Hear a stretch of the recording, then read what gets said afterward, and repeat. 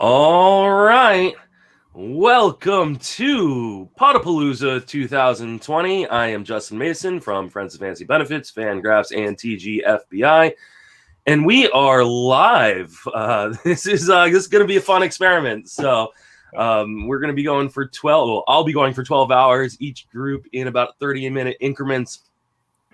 So this should be a lot of fun to do throughout the day. Joining me right now are Darius Austin, Peter Pratt, and Jamie Steed. And I am going to be butchering a lot of names today. So if I butcher a name, I apologize. So Darius, welcome to the show.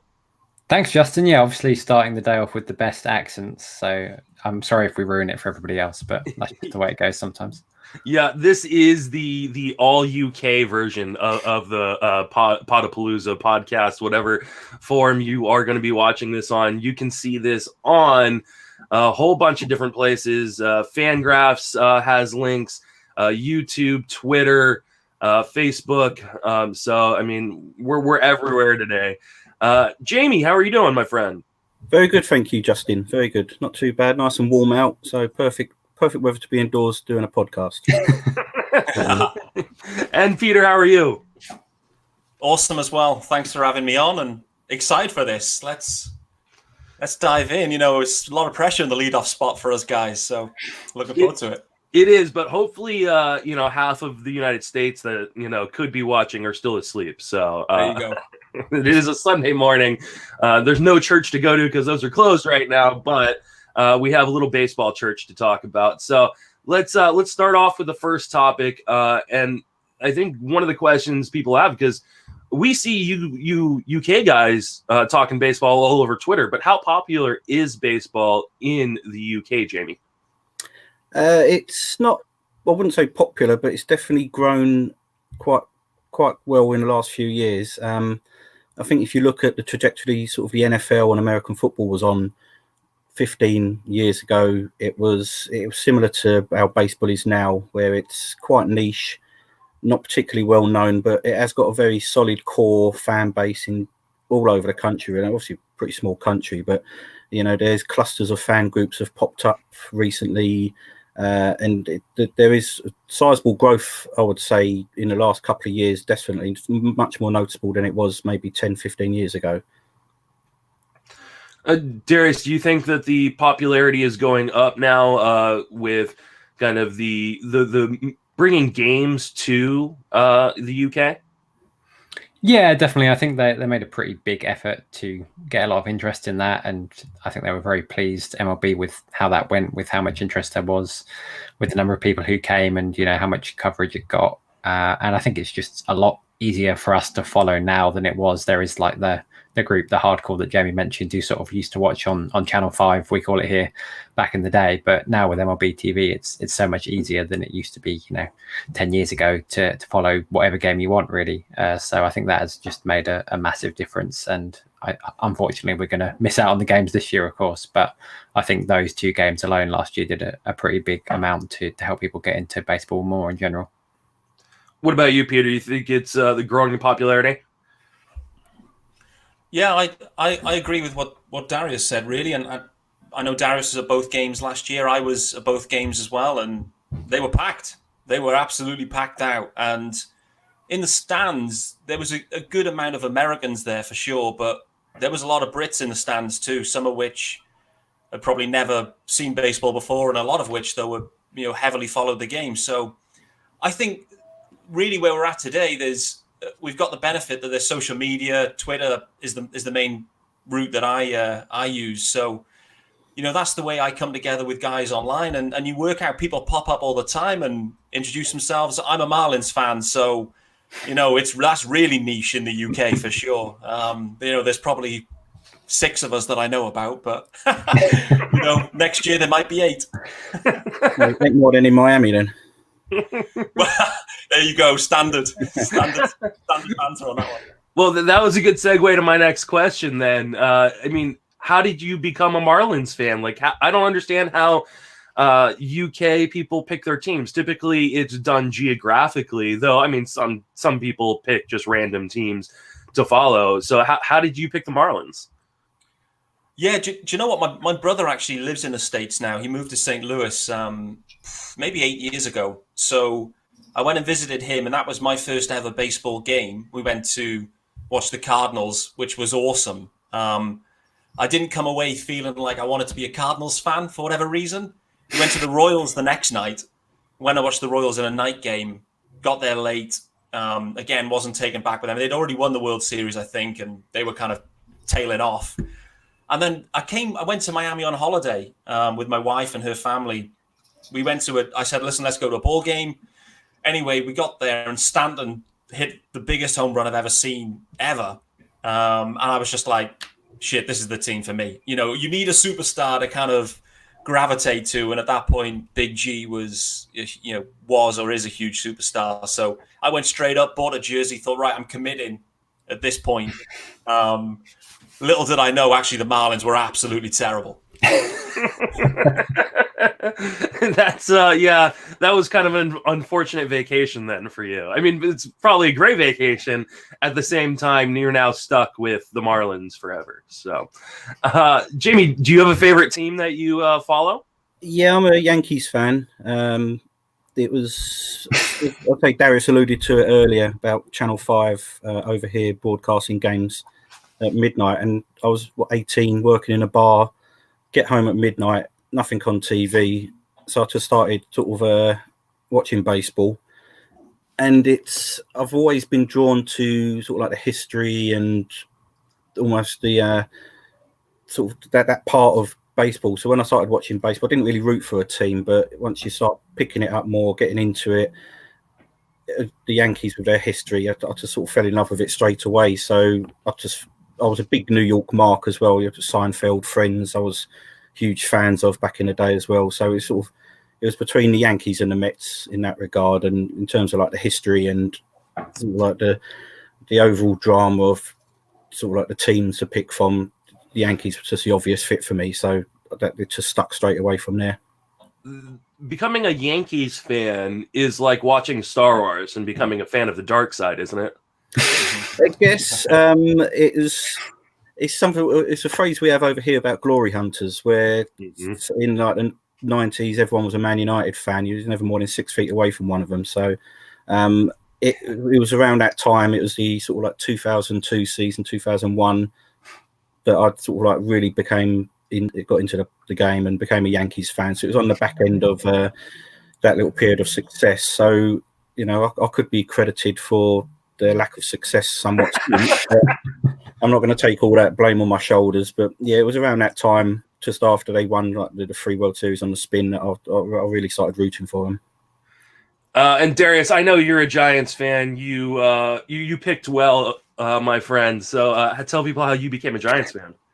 Yeah, sort of the reverse for me. People kind of usually assume that I did because they won 3 World Series like in the last decade, but actually I became a Giants fan slightly before that. I got into baseball through playing fantasy, just randomly joined a league with American friends, not really knowing what I was doing, and this was 2008, and that of course was Tim Lincecum's first Cy Young year, so he was kind of the pitcher everybody was talking about, and I started watching clips of him and like, this guy's amazing. I just really fell in love with Lincecum, so I basically became a Giants fan because of that, and they were pretty crap those first couple of years, but it turned out ultimately to be quite a good decision, other than the problem with it being 8 hours behind for us, so all the games start at 3 a.m, but you learn to deal with that. Well, do you think it's possible that the UK could support a major league team there, Darius? I think the travel would be insane. The NFL with the games once a week, and they have the bye week after, and it works out pretty well.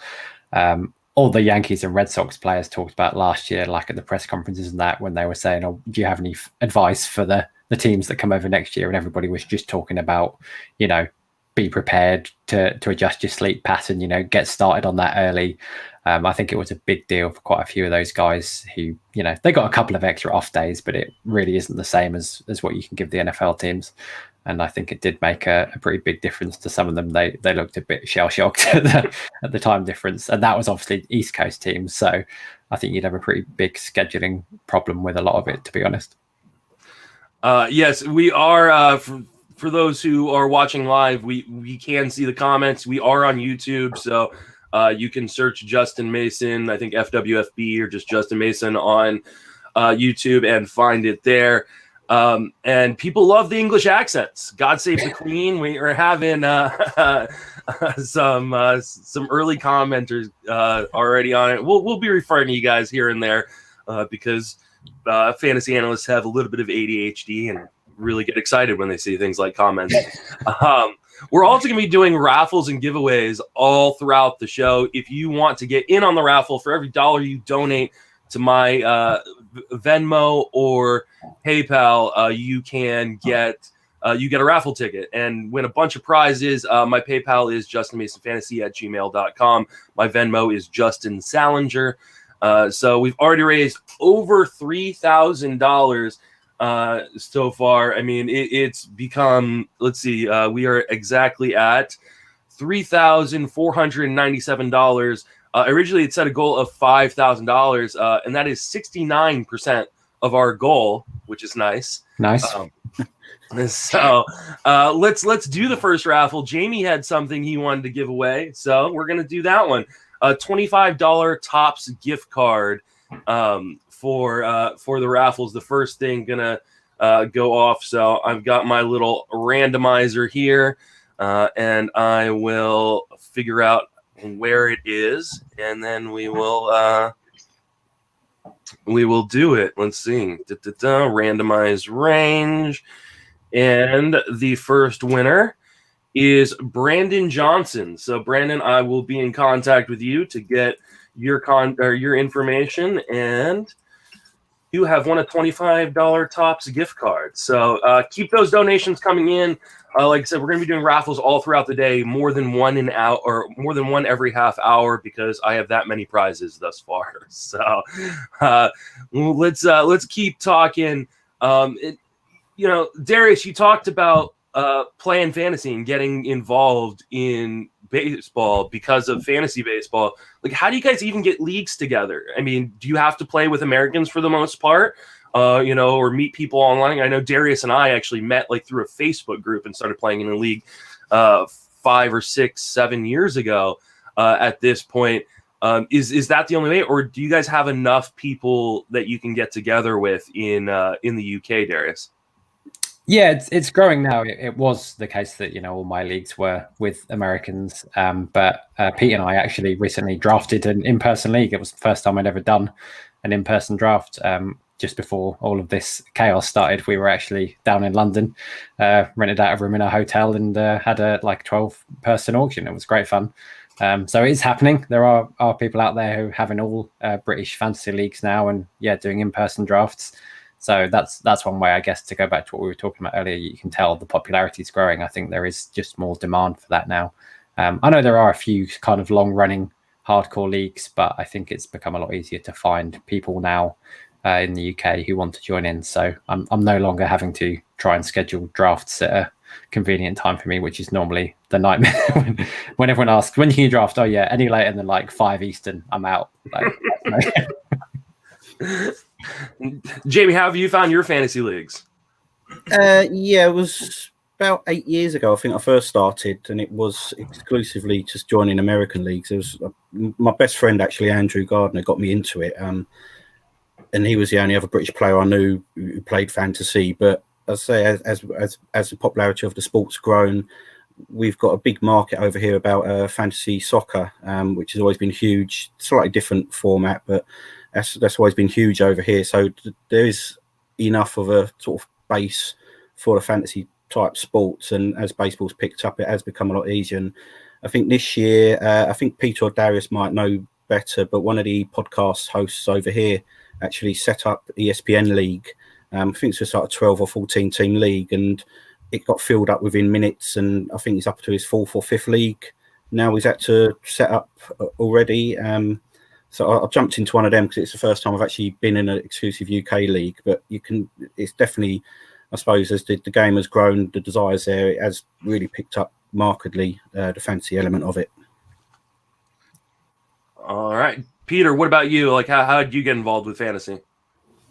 Yeah, do you know what? I was originally an NFL fan, and how I heavily got into the NFL was playing fantasy. So once I decided, right, I'm all in on baseball, I realized I needed to know more than just Marlins players. So I actually just joined a random Yahoo league with people I didn't know. I just registered, joined, and played, and absolutely loved it.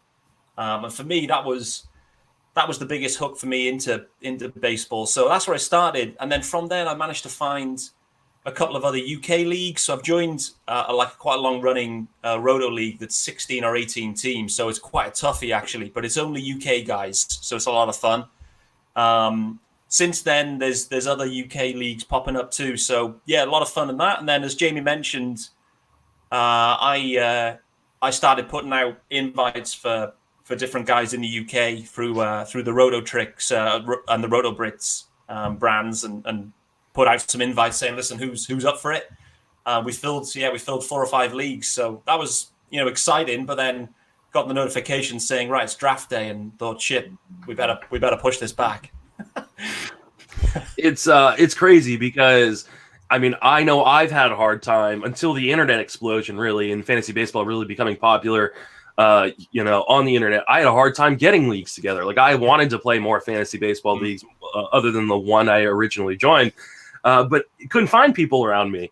And so it's amazing that you guys have been able, with the internet explosion, with social media, been able to put these leagues together. It's pretty cool to see the game grow in that way. The last real question I have for you guys is, with the time change, like how difficult is it to watch baseball? I know Darius mentioned, the MLB TV packages. You can obviously kind of watch games on, go back and watch games that have already been played. But like, how difficult is that, Peter, to like catch the games you want to catch and not have it ruined for you?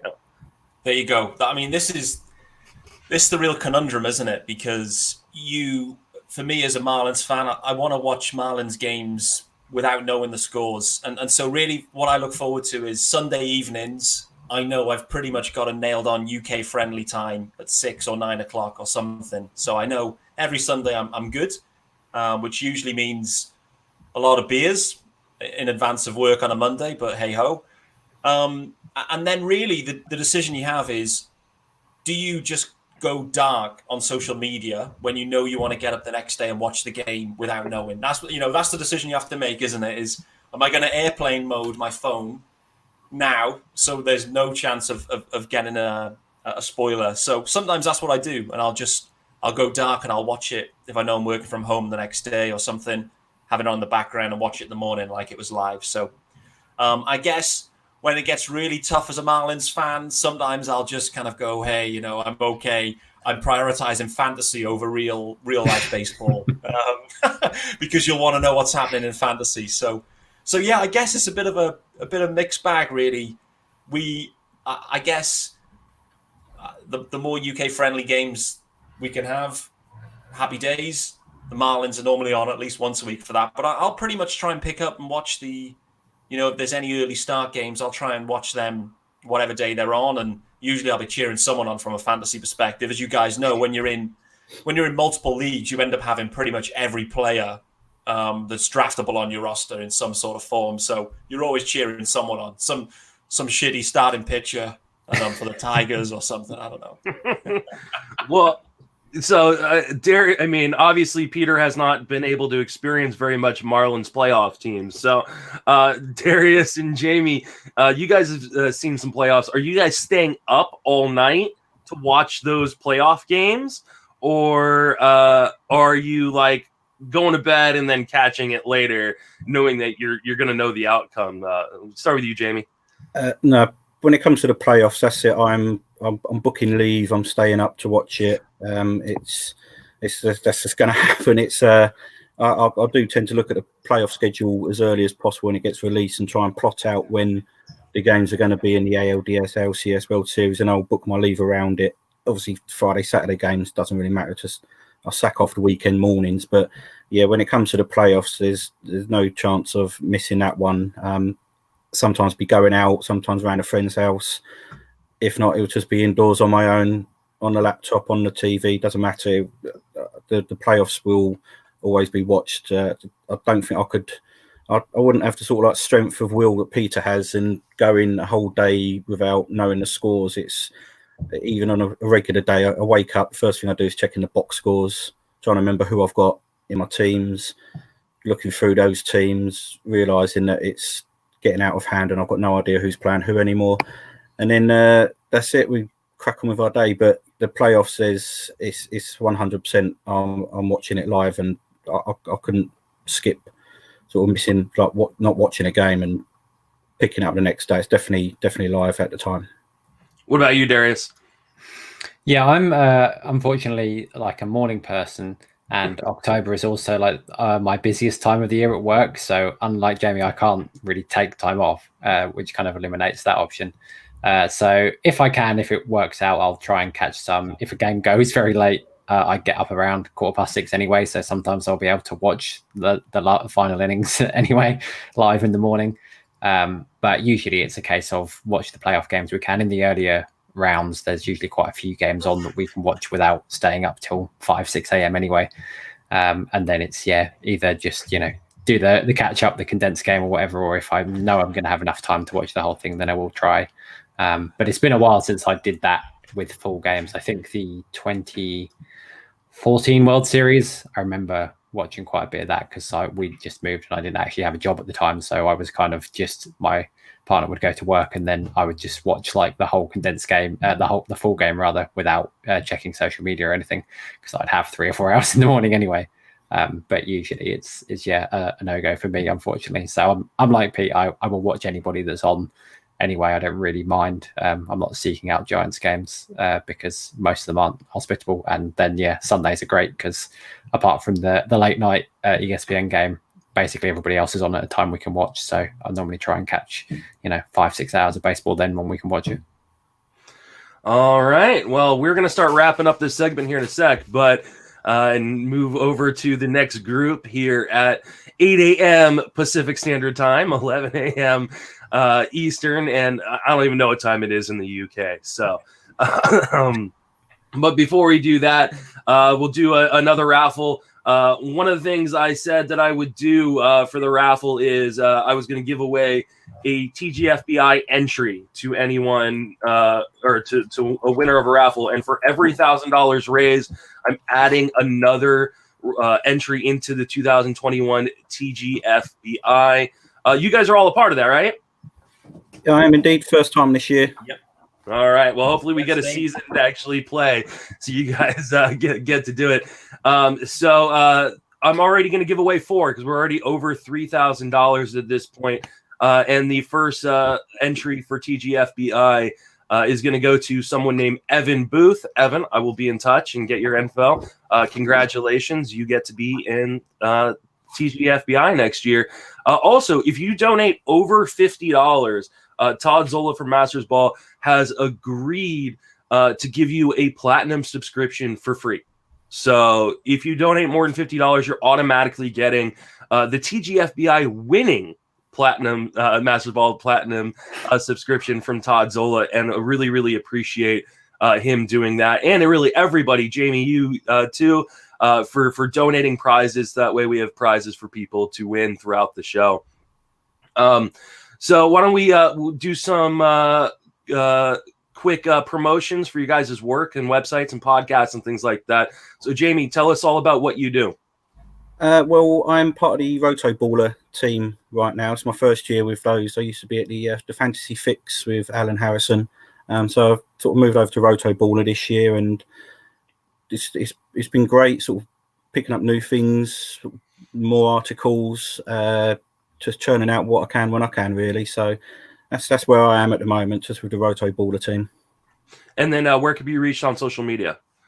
Social media, I'm on Twitter, which the handle is baseball_Jimbo, or that's my name on the screen, Jamie Steed. You should come up with it. So that's pretty much it. And I'm a part of a British baseball team over here called the Essex Arrows. So if people want to find out more about British baseball, contact me through there, and I've got the links for the British Baseball Federation and the team, the Essex Arrows, as well. That's awesome. I didn't even realize there were British baseball teams. That's really cool. Yeah, we actually the Essex Arrows is quite fractured in terms of how it's sort of run. geographically over here, but the Essex Arrows are one of the 4 National Baseball League teams, and I think 2015, the last time we won the National League and went to the Euros, and I actually play for the single A team. I'm not at National League level at all, but yeah, my fastball sort of might break a pane of glass on a good day, but that's about it. So yeah, it is good fun on a Sunday. It is quite more of a knock around joke league, as it were, sort of getting with friends, us having a game of baseball is great fun. But yeah, you can check out Essex Arrows as well. We've got plenty of info on the website now. It's all up and running with links to various British baseball clubs as well. If you're anyone's looking over here to play, there'll be a team somewhere near you. Well, there you go. If any people looking for a chance to make it back into baseball needs a shot, go check out the Essex Arrows. Peter, tell people where you can reach on social media, and then plug all your work. Yeah, social media. The main spot is well, as you guys already know now, I'm heavy into the Marlins, so I run the Marlins UK fan account page on Twitter. So that's at Miami Marlins _UK. So that's the main way to get in touch with me. From the Marlins, so my main work is in the podcast space. So we have a specific Marlins UK podcast. So myself and 3 other UK-based guys, we do weekly podcasts during the season, and that's called Fish Across the Pond. Usual places to pick that one up. We're about 40 episodes in, so a lot of fun. Just had a great pod last week. Was it last week? I think it was. I'm losing track of days. With Boog Shombi, which was a lot of fun. We've had Miguel Rojas on there from the Marlins. Loads of guys have been on, so it's a fun listen. Pretty niche for sure. And then the other, I guess, conscious of the audience here, from a fantasy perspective, I've also got a podcast going on that I host, which is called Roto Brits. It's myself and another guy who's UK based, Ryan Owen. Who the format basically is I ask the questions and Ryan answers them with authority. And then I just kind of give some gut feels and, factless predictions. So it's a new podcast. We're maybe 10, 12 episodes in, but that's Roto Brits. So they're the main 2, Fish Across the Pond and Roto Brits. And I have checked out Roto Brits. I highly recommend it. So definitely go check that one out. And I mean, if you need some Marlins baseball in your life, definitely check out the other pod as well. Darius, plug all your work. So you can find me on Twitter at DariusA64. All my fantasy writing is over at Baseball Prospectus. Still lots of content coming from us at the moment, despite the lack of actual baseball. We've currently been doing a draft of projections without actually knowing who the players are, which has been a lot of fun. So I'm just going to finish writing that up for tomorrow. And then you can also find me on Batflips and Nerds podcast. If you've enjoyed the accents in this segment, then definitely give us a follow and subscribe. Batflips _Nerds on Twitter. Find it on all good podcast catchers. Had a lot of great guests on recently. Ken Rosenthal was on. Justin was on with Joe Pisapia, Mason's Murder Mansion, classic episode. There's been some CPBL content for those of you following the baseball in Taiwan, and we're going to have some KBO stuff coming up as well soon. So that's all really good. So yeah, check all of that out. Yeah, I joined a watch party for you guys watching Taiwanese baseball accidentally. I did not know what I was joining, but I enjoyed the 10 minutes I was on for. So that was a lot of fun. Guys, thank you so much for joining me. I really, really appreciate it. It's been a lot of fun. And hopefully everybody follows your work. And everybody needs to, if you're watching, you haven't donated, please donate. You can donate via my PayPal, justinmasonfantasy@gmail.com, or you can donate via Venmo at Justin Salinger. We've already raised a crap ton of money. We've gone over 69% of our goal at this point. So we're going to have to maybe enlarge that goal here shortly. But we've already given away 2 prizes. So guys, thank you so much. I really appreciate it. And I'm going to start transferring in the new group. Brilliant. Take care. Thanks, Justin. Take it easy, guys. Cheers, Mace. All right. Joining me now is Nate Markham. He's just the first member of the new group to show up. So, all right. How you doing, buddy? I'm good, man. How are you? I'm doing fantastically. This is going to be a long day for me, but it should be fun. So while we're waiting for the rest of the group to show up, why don't you tell people a little bit about yourself, where you can reach on social media, and the work you do? Cool. Yeah, I'm in St. Louis. You can find me at Nate Markham on Twitter. I've been with Fantasy and Frames now for I guess it's been about 7 months. They primarily was a football site, and they introduced baseball this past year. Aaron Pags, who is going to be on later on today with you, reached out to me because him and I both were competing in one of the national contests, and we both finished decently high. And he had seen some of I say work. He basically saw that I was unemployed as far as a fantasy content provider goes, and saw that I was willing and able, and pulled me on. And since then, we've pretty much just started pumping out content. Got in with the with the TG FBI and Slam, and it's been great, man.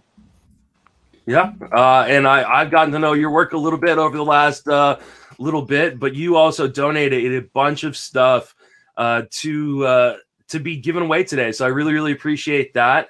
We'll give away some of that here in a little bit. But joining us right now is Michael, and I'm not even going to try to pronounce your last name because I don't want to butcher it. Michael, welcome to the show. Can you hear us, Michael? Michael, can you hear us? No, I don't know that Michael can hear us. So hopefully we get that figured out here soon. Oh, there we go. Yeah, okay. I can hear. She might be a little poor here.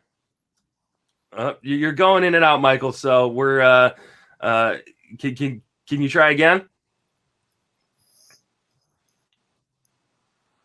All right. Michael, I'm going to knock you out of the stream, and hopefully that and rejoin, and hopefully we'll be able to hear you better next time. So Is it sad that UK has better reception coming across to the States than we get here within our own? Yeah, no, that's a little weird. I was really excited because so far the stream had been good quality, but you never know what's going to happen. So hopefully Michael's joining us again. Michael, how you doing? Can you hear us better now? I'm still having some connection issues. I can hear you a little bit better, but thank you so much, Justin, for having me here. Welcome to the show, man. I can hear you better now, so that's good for everybody. Why don't you tell people where you can be reached on social media, and then talk a little bit about your work? Fantasy Gospel. We're on social media at Twitter at fantasy_gospel.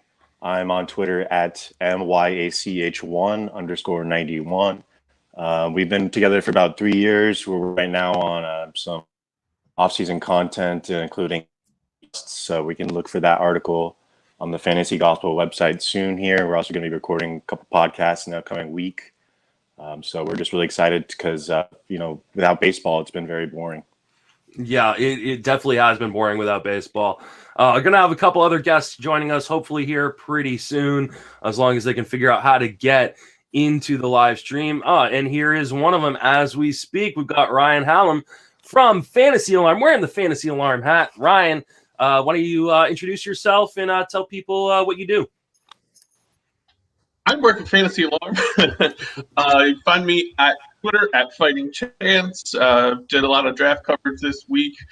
Ramping up baseball, ramping up football, a little bit of everything right now. We're kind of putting together. So head over there. We got live streams. We have podcasts. Just a little bit of everything. But happy to be here with you guys today. Well, thank you for joining us.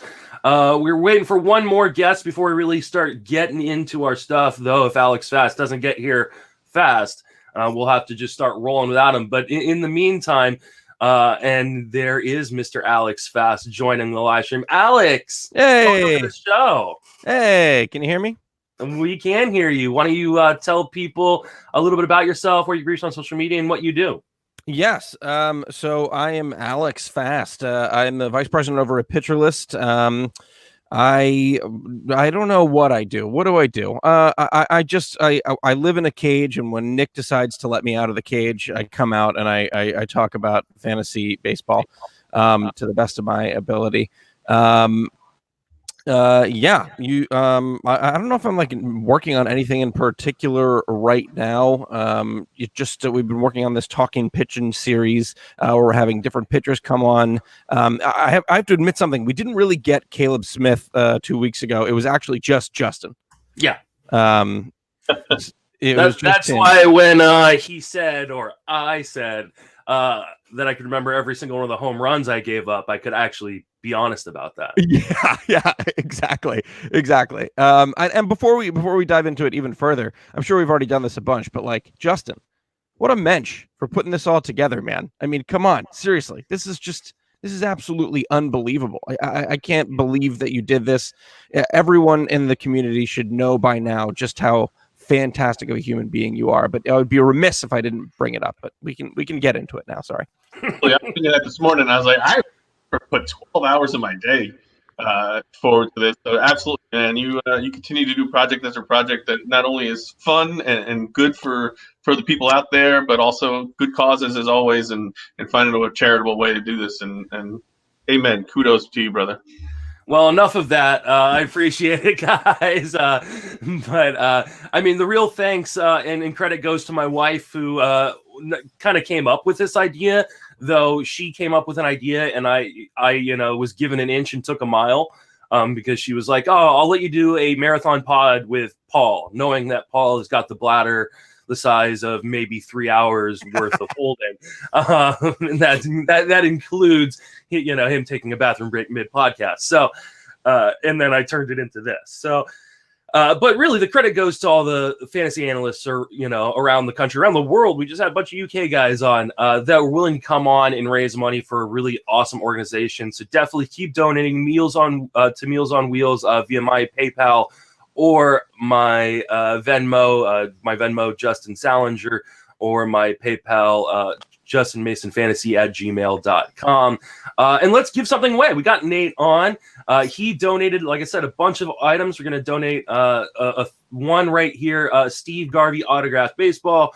And got over 3,000 entries at this point because we've raised over $3,000 so far. And randomize. And Robert DiPietro, you are the winner of the Steve Garvey autographed baseball, courtesy of Nate Markham. I will contact you and get your info and pass it on to Nate, and he will send that over. So we're going to be doing these giveaways all day long. Got some amazing stuff. Actually, the next thing we're going to give away next half hour is a Tommy Edman signed baseball from Nate Markham. Right there. Yeah, see? Definitely stay tuned. You don't have to be watching to win. I'll contact you if you're not watching, but you should be watching. Like, just put it on in the background all day long. 12 hours of me talking baseball with a bunch of baseball nerds. So let's talk about some baseball. And I think the question everybody's wondering right now, especially in the fantasy realm, but really every baseball fan around the world, is how many games are we actually going to see this year, Michael? Did we lose Michael again? We might have lost Michael again. All right, Ryan. Has there ever been a more fitting response to how many games we're going to see? Exactly. I'm saying 100. I'm saying we're starting on the 4th of July. All hope is alive. Manfred said last week, I think it was last week, because all the days are pretty much the same now, that he fully expected there to be baseball. That was really the best sign that we've heard. We've seen theories brought out here in Arizona and Florida and Texas and all that. But when he put a memo out that said he fully expects to play, I think we're going to have some baseball. I think 100 games seems reasonable. You got to have some to call it a full season. So my guess is 100 and starting on the 4th of July. Alex? Yeah, I'm with Ryan on this one. I do firmly believe that we're going to have baseball in some form this year. I mean, if you think from a financial standpoint, right? I mean, listen, I understand that people want to get on Manfred. I completely understand. He's not perfect. He's had some issues here and there. I'm actually sort of in his corner because he's got 30 bosses, right, that he's constantly trying to appease. I'm sure every single day, each one of those 30 bosses, are saying, hey, when is this going to happen? And he's doing everything in his power to make sure that he's going to appease, 30 of the richest men in America.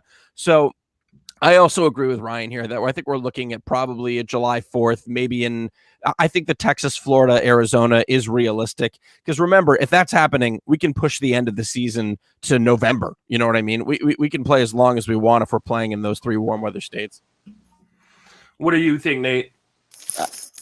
Fortunately, I say I agree exactly. I love the 4th of July start date. I think that would be something to unite everybody together, however they decide to do that day. Logistically, the days work out. I mean, you've got plenty of days to get the games in. Like Alex said, you can push that back to November, December. It was 75 degrees last year on the end of November. So it's not like they don't have the temperature there. The question then is, do you want to do how many double headers do you want to play? I was looking back in 1945, 49% of all the games were double headers. So I'm not talking to every baseball player, but let's suck it up if we have to and get the games in and play, even though with that, hopefully not the risk of their health.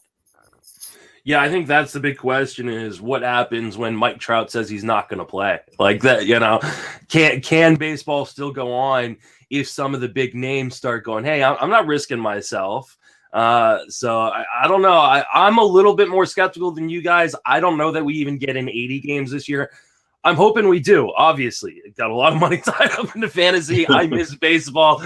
I'm hoping we get some games in. Justin, I got to figure that they must have had some sort of preliminary conversations with the union before they started throwing anything out. You would think. I'm sure there'll be some players who don't, and I've seen some, Twitter or their wives on Twitter or whatever, say they don't want to play. But you have to figure they had some sort of conversation before they even start floating out ideas. Well, I think that's a really great point. I mean, I think the really important thing to remember, like once again, going back to the business aspects of all this, is the CBA expires at the end of this year. Everything is extremely, extremely delicate right now, right? We were already talking about before this, the potential of a lockout next year, right? So what's going to happen? The relationship between those two organizations right now is extremely delicate. So I think there's so many different things at play here. It was already a little bit rife with tension with the Astros scandal, right? So I think those two,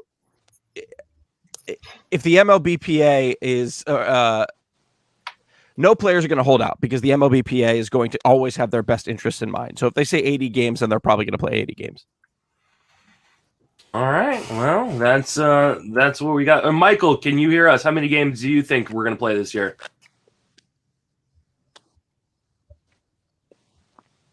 Nope, still don't have Michael. All right, so moving on. A shortened season, a late start to the season, lots of things happening, weird setups in terms of what teams might be playing, which teams we might be getting, Grapefruit League or 3 different leagues. Who knows how this is all going to work out, but how are you expecting this to change the fantasy game, Nate? I'm going to take a little bit of a different approach. Here's my concern with this is that fantasy baseball already only occupies about 39% of the total fantasy realm. And for all of us that want it to continue to grow, I think if you have this, put shortened season and you have a little bit more of an overlap with fantasy football, my concern is that we lose an even higher percentage of the players that were only moderately vested. Obviously, I know that this is going to produce tens upon thousands of new listeners and new fantasy baseball players that want to be on Podopalooza 2021. But I have to be realistic that it's a tough sport to get the newer player into that's not heavily invested. And that is a little bit of my concern. I think that's a really valid concern, and one I hadn't really thought about before because, we are obviously, in terms of fantasy-wise, the little brother to fantasy football, and fantasy basketball has taken a real step forward. So it's going to be real interesting to see if this does hurt kind of our industry. I know a lot of industry analysts hurting because they've lost work because they've had to be laid off. Fangraphs had to lay off a bunch of people. Other sites have had to lay off a bunch of people. So it'll be real interesting to see what kind of effect it has on our industry. Ryan, what do you think the impact is going to be on fantasy? Well, on the flip side of what Nate just said, I was thinking what we might have is the problem of people bailing partway through. I think we might get more people in the beginning, more people actually starting leagues this year, because since it should be before football. But I wonder if everyone bails, once football kicks in. But to me, the biggest problem is going to be pitching, especially if we do double headers and short season, not only this year but into next year. If the season goes into November, December, how is that going to affect pitchers' workloads in 2021 as well? So I think the starting pitchers are the biggest concern for fantasy baseball this year. What do you think, Alex? Yeah, I think, listen, man, we have to turn this into a positive. Any player who is not interested in playing fantasy baseball because it was too arduous of an experience, which is totally an understandable reason, needs to be trying to get into fantasy baseball at this point. Every friend that I have that said, oh, I can't do this for 23, 24 weeks, I'm now reaching out to, if the season starts in July and is only lasting 13, 14 weeks, to say, hey, man, here's your crash course in fantasy baseball. It doesn't matter who you draft because we're essentially all on a level playing field. If you want to go by the ESPN ADP in the draft right now, that's totally fine, because you're right. There are going to be certain guys who it's like it just all kind of levels off. There are certain guys like Ryan said, like pitchers, like Corey Kluber comes to mind, who was kind of a compiler over the course of a season, or Zach Greinke, who was a compiler over the course of a season, that I'm not going to be as interested in, but I'm going to be much more interested in guys like Mike Clevenger, who have these extremely high ceilings, and are going to come with 11, 12 strikeouts a game, but have a little bit more volatility built into them, because you're going to have to take those guys. And then also, other ways fantasy is impacted, like, let's talk about park factors. I mean, we could spend a whole 30 minutes just talking about park factors. If we're playing all these games in just 3 stadiums, Colorado hitters get dropped, but Colorado pitchers jump up, right? All of a sudden, John Gray, the guy that we just can't quit, becomes a viable name to draft again. I quit him a couple of years ago. I don't blame you. I mean, I'm able to quit John Gray. It's very true. And Herman Marquez, who's like the guy, like, is the epitome of, start him on the road, can't start him at home. Like, how valuable of a pitcher is this the Herman Marquez breakout season that everybody was calling for last year? Please ask Paul that today, please. Yeah, no, it's definitely coming up at some point. So. Someone said Jeff Hoffman season, Marquez season. Yeah, I mean, it's definitely, if we're playing all our games in kind of neutral sites, I mean, you got to start bumping down those Rockies hitters and bumping up those Rockies pitchers. Apparently, unfortunately, they don't have a very good rotation. Yeah, even if we're playing like in Miami, in the dome and everything. So I was gonna say, poor Antonio Senzatella. We still didn't even bring him up, no matter what. Like, we're playing on the moon. It's a one pitcher league, and we're still not drafting him. Yeah. No, that's I mean, that's something that I'm really thinking about, because there are drafts still going on. Like, there's still drafts going. So I mean, outside of those guys, which teams do you think, or players do you think, that have an advantage because of a shortened season? I think the Yankees are the biggest winners here. They had, 3 or 4 stars that we thought were going to miss the beginning of the season that now shouldn't. Maybe Paxton missed a little bit of time, but other than that, Judge, plenty of time to heal. Stanton, plenty of time to heal. Paxton, plenty of time to heal. Yeah, and they got a couple older players that the shortened season helps. So as much as I hate them, I think the Yankees are probably the biggest winner of this shortened season. There was a guy on the last half hour from England. He said he was a Yankees fan. I was like, is that like watching Star Wars and becoming a fan of the dark side? Like, how do you come around to that? Like, how do you pick the evil empire? Alex, what teams do you think have like an advantage from this? Yeah, Ryan brings up a great point. Originally, I was going to say the Yankees didn't because of the park factor argument, but if you look at the exit velocity leaderboards over the past 3 years, it's all Yankee leaders, so I don't really think it matters where they're playing. They just hit the ball so hard. The 2 names that stick out for me are both from the same team, and that's Alex Bregman and Yuli Gurriel. If you look at how many of their home runs were actually barreled last year, it's not a lot of them, because they really take advantage of the Crawford boxes out in left field in Houston. They really are. If they're playing in a neutral park, I just don't think they're going to be able to take advantage of that left field as much as they usually do. So a lot of the Houston guys, I'm actually going to ding a little bit because of this. All right, Nate, what do you think? Yeah, I wonder if the incorporation of that universal DH as a general whole, if you take, and even if I'm not identifying one specific player, and maybe someone like J.D. Davis, who might have to have sat a little bit more because of his glove being poor, he might get a chance to play a little bit more. From a true baseball perspective, I'm looking at the Dodgers as a as a real advantage on a shortened season because they've got the pitching depth of, you've got a person like Ross Stripling who might have to come in and can give you the innings if you need it. And depending upon if they're going to do the double headers, if they're going to try to fit, 6+ games in a particular week, you need the depth, you need position flexibility. I know this is more of from a fantasy perspective, but that also kind of can play into that a little bit as well as who's going to get more opportunity because from the National League, I think everybody takes a little bit of an advantage. Mookie Betts, I think switching over now, the big concern there was that he is going to have fewer at bats just because the fact that there was a pitcher obviously hitting ahead of him. Now him, which is there much room for growth in terms of ADP from him? I think there could be because, you have a little bit of a better park factor, I think, going to one of the leagues down there. And then you don't have to go through you get the chance of the DH a little bit. I also think back to the Astros 1 second, if I could just jump in. And this is kind of a real baseball thing. I think the Astros are the biggest winners if this happens for the getting hit by pitches and booed everywhere they went after this scandal. If they're going to sit and play in the same stadium every day, like how there won't be fans, no one to boo them. So I think they kind of get their a little bit of a break on what might have happened after their scandal. Based on no fans and playing in the same place all the time. All right, let's give away something else. We've been giving away stuff all throughout the show. You know what? I'm gonna move up the Tommy Edman signed baseball because Nate gave it away, or is giving it away. So, and I think it's more than fair that he be the guy or be on the live stream when it's given away. So let's I'm gonna be here all day, Justin. I think fine. You can do whatever you want, man. I dedicated my day to sit around.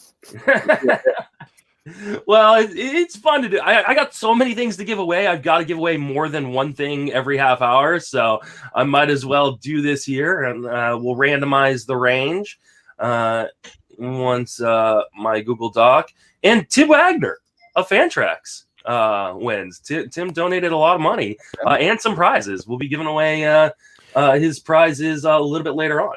I tell you what, I've not had the pleasure to talk to Nate before, but now seeing the things that he's giving away and knowing that it's a lot better than my Robert Andino signed jockstrap, I really got to get to know Nate a little bit better. There was a question on Twitter about Alex Fast's mustache, and great. If the growing it is the reason why his wife has secluded him in the basement. No, someone asked me. Yeah. So I this is the best part about quarantine is living in, not living with I'm living with my parents for quarantine and then in their basement because that's where the best internet is. Someone asked me why my Twitter name was AlexFast8 and I said because all the others were behind me in these boxes. Oh, that's great. I'm sorry. I just like to do a lot of Buffalo Bill cosplay, so you guys can tune in for that later. We're coming towards the end of our segment here. I want to remind everybody that you can still donate and get in on this raffle where we're giving away stuff. Just PayPal me, justinmasonfantasy@gmail.com, or use my Venmo, which is Justin Salinger. So every dollar you donate will get you a ticket in the raffle, giving stuff away all day long. And Todd Zola of Masters Ball has agreed to give anyone who donates $50 or more a platinum subscription to Masters Ball, TGFBI platinum subscription. So really, really appreciate him doing that. So keep those donations coming in. On my last update of the donations, we are at over $3,600 so far. So started the day at 69% of our goal. We're already at 72% of our goal. Gonna have to enlarge that goal at some point. So at least I hope I will. So keep those donations coming in. We'll keep the prizes flowing and keep the fantasy and baseball talk flowing as well. Before we get out of here, or before we do our kind of promotions on your way out, what teams lose out because of this? Like, what teams are the ones that kind of are getting screwed over more than everybody else because of this, Ryan? Alex said it before best. It's Colorado. I think their hitters, certainly you get that, you get that bump for playing at Coors Field and not going to happen this year. So Colorado was who I had as far as who's getting screwed in this one. Nate, what about you? Who's getting screwed? I'm going with my homer pick, my Cardinals, because now we have to go against the Astros, the Nationals, and granted, we get the Marlins. Sorry, UK Marlins fan, I'm not knocking. Actually, I am, because he said he came. We were just becoming best friends, and now all of a sudden, but prior, he said he came to St. Louis because he had a cousin here that he couldn't come to Busch Stadium and not be a fan. That's ridiculous. Now, I did go to Oracle last year. I know, being Giant, that was fantastic. And I quickly, between that, I took on the Giants. We went across the bay and we saw Oakland play. And I've taken on the A's as my American League team. Now, that has nothing to do with anything. I like to talk and I like to hear myself talk. And I've only got a couple minutes while I'm live with everybody else. And so this is my chance just to ramble on. But yeah, I'm taking that. My Cardinals, it sucks because I don't want to have – I didn't like our chances all that great anyway. Sorry, Cardinals fans. But that just stacks the box even more against us. Alex, who do you think? I'm going to stick with the Astros. I mean, I definitely agree with Ryan that they are escaping huge here by not having any fans there to boo them. I really do think that was going to have a big psychological impact over the course of the season. But I think taking them out of that park where I think they take advantage of a lot of those park factors is pretty big. Maybe the Braves, because that's another park that was quite literally built for Freddie Freeman. So maybe them. Let's just end on a positive. The most benefited team, your future World Series champion, Baltimore Orioles. It's an even playing field, baby. Let's go. John Meehan's winning 10 games. Michael, we'll give you one last chance. What teams are affected by this? And it was worth it. I agree. That's the best point so far. I feel bad. Michael has really tried to get in this stream, but obviously the internet issue is just not working for him. So I'll get him on the podcast at some point to make up for it. I'm real sorry, bud. But yeah, I'm surprised none of you guys mentioned the Reds. The Reds have built this contender for this year, and they're now not going to get the full use of it. So, I mean, really the team that benefits the most is the team that starts off the hottest, because there's going to be less time for teams to catch them. I mean, we're playing with the smallest samples in a full season, which is going to be weird. So, all right, we got to get out of here in a few minutes. So, Alex, why don't you tell people where you reach on social media and plug all your work? Yeah, so you can find me on Twitter over at AlexFast8. Pay attention. We're doing our best to try and bring you a KBO preview so we can all turn into KBO fans. Awesome. We have some interviews coming out, one of which on Tuesday. Nick might kill me, but I'm going to go ahead and say it's actually going to be Pablo Lopez on Tuesday. We're talking to Pablo Lopez, so we're super excited about that. Can you ask him why he screwed me in fantasy last year? I'm just going to do the first couple of words. Why did you screw Justin Mason? Yeah. I'll say that. So, yeah, come check us out there. And once again, apologies for being late. I was on LeVar Burton's Podopalooza. Thanks a lot. What a dick. I used to have a rivalry with Gregor Blanca, but LeVar Burton has now taken over as my arch nemesis. Teaching people to read. Oh, I hate reading. Listen to podcasts, don't read. Ryan, tell people where you can be reached on social media and plug all your work. All right, you can find me over at fantasyalarm.com. Me and a group of other people all doing really great stuff, doing a little more football than baseball at the moment, but there's still some baseball over there. Find me on Twitter at Fighting Chance. And, of course, Justin, say hello to the lovely Danielle for me. I will. She'll be making appearances throughout the day, so that way I can use the bathroom. I tried to tell her to come up when I was on. I know, we weren't worth it. I don't know. Yeah, she was up late with the baby, so I think she and actually doing stuff for this. Right. So she, yeah. Parenting. Yeah, California. Parenting. Exactly. Weird thing. Nate, tell people where you can reach on social media and plug all your work. Awesome. Thanks, man. You can find me at Fantasy and Frames. Like I said, we're both football and baseball. I'm at Nate Markham on Twitter. We have the Perfectly Framed podcast. Guys, anytime any one of you three would give us the honor of joining us, we'd love to have you. It would be great. I'll give away more stuff. I don't care. I got a whole thing of stuff that I've pretty much got. I don't have jockstraps signed, so if I was to help contribute I don't know. Wait, I'm going to backtrack because it sounded like I was asking Alex for a jockstrap to be signed. That's not what I'm saying. So I'm sure in one of these boxes it's here. But wow, what a jockstrap. what an honor, guys. This derailed really quickly at the end, at least, which is good. No better time for it to go off the tracks. No, I one thing, Nate. I actually, Justin, this is another great thing. I mean, I didn't know Nate before. I just went and followed him on Twitter. So once again, a great thing that you're doing, and we can't thank you enough for this, man. Thanks for having us. Thank you, guys. I got other guys joining the live stream, so I'm going to start exiting you guys out. Thank you guys so much. Follow all their work. Follow them on Twitter. Do it all. It's going to be great. All right, let's knock Alex out. Goodbye, Alex. Goodbye, Nate. And goodbye, Ryan. And joining me now is Patrick Davitt. Patrick, welcome to the show. Hey, great to be here, Justin. Thanks for doing this. Thanks for inviting me. It's going to be a lot of fun. It will be. I'm super stoked you were able to join us. Lucas, welcome to the show. What's happening? Thanks for setting this up, Justin. Appreciate it. All right. And Johnny Black. Johnny, how you doing, my friend? Good, Justin. Nice to finally see you face to face. Yes. This is one of the cool things about this is I'm getting to kind of put faces to Twitter handles and names and TGFBI participants, and it's always a little bit awkward when you go to like events like First Pitch Arizona for the first time or Tout Wars for the first time, and you get to meet people because you're like, oh, okay, that's what you look like. I've read your work and listened to you, but I've never seen you before. So this is going to be a fun experience for a lot of people. Dan Strafford. Dan, welcome to the show. How you doing, Justin? I'm doing fantastic. It is great to have you guys all here.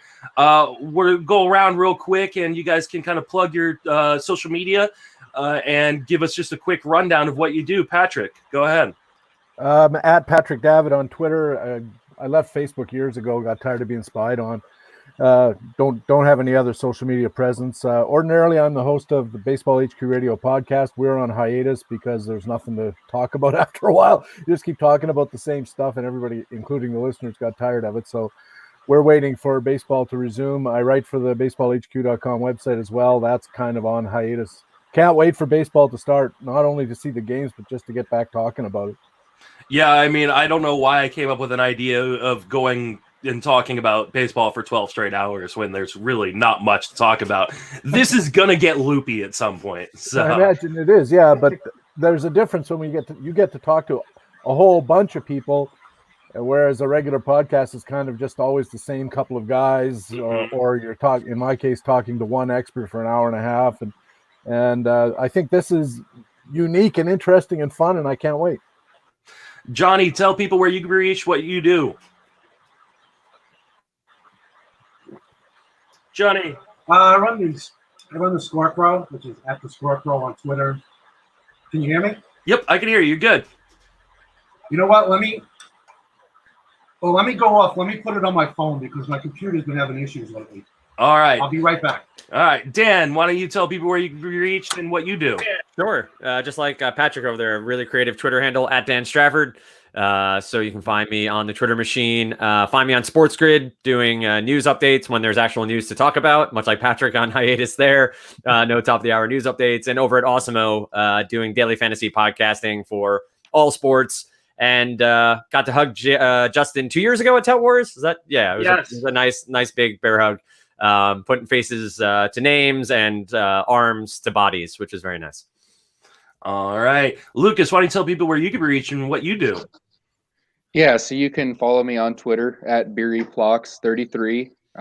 This offseason started writing for KC Bubba over on his site, Fantasy Degen. So I've been kind of doing a series of buys, fades, and we put up our rankings as well. Do some podcasts over on Sports Crew Radio with Lou Landers. So that's what I've been up to.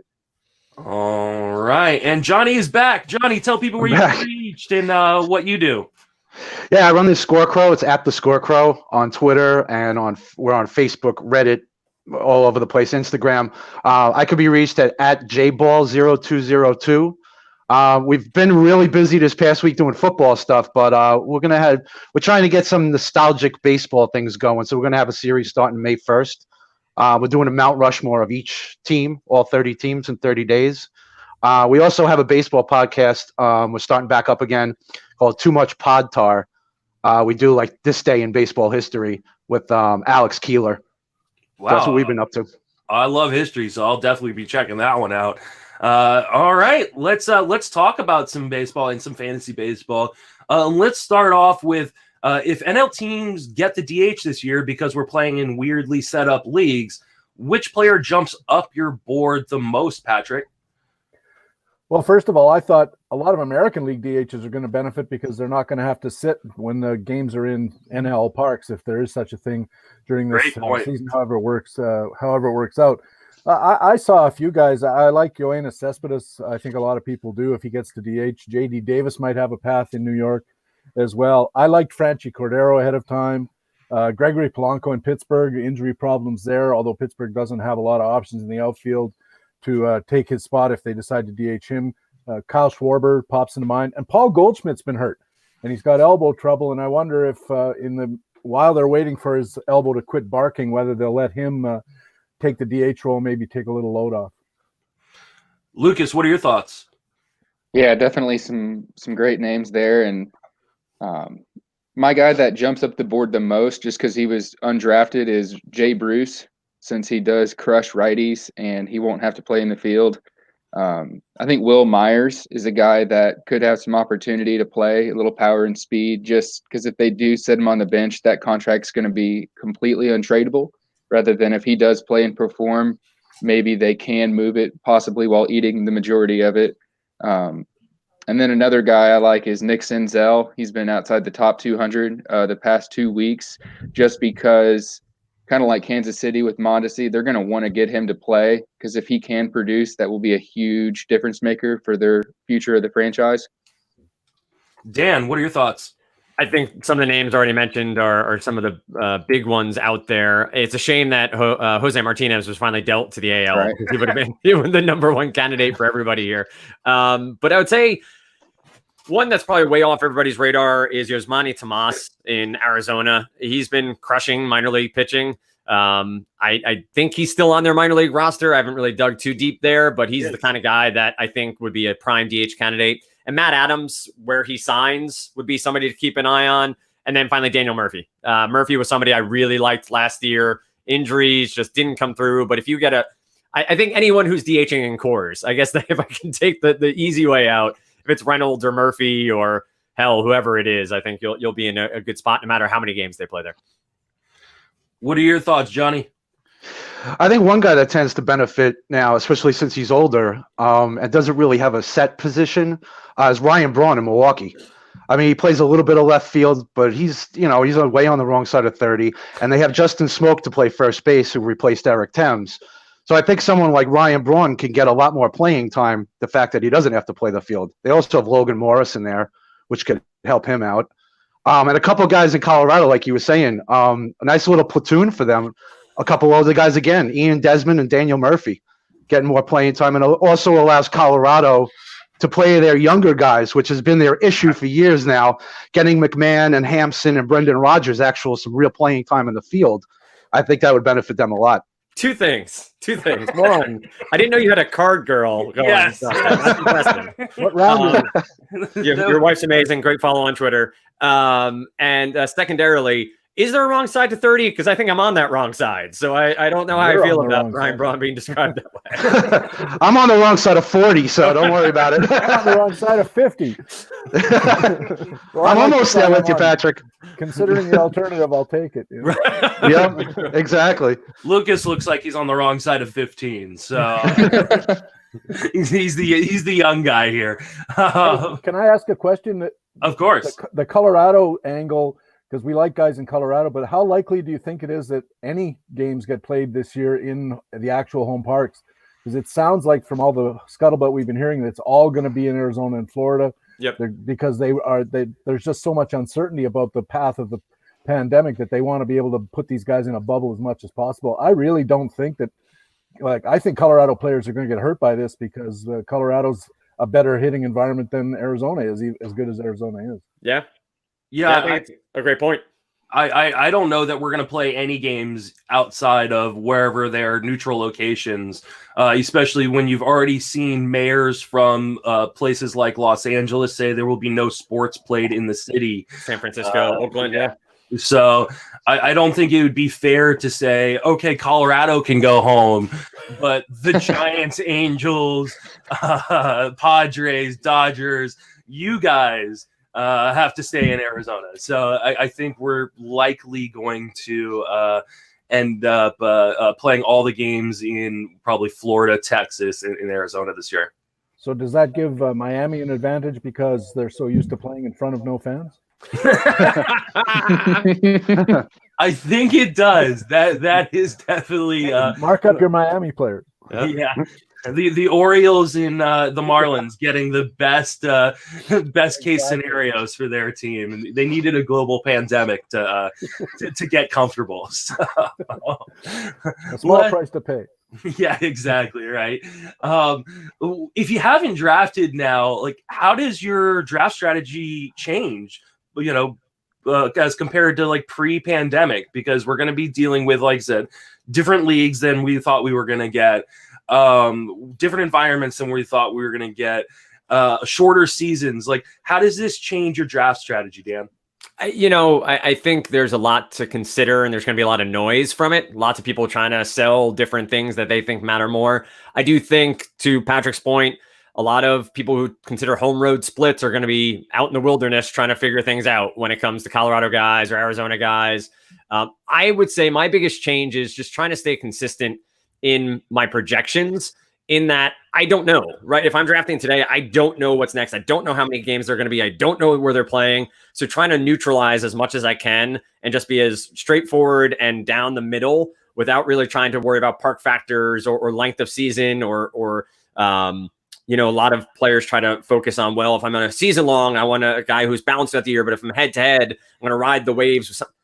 Just balance across the board as best as I can and try to neutralize as many things as I can in projections, and then have some fun. If we're drafting today, have some fun and see if maybe you don't get shares of guys you've never had before.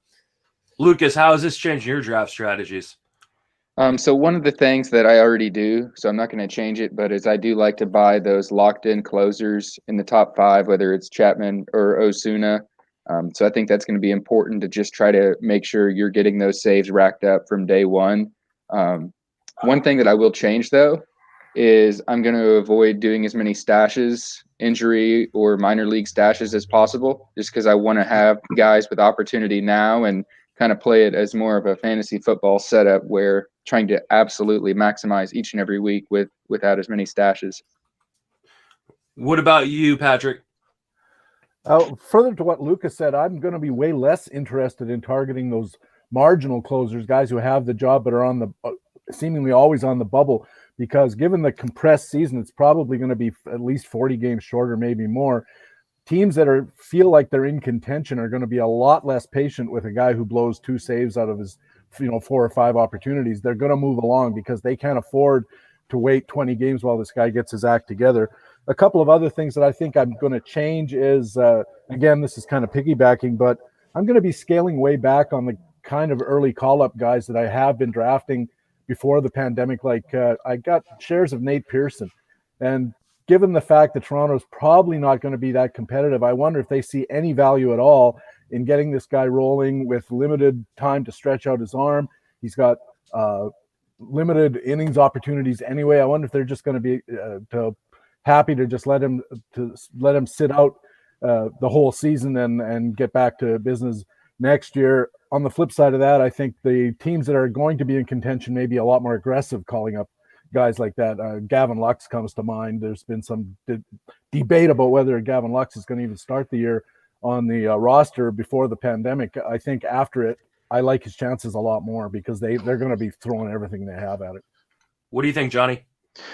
I think a lot depends on actually what we see as a schedule. I mean, there have been so many things bandied about. Are they going to expand rosters to 28 guys? That's a big one. Which I think, on the flip side of what Patrick was saying, like someone like Nate Pearson, who might not play at all this year in the major leagues, where if you expand the rosters to 28, some of these marginal guys may actually get some playing time, especially if they condense the season and they go to like double headers or a 7-inning game or however they're going to construct it.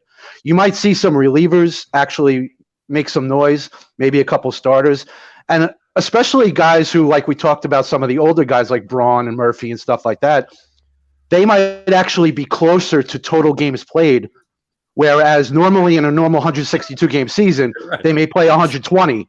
Well, in a 120 game season, they may play 100, 110. So they're closer to a full-time player than they would be in a normal season. So I think it's going to change some projections of some of these guys as far as just strictly playing time. Has anyone seen what the minor league plans are? Like if some of these top prospects, the minor leagues aren't happening and we expand to 28, 29 players, there's so much that I think could really influence all of this stuff as we move forward to really change really drastically the way players are projected this year. And not only that, but we don't know what the rules are between the MLBPA and Big League Baseball about what constitutes a season, when is the cutoff for Super 2 and arbitration, all of those things. Yep. That hasn't even been discussed yet as far as I've read in the media. So, once they decide, okay, we're going to play this many games and this many things, somebody's going to have to sit down and figure out what the new rules are given the shortened season and stuff. Yeah. Yeah, it's all up in the air. That's the hard part. It's why podcasts are struggling for content, because we don't know. Like we can speculate on every rumor, but I mean, we have no idea what's actually going to happen. Let's give away something, because that's what we're doing today. We're giving away stuff. We're raising money for Meals on Wheels. We have already raised over $3,000. I want to say let's double check that. $3,700, over $3,700 so far that we've raised for Meals on Wheels. We're going to give away a Friends of Fantasy Benefits draft guide. And I know that this is a good product because I helped write it. So probably give away a few of these throughout the day, as well as a ton of other prizes. If you go to my Twitter, you can see a link for the donations and the prizes, who's giving them, when we're giving stuff away. You don't have to be present, but I will contact you if you win. So you can donate on PayPal, justinmasonfantasy@gmail.com, or on Venmo @Justin Salinger. So go to my little randomizer, and Joe McHugh, you win a Friends with Fantasy Benefits draft guide. So I will contact you. And Joe won a poker game, so he donated a lot of money. So we nice. Appreciate that. So all right, let's talk about our next subject, which I do not have. Oh, let's talk about head-to-head playoffs. I know, Dan, you play in a lot of head-to-head leagues. It's your preferred format. We argue about that off and on over the years we've known each other. Yep. But how do you handle head-to-head playoffs? Because we have no idea when the season's going to end. Yeah, I think you have to, if you have a constitution, rules, whatever it is, back into those weeks by saying end of season +4. Right? Like you have to just sort of make, or even go half weeks. It's going to be a mess, and head-to-head is going to suffer this year. I think it's not. Head-to-head is not going to be as good a game this year because of it, because of trying to figure these little nuances out. Straight 5x5 roto, I think, is going to be the more judicial, the more official way of playing fantasy baseball this year. I will say head-to-head all play, just to clarify, is what I love. Not just straight head-to-head like fantasy football, but playing everyone in your league every week and building up a head-to-head win-loss that way. But I think it's end of season plus 3 or 4 weeks, and just have to roll with hoping that you have the best sample of the teams in the playoffs. Head-to-head all play is the way to play. I moved that in a few of my fantasy football leagues. Way more fair than definitely in fantasy football. Yeah. I love the all play format. Johnny, what would you do if you're in head-to-head league? How are you handling playoffs this year? I got to go with what Dan said. I mean, basically, if you have a constitution that I run a league, baseball league. We've been doing it for about 6 years now. And if you have bylaws already set, basically you just, extrapolate to whatever the season may be as it goes on. And I agree, the 5x5 roto is going to be king this year, because the head-to-heads, like we said, no one knows what's going on. No one knows anything right at this point. Patrick, what are you doing in head-to-head leagues? I don't play in head-to-head leagues. I knew that was coming from Patrick. Well, but if I did, I mean, I think Johnny and the others are exactly on point. Whatever your rules say to do that. And if I don't think it's likely that when baseball starts, we won't know what the schedule is. They will have sent out a schedule, so you'll know when the 2 or 3 weeks you need is, and you can just figure out when you have to stop based on that. I don't think that's a problem. And Justin, I did want to say I can't donate to your charity because I'm up here in Canada and we have different rules about getting the tax deduction, but I'm chipping in $100 to the Kitchener-Waterloo Food Bank. They're in real trouble, so add it to your total, even if it's not actually on the on your deposit slip. That's amazing. Thank you for doing that, Patrick. Sure. Lucas, what are you doing to head-to-head leagues? Kind of like Patrick, I don't really do head-to-head much, but I think the other guys really hit a great point. What I would do, just to add on one small thing, and I'm not sure what the scheduling looks like, but I think 10 days for a head-to-head matchup makes sense if the schedule can allow for it. I've done some where it's like 7 days, and that I just like the little bit longer sample. Yeah, I'm going to advocate to the only head-to-head league that I'm still in, that we just don't do playoffs this year, that we just don't do a playoff system and end the season with the winner being the best regular season. Especially if we're playing games in November. I mean, I assume we'll be playing in dome stadiums and things like that. But what if a recurrence of the pandemic happens after we've started in the middle of the playoffs? Do you want your champion crowned after 3 games of a championship? Default. Those futures bets. The futures bets in Vegas. I bet on all the unders. So if it's me and I'm in control of the league, which I'm not in control of any head-to-head leagues this year. I'm only in one, and it's a massive 30-team league. My recommendation to them is going to be that, listen, whoever wins it at the end of the year wins it. Like, let's not worry about a playoff system. Let's not. Let's be grateful for the games we got in, and we'll revert back to the way we used to play next season. It just seems more fair for everybody, just in case. So also, you could argue it's a better test of acumen to have all against all every week, and then the guy who won the most. It's less random and less prone to luck than playing individual head-to-head and then rolling it into the playoffs, which is something I always disliked about the format. Real fake Walter just commented on Twitter that then it should be a roto league. If we're not going to play playoffs, we're going to play off. I was like, listen, if I can make it a roto league, I would make it a roto league, but it's not, and it's one of my favorite leagues. It's a 30-team league with 100-man rosters. It's ridiculous. It's the most deep league I've ever played in, and I won't give it up. So Lucas, you're on his rosters. Oh no, we have 40-man rosters, 25-man rosters. It's set up just like baseball. We do a Rule of 5 draft. It's awesome. But it's nice because in season management, like, there's nobody to pick up. Who are you going to pick up? Like, everybody's rostered. Like, quite literally, like A-ball rookie league players are all rostered. So it's you're pretty much doing stuff in the off season when every other league is dead. So it's nice. Yeah. I like it. We're going to have to wrap up here in about 7 minutes or so.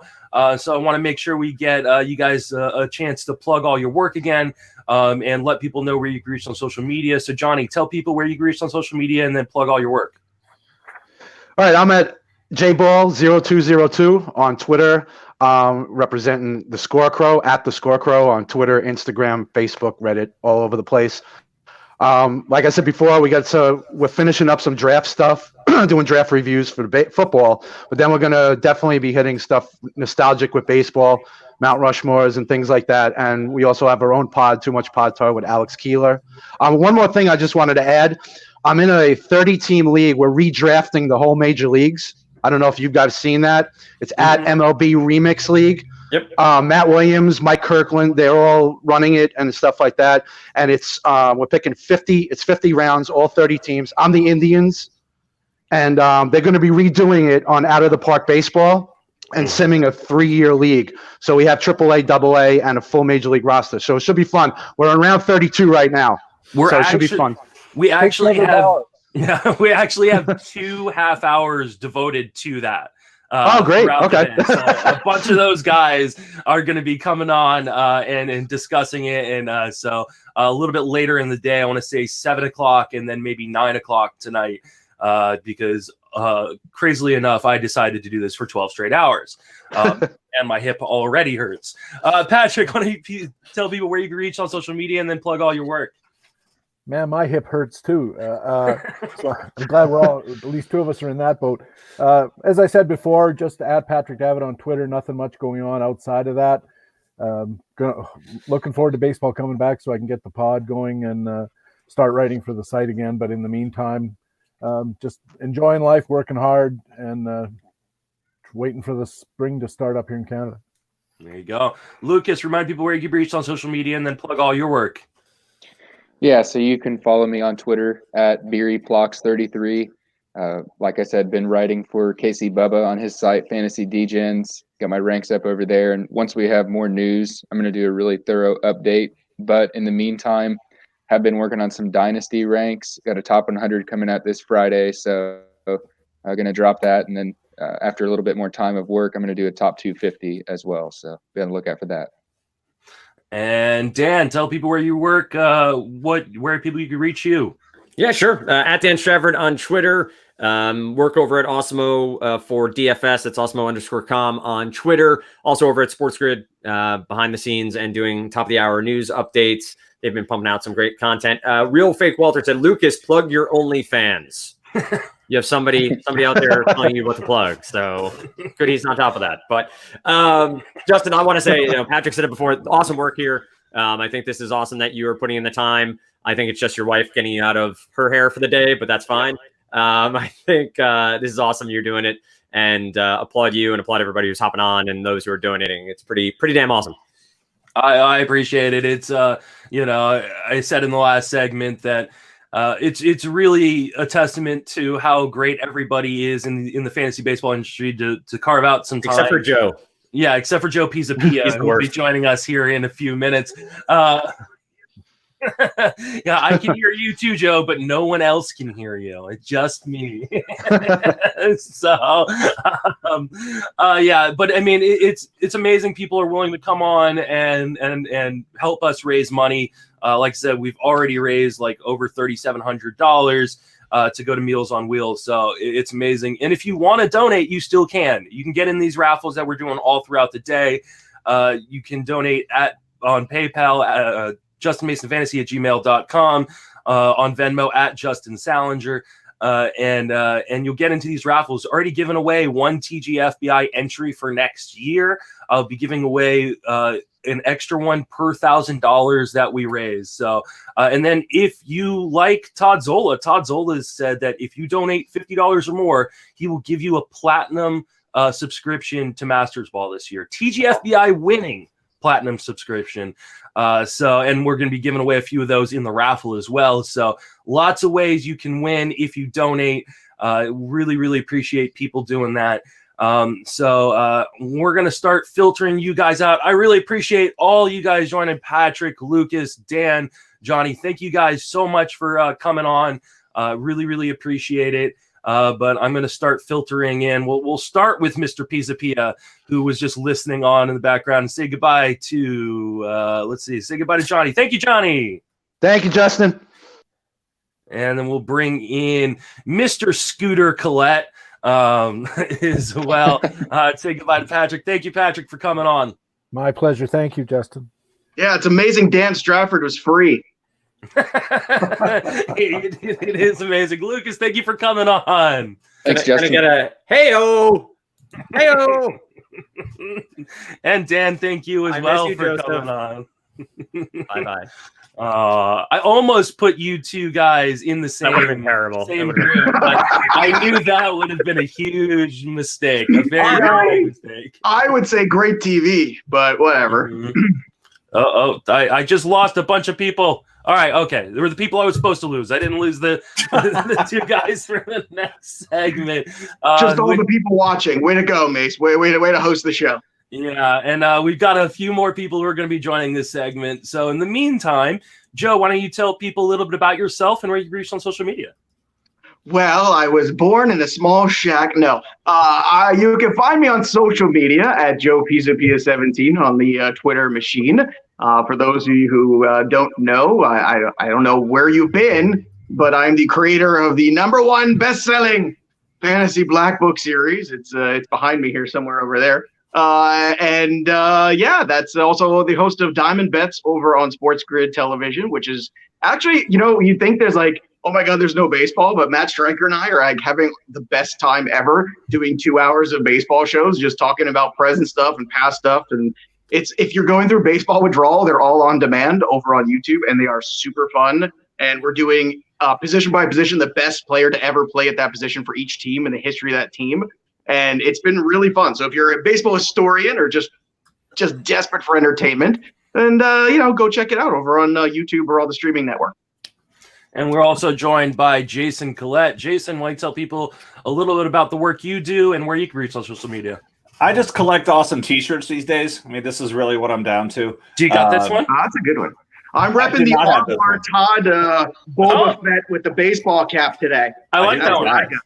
I'm just happy you and Sammy have shirts on today. You want me to take Today is young. Today is young, friend. Hey, how much can we raise for charity? No, so I've been home for like 5 weeks, which is really unusual. But Joe, I will tell you, the last in-person fantasy thing I did, I was auctioneering a league. 3 people in the room had your black book there on the table. I noticed that they left it there as they left the room. And I was like, what are they doing? It was a coaster, right, Colette? 3 of them had it, were using it. So I haven't had a chance to connect with you. So I wanted to tell you that. It's a bathroom read, Colette. That's what it's there for. It's all good. It's all good. And Sammy Reed has joined us as well. So, Sammy, tell people where you can reach, what you do, and all that good stuff. Buddy, you can find me at poker tables until like 3 a.m, and then taking care of a 3-month-old until 9 a.m. That's basically my life these days. Let me tell you something, Sammy Reed. I'll take that 3-month-old any day over the quotient division of my 10-year-old at homeschool right now. Oh, it sounds so terrible. Like my kid's not talking back, running around the house. Yeah, that's great. Yeah, that's heaven. It's heaven. Remember it. Cherish it. It's good. It feels good to run pure in this regard. I feel bad for people with actual kids. I really do. You just hand them an iPad and just say, "Have fun. School's out for summer, baby." The Justin Mason School of Teaching, right here. Hey, watch your sister for me. That's your education right now. And Andrew Dewhurst joining me, and Andrew Dewhurst has an assistant. Joining him. I'm living the opposite of Sammy's dream right now. Wait, it's not one of those actual kids, is it? Yeah, it is. Everything I said. Hi. Nora, come on, don't listen to me, kid. Come on, say hi. This is my life. Like I'm on video calls all day. Get my kids coming up, popping in, going. And let me guess. Oh, hi there. How are you? Hey, cutie pie. And let me guess. They don't want to talk to you unless you're talking to someone else, right? Yeah. Right. Like it's the best. It's like, it's the government. Let's see what they have to say. Here comes my kid. What are you into, Andrew? Bad things. You don't want to know. It's like the 5th season of Homeland over at his house. Andrew, tell people where you can reach and what you do. Yeah, you can find me at Andrew K. Dewhurst. You can find me in Friends with Fantasy Benefits, Facebook chat, all those types of things. Writing hockey at Fantasy Alarm. I am writing in your draft guide every year. And right now, writing simulation baseball articles because that's where we're at right now. So, yep, that is where we're at. UFB. I know All right. I sleep in a drawer. We don't talk about that. I do not sleep in the drawer. It's a cage. And it's got air holes. Oh my! Oh God, this is great. All right, so we're gonna. I love it. It's only taken 90 minutes for this whole thing to go off the rails. And Andrew wasn't the person I picked to do it. It was Joe. I prefer if you call me by my name, Lil Poppy, for the rest of the Lil Poppy. Yes, Joe is playing the character from Jeopardy who always changes his name. Burt Reynolds. I'm Turd Ferguson. So, all right, let's talk some bold predictions. I asked you guys to come up with a few bold predictions for this half hour. I figure you guys are all pretty bold in your own right. So, Joe, give me your first bold prediction for the 2020 season. All right, how about Rhys Hoskins hits more home runs than Bryce Harper this year? I think everybody's given up on Rhys Hoskins a little too early. The power was still there last year. If he can make more contact and more consistent contact, that's a big positive. It's still a very home run friendly ballpark. And who knows what kind of season we have. I think one really big run there from Hoskins could do it. And I want to point everybody to the Rafael Devers and the Cody Bellingers, who went through sophomore-ish kind of varying nature and then bounced back to be the players everybody wanted them to be after their breakout success and their very first taste of Major League success. So, give me Rhys Hoskins over Bryce Harper, more home runs for Rhys, which is a great name. It's an excellent name, Rhys. All right, good way to lead us off. Scooter Collette, go ahead. Give me your first bold prediction. My turn. So, under the premise that the season runs maybe about half a game, I'm going to say that nobody has more than 15 saves or 15 steals this year. Wow. Okay, that's a depressing one. Well, we've seen how steals have gone down and down and down each year. It's tougher. 30 is the new 50, and I firmly believe that we're going to see a different type of utilization of pitchers this year, where it's not going to be the same guy in a shorter season where the possibility of making the playoffs could be expanded. Some managers may not be willing to take the chance to stick with this guy, or it's got to be this the rigid utilization that we're accustomed to seeing from teams. I think all bets are off the table, and so multiple people with saves, and that's really where I see the season going this year. Sammy, what is your bold prediction for the year? I'll give you one. Jesse Winker hits over 300 and scores at better than a 100-run pace, depending on how many games. It's 300 what? 300 home runs in 80 games. I just want to be clear, Sammy. It's 301. Baby. No, I'm a big Jesse Winker fan, man. The guy has hit literally every season he's been alive. Career 285 average, 122 WRT plus. The Reds are one of everybody's favorite offenses to break out, and I could easily see him getting a shot at the top of the order long term if Shogo struggles early. And I think that is something that is fully in the range of outcomes. So I'm huge on Winker. And I think it's one of those things where Winker, everybody looked on roster resource most of the offseason, and they're like, oh, he's not even in the starting spot. And, I think he's going to get plenty of playing time. I think he's a really good hitter. Andrew, what is your bold prediction? I think we're going to have an American League leader in home runs and average that are both over the age of 35. I think we could see in the shortened season some of these elder statesmen, if you will, have better years because they've had more rest for an off season. So I'm thinking you could see Nelson Cruz leading home runs, and I think we see a Miguel Cabrera comeback season. He's still been sitting top 20 to 30 percentile in hard hit percentage, exit velocity. So he's really just a launch angle change away from bringing some power back. So I think he could still have one big year, at least from an average perspective. All right. I like that one a lot. Andrew, why don't you go ahead and give me another one? I'm sticking with the older folks. I think we see Corey Kluber benefit from the change of scenery, getting out of Cleveland, moving to Texas. I don't think that new ballpark is going to hurt him as much as Globe Life Park would have. So I think he sees a comeback here and finishes as a top 10 starting pitcher. All right.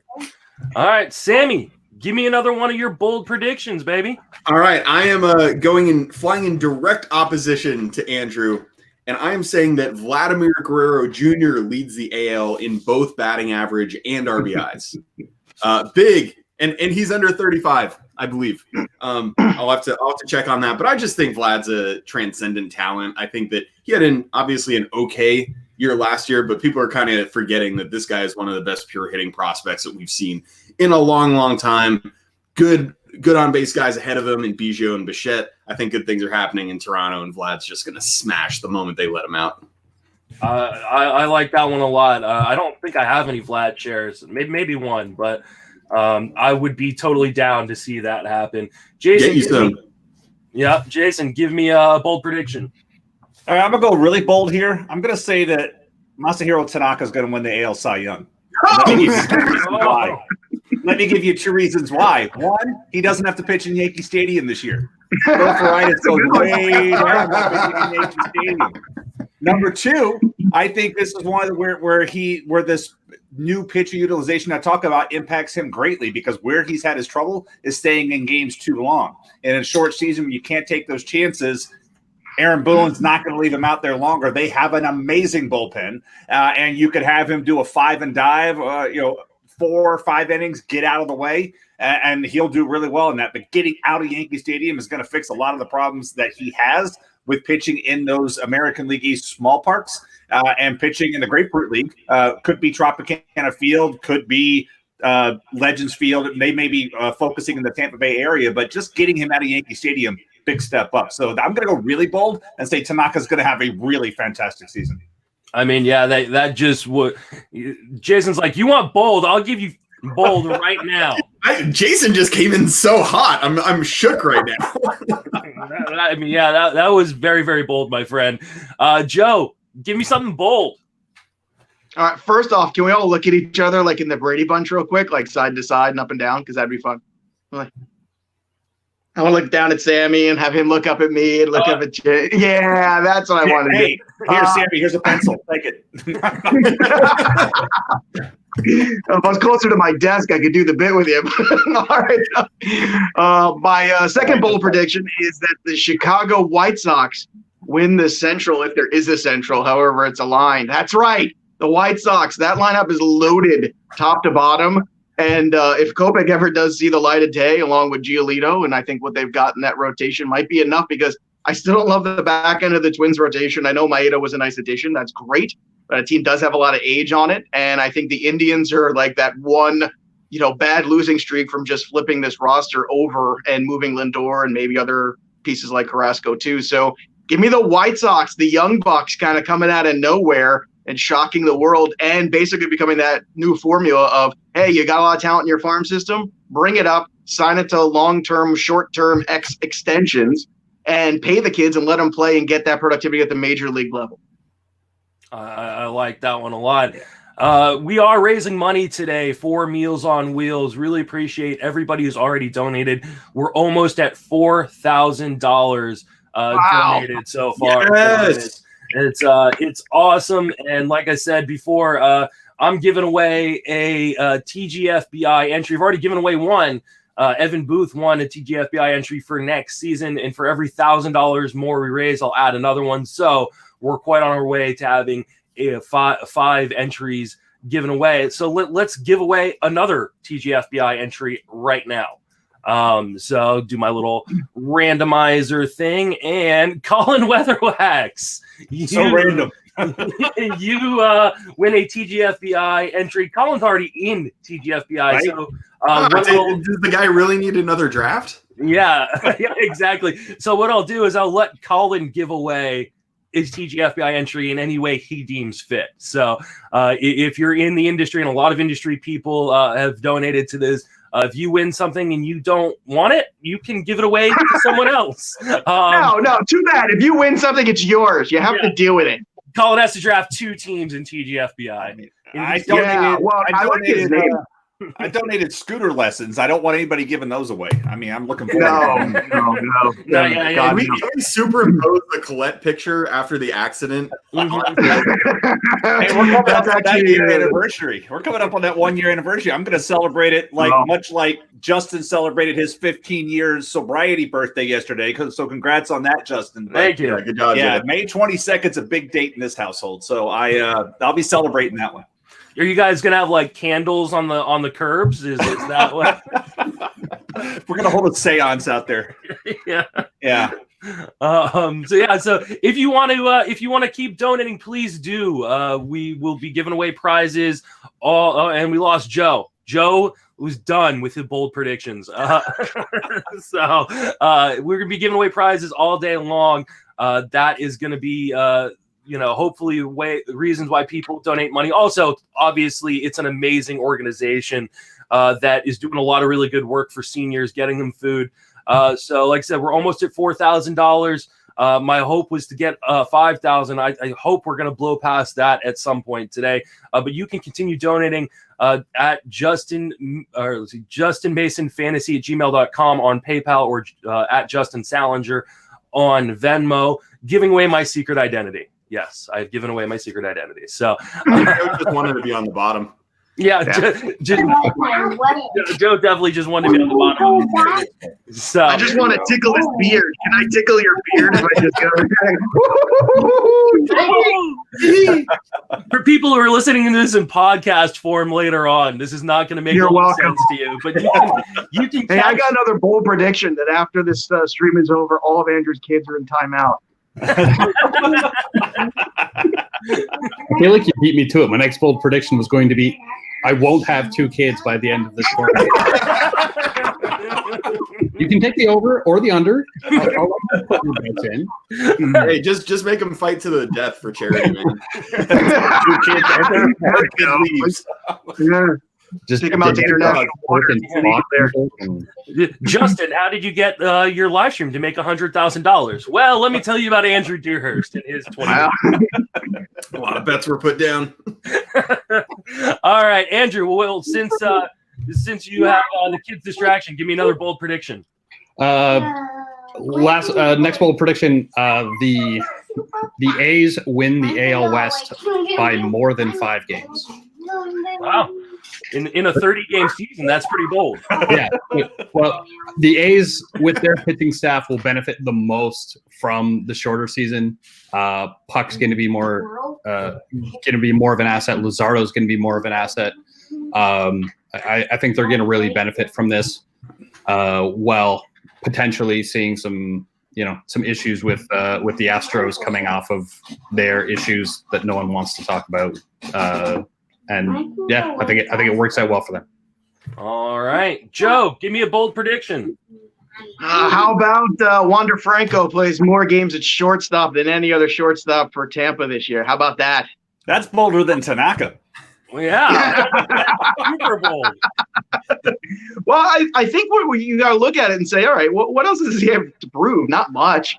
And I mean, this Rays team right now, I think if you're the Rays, you look at what's happened in Boston, right? No Chris Sale. Obviously, this is a team now doesn't have Mookie Betts. You see the Yankees who have had, some injuries here with Judge's health. We know Stanton will probably be fine if there is a season, when there is a season. But the Yankees have a lot of questions there and a lot of issues with some injuries already on this roster. It's a perfect time if the Rays really want to make that push, and I think Wander Franco should be part of that push.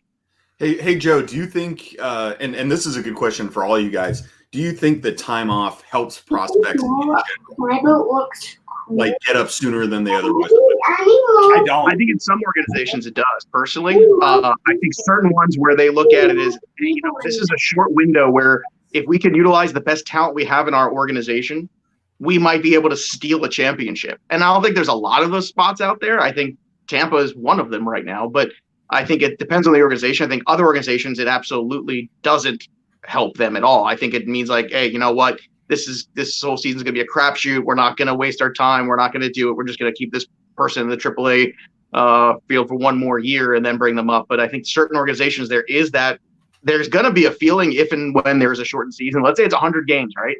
I mean, it's almost like that tournament feel, which is that thing that Justin, we talked about on the pod last year. Like, I want Major League Baseball to be a 100-game regular season and then a 62 game or 63 game, whatever it is, Hell yeah. Potential tournament where we play double elimination, we go through, and that's how you work towards the World Series and give me meaningful baseball in August and September for once. Into it. Or you could do it like the old saying is everybody's going to win 54 and lose 54. It's what you do with the other 54. Well, let's turn the other 54 into a tournament and let's see what happens. But no, I agree. Well, with but I mean, think about it. I mean, MLB really has an identity crisis there, and there's a vacuum. And the only time vacuum in sports is there is August. Kids are off from school. They can stay up late and watch a million games, and they can go out there and play baseball. I mean, this is a weird combination of time. And then one thing everybody watches in August is the Little League World Series. We talked about this on the show. And it's everybody loves the Little League World Series. Why? Because every game matters to a certain extent, and it's fun, and it's a tournament, and it's exciting. And if you could work your way into it and then kind of be done by the time football starts and just run the World Series first week October, I think it would be fantastic. I mean, everybody loves tournaments. That's the thing. March Madness, the Little League World Series, like the WBC. Think about the advertising revenue, Sammy, right? And I just got to say, in the course of a full season, I thought Tampa Bay had a really good shot of going to the World Series anyhow. In a shortened season, I agree with you. Put all chips on the table and go for it. Someone just asked, does Joe have dial-up? Because you're getting the fuzzy screen from like the old analog televisions. I want to like. It says max headroom filter. I want to knock on your screen. No, I don't. It's weird. I'm doing this on my phone because the camera is better than my laptop. I just switched over to the Wi-Fi. Tell me if that's better. You guys look crystal clear, except for Colette. We can hear you all right, which is what is important. Sammy, give me a bold prediction. All right, this one is gonna now fly in the face of one Jason Collette, and I am going to agree a little bit here with Joe Pisapia. I say Lucas Giolito wins the AL Cy Young Award. Giolito, he was throwing under 93 miles an hour over the last 2 years, and then last year he averaged 94.6 miles per hour. We all know about his big mechanical adjustment. He was fourth in all of baseball in strikeout rate behind only Cole, Verlander, and Scherzer.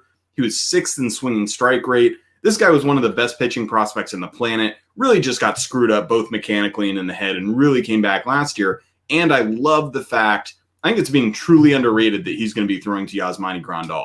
I mean, that guy is going to make such a difference to Giolito, whose one big kind of caveat is that his control isn't quite as good as other players kind of in the top, like those other pitchers. His walk rate was 8%.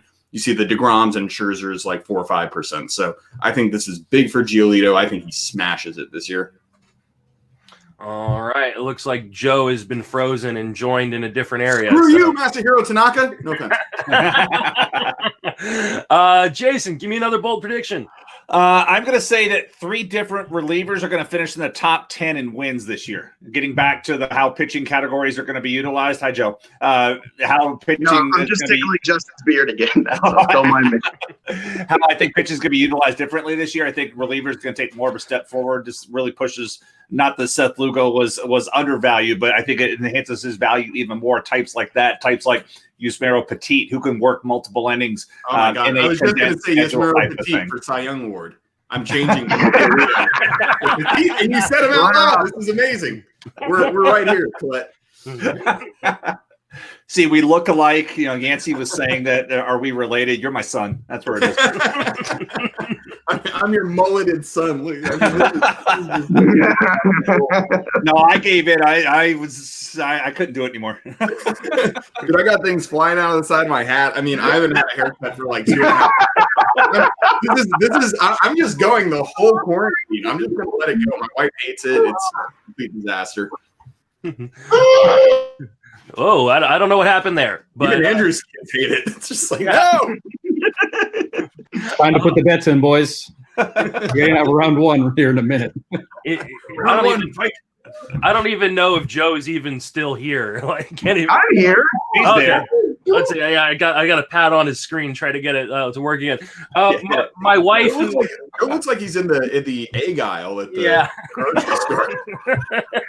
What? Well, I don't understand. You guys are crystal clear. I don't know. I could switch over to the laptop, but we're only on until 12:30 or 1. Yeah, no, you got about 7 minutes left, so no point. No reason to do it at this point. Yeah, you look amazing all the time, anyways. So it's nice to bring you down to our world. So my amazing wife gave me a list of questions to ask if we got through topics faster than I expected, which we did. You guys each gave 3 bold predictions. So we're gonna do maybe a couple questions off of her list of Oh no, weird questions. So my favorite one that she asked would you rather hit against Sandy Koufax or pitch against Babe Ruth? Start with you, Jason. Oh, I'm rewatching the Ken Burns baseball series right now, and they talked about when John McGraw, the first 2 times the Giants beat the Yankees in the World Series, McGraw said they threw him nothing but slow junk and he couldn't hit. That's right in my wheelhouse. I throw a lot of slow junk, so put me up against Babe Ruth. All right, Sammy, which one would you rather do? I mean, I definitely prefer hitting, but I mean, Adam Ottavino says he could strike out Babe Ruth. Forget that, bro. I could strike out Babe Ruth. that old chucklehead. I'd be great. So I want to have success. I think Sandy Koufax would school me, but yeah, I would pee my pants against this curveball. I mean, just being really honest. Yeah, that's the thing. I mean, you should just sit on the curveball, and it still wouldn't matter. It would, you know. Yeah, no, yeah. I would much rather pitch against Babe Ruth and then you can drink with him afterwards, like or you can drink with him before, no big deal. You know, I think maybe is that my one out for my sobriety? If I get to drink Babe Ruth, I actually get to drink. I think so. 15 years down the drain, let's go.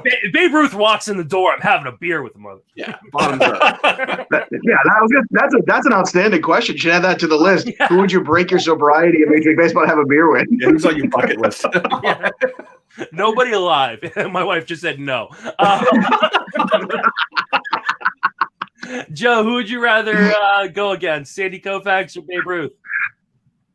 I'm really tempted to go against Koufax because he's one of the few guys I feel like I could look down on, because he's not a very big guy and I'm only 5'7". So I kind of feel like I'm intimidating to him. So I'm gonna go that route. The strike zone's smaller. Plus, everybody struck out against Sandy Koufax, so I'd just be another one. But if I got a hit against Sandy Koufax, I can hold that over him forever. So I'm gonna go the other route there. All right, Andrew, which one would you take? I'm pitching to Babe Ruth. I wear these looking utensils for a reason. I don't have the depth perception to actually be able to hit a baseball coming into me at the velocity which Koufax is throwing. So I'm gonna have to take my chances with Ruth. All right, Andrew, why don't you tell people where you can reach on social media and then plug all your work? Sure. You can find me at Andrew K. Dewhurst, DEWHIRST. You can find lots of hockey stuff over at Fantasy Alarm, all my baseball stuff, and some hockey stuff over at friendswithfantasybenefits.com. All right. Joe, tell people where you can reach and what you're working on. Well, the Fantasy Football Black Book is in high gear. It'll be out June 1st, but the baseball one's still out there. So it's on Amazon, obviously. You can check me out over at the Black Book Podcast and, of course, in Twitter at Joe Pizapia17 and on Diamond Bets every Sunday, 10 to 12, talking baseball, and it's on demand on YouTube on Sports Grid. So thanks for having us. Great job here, Mace. Well done, brother. Thank you for coming on. I really appreciate it. Jason, tell people where you can be reached and what you're working on. So reach me at Jason Collette on Twitter. The 2 L's, the 2 T's, silent E at the end. You know what? Screw that silent E. I'm going to call you Coletti for the rest of your life now. The list is long and distinguished about that. Writing at the RotoWire, the Collette Calls columns about twice a month these days. I've been sub-guesting along with Clay Link and Todd Zola, either on the MLB Network RotoWire show or the RotoWire podcast on Fridays, now that I have Fridays off moving forward, and then trying to work that into the Sleeper in the Bus schedule to do some things when Justin actually decides to take a day off and Paul needs somebody, or vice versa, because we all know Justin works 8 days a week. Yeah, I do. Sammy, tell people where you've reached and what you're working on. I am working on nothing, bro. I'm probably not doing any work until football. That hair. Yeah. Let me just tell you, playing high stakes leagues just pays a lot better than content creation. But right now we're not doing any of that noise. So you can follow me on Twitter at SammyReedFI. And if I can just take a quick opportunity to say thank you for doing this. I think that there's a lot of people going through a lot of hard times, people being marginalized, stories that we don't necessarily hear going through this hard time, and any help that we can give, I just think is so crucial, so important. So I appreciate you and anyone listening to this. Please throw a couple bucks, $5, $10, $20, whatever it is. All of this legitimately helps people. And, at the end of the day, that's what we're all trying to do, is get through this together. It really is. And, thank you, Sammy, for coming up with the idea of having people, if fantasy analysts donate $10, because if every fantasy analyst doing this does $10, that's $1,000. And some fantasy analysts have donated, $100 or $50, and a lot of people we had one guy who donated $300.69. I was gonna say there's got to be at least one of those. Yeah. So, a lot of people really coming out. My wife has requested that Sammy takes his shirt off before I kick him off the pod. Yeah. He should rip it off like a wrestler. Can we get some music here? Yeah. Oh yeah. Where's the guns? Oh, there they are! The guns show. Woo! Yeah, Feels good, man. Feels I like Danielle's outfit though. That's fantastic. Danielle has decided she's going to be my round card girl in different outfits. I love it. Well done. All right, guys. I got to start bringing on the next crew. Definitely follow all these guys on Twitter. Follow all their work, except for Sammy, who's obviously not doing any work. That's true all the time. And I appreciate you guys for coming on. I'm going to start bringing on the next crew. So goodbye, Jason. And coming on, bringing a couple new guys onto the show. And there we go. We have turned over. We are now joined by Rich Wilson and Adam Loyler. I am going to butcher names today. I'm sorry. Totally Your name's not that difficult. And then we have Ray Butler and Eric Cross. So this is, if you didn't already realize it, we are in prospect time. We're going to be talking about prospects during this half hour. So I got together some of the best prospect writers in the fantasy baseball kind of arena. I believe we're going to have one more person joining us here at some point. But why don't we start off with where people can reach you guys on social media and plug your work. Tell us what you do. So, Rich, go ahead and start. Hey, Justin, thanks for having us on. You can find me at Prospect 361, and the Twitter handle is Prospect at Rich Wilson P361 on Twitter. All right. Adam, tell people where you can be reached and what you do. Well, Adam Lawler, so I got you there. Got you, Justin. No, I'm at Pitcher List. I host their prospect podcast On the Farm. And then I also write for them as well. You can find me at the StatCast Era on Twitter. And Ray, why don't you tell people where you can reach and what you do? Yeah, at Prospects365 on Twitter. You can find us at prospects365.com. I appreciate you having me on. And that is Ray Butler. Definitely give him a follow. Eric Cross from Fantrax joining us. Eric, tell us where you can reach and what you do. Hey, everybody. I can reach at Eric Cross04 on Twitter, and I handle all the prospect and dynasty work over at Fantrax HQ. All right. And we are waiting on Matt Thompson to join us as well, but that is going to happen when he joins. So since we're waiting on him to join us, and it looks like he is jumping on now, so why don't we, Matt, thank you for joining us.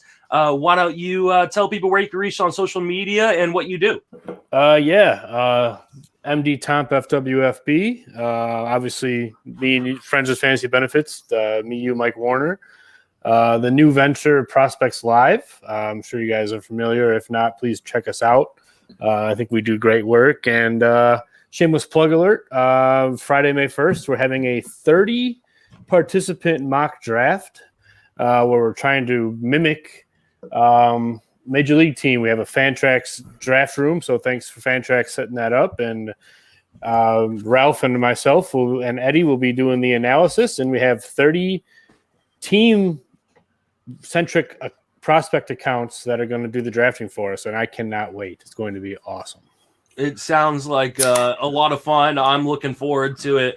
And it's going to be nice that people are doing long, like live stream or analysis type things, and I'm not a part of it. I'm also having a nice adult beverage on this beautiful Sunday afternoon. It's never too early in quarantine. So, all right. So we are talking prospects today. But full disclosure, I really need to go to the bathroom. So what I'm going to do is I'm going to throw you guys out the first topic.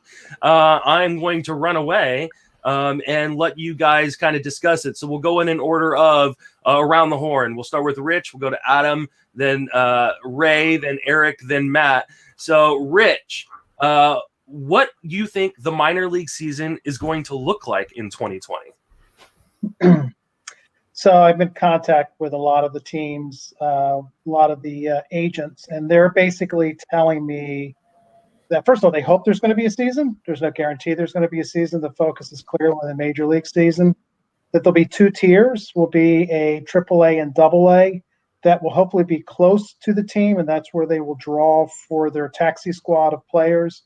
And then there'll be everybody else. They hope to be able to have the AAA down to low A play, their normal kind of round of teams, and they might not be in the Carolina League and the California League. They might be mixed up a little bit, but to still hold those teams very true. The lower levels of the minor league, particularly the short season ball and the rookie balls, is where things get a little bit more complicated. Not a lot of concurrence in terms of what they want to do there. I definitely know they want to do the AZL and the GCL if possible, but a huge pushback on some of the short season balls that you might see with some of the college leagues that come out that start in June. So that's what I'm hearing. So, I mean, obviously, Rich is pretty keyed in on this. Justin, just to transition here. So, Rich basically highlighted that he's been in with a couple of different teams and highlighted what they're hoping for the new year. I mean, I can only speak from my perspective on things. I'm not in touch with any of the teams. I work in research at Duke University. I do grants and contracts with the infectious disease docs. They're very much thinking that this is going to be a long-term thing. They would strongly encourage a lot of the major league teams to be very, very, very cautious on what they're doing and their approach on things. So they've been talking since spring training to shut everything down and shut it down for a while and not to be a rainy cloud. But I hope that we have baseball this year. I'm just a little more pessimistic than maybe a majority of people are. And if they have it, my thought is that they might have something along the lines of an Arizona Fall League that's more of a showcase. It's more of a bigger Arizona Fall League showcase than it would normally be in previous years, because obviously then that is in the fall. It gives some time and some breathing room for everybody to get a good game plan in place. But I'm just not sure what will end up happening. I hope it'll be like Rich had said, but I'm thinking more along the lines of fall truncated season. Yeah, the way it's kind of been spelled out for me is it's really hard to picture. Like, I live 20 minutes from the Diamondbacks AA affiliate in Jackson, Tennessee. I've basically been told it's pretty hard to imagine the Jackson Generals in West Tennessee playing their season in West Tennessee when it makes more sense logistically for them to be closer to the Diamondbacks in the West. So it's a very fluid situation from everything that I've heard. I do think that, as Rich kind of spoke to, a lot of your lower level minor leagues, kind of your non-full season leagues, they may kind of be relegated to complexes and playing in kind of an extended spring training environment. But there's really nothing set in stone, as Rich said. Everything has to be settled with the MLB first. The minor league is kind of taking a back seat, and they're hoping to have some semblance of a season at some point, but we just don't really know as of yet. Yeah, I kind of have the same mindset as Adam. As you know, we don't really know when the MLB season is going to start. First off, there's been all sorts of speculation, but we really don't know. And obviously, that is the forefront of this because that's the big money maker as opposed to the minor league. So I do think if we do get any type of minor league season, that it's going to be, like Adam said, more in the fall. Yeah, I've been saying, I think I tweeted out a while ago that the Arizona Fall League could be huge this year.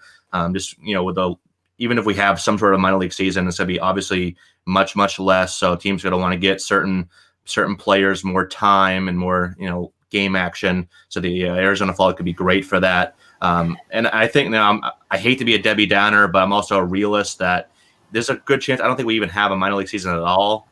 It's like I said, there'll be a lot of instructional work, a lot of AZL or Arizona Fall League work, but I don't see I'm like Ray said, I'm 20 minutes from the Boston Red Sox AA affiliate in Portland, Maine. That's my home park, and I don't see myself going to any games there in that ballpark until 2021 at some point.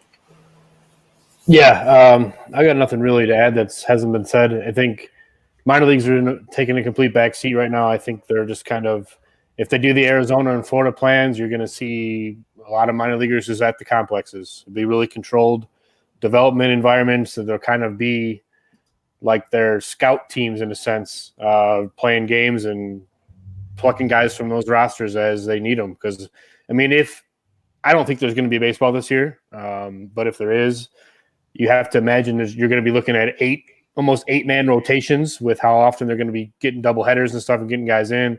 They're going to be plucking guys in and out of complex. I wouldn't be surprised if there is baseball this year, if they did something creative and kind of eliminated the option year kind of deal and just kind of let people go crazy with that. That would be fun to see, but I don't think we're going to see that at all. Unfortunately, I think the minor leagues, obviously they're secondary when it comes to figuring out what Major League Baseball is. And I guess, they're just going to kind of find space. And unfortunately, in Arizona, everyone's talking about how hot it's going to be. The minor leaguers are going to be the ones playing when it's 110 degrees during the day if there is room for them. So it's going to be a rough year. Everyone's going to have to adjust. Okay, so on that note, if we have a limited season in the minors or no season for minor league players, how are you guys going to evaluate talent? How are we going to have rankings and evaluations going into the 2021 season, Matt? It's tough, man.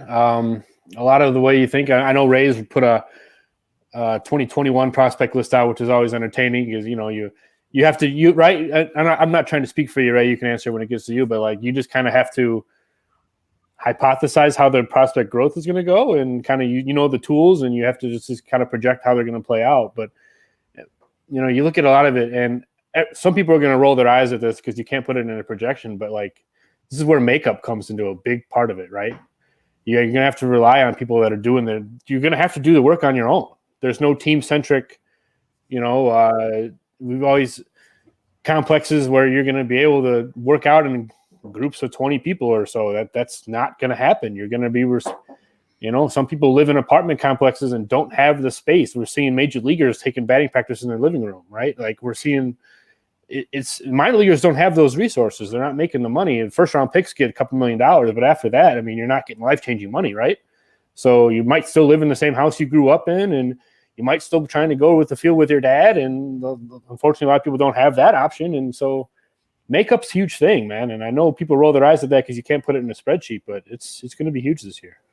Ray, why don't you chime in on that one since you've done that 2021 list? Yeah, I think it's going to largely be kind of a case-by-case basis. I did a podcast episode with Shelly Verstraete here recently.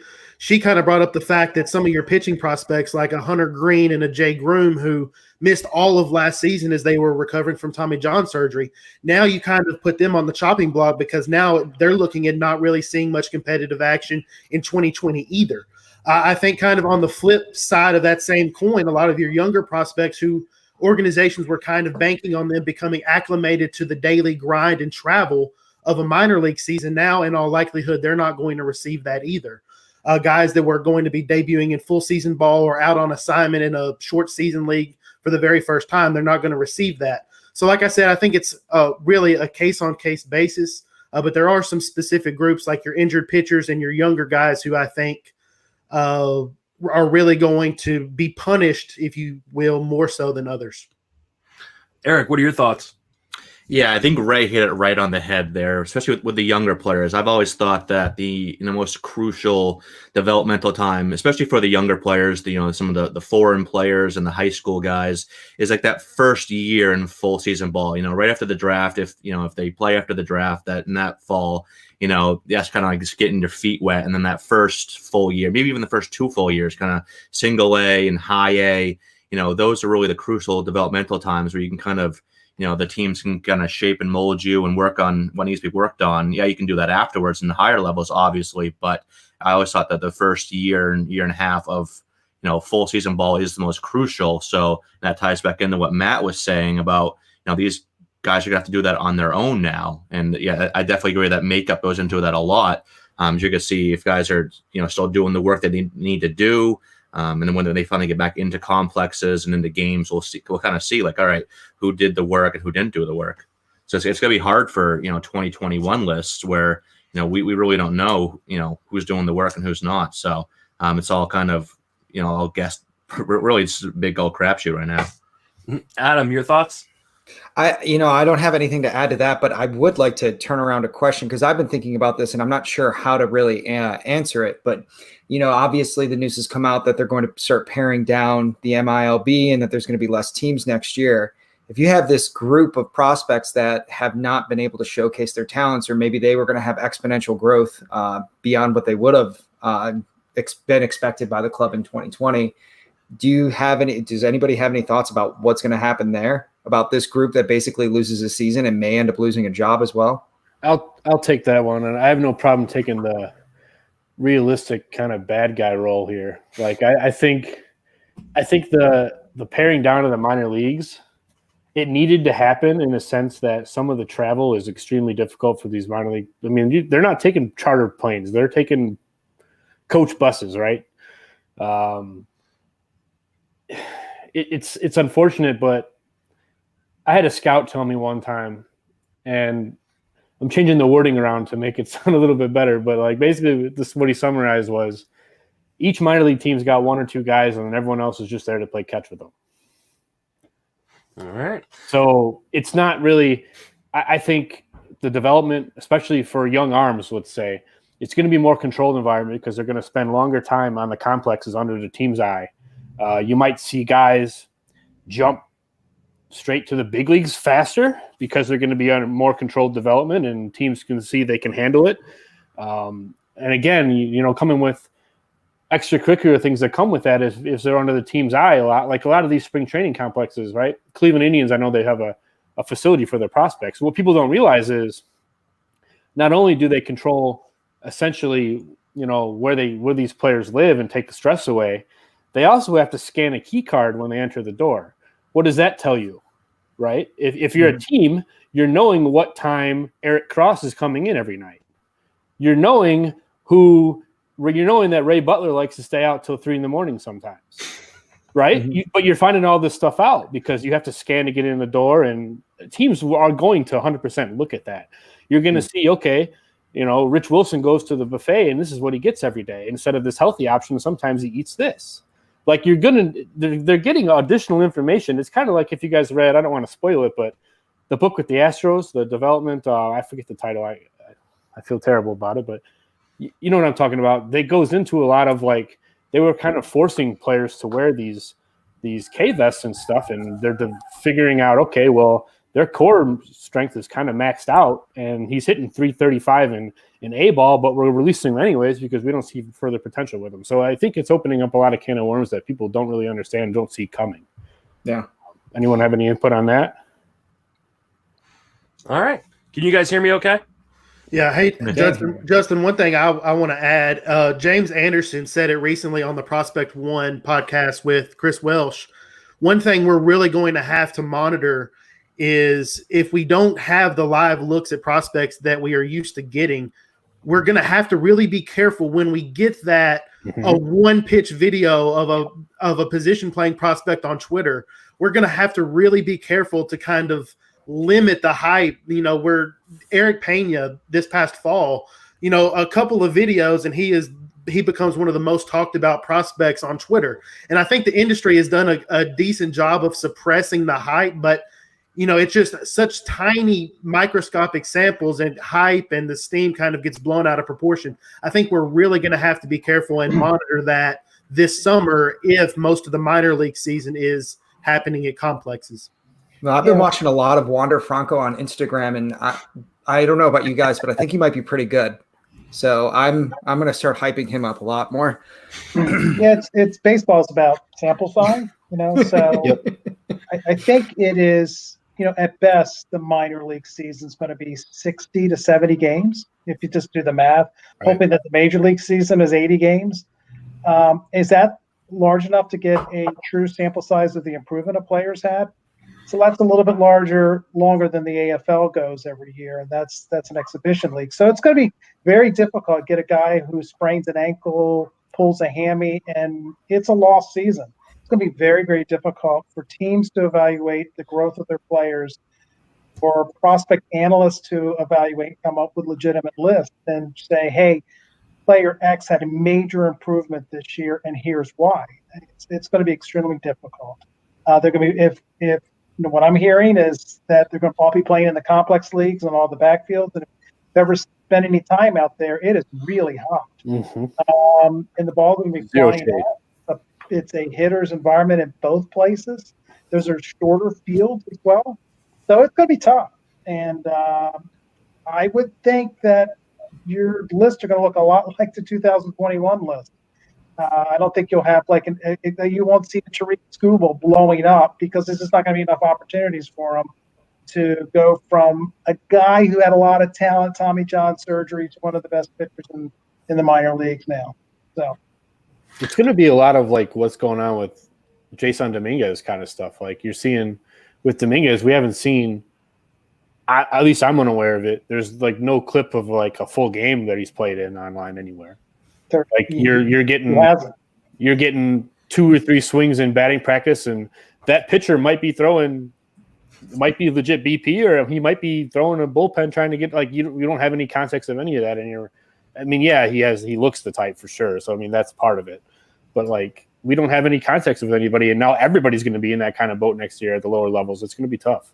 And if you think about the long-term implications of this, essentially most players are losing a year of development. I'm hoping that this thing, there's been talk of an expanded winter league, but if you listen to the infectious people, I know Adam's probably got more view into that. There's a second wave, and the winter sucks again like it did this year.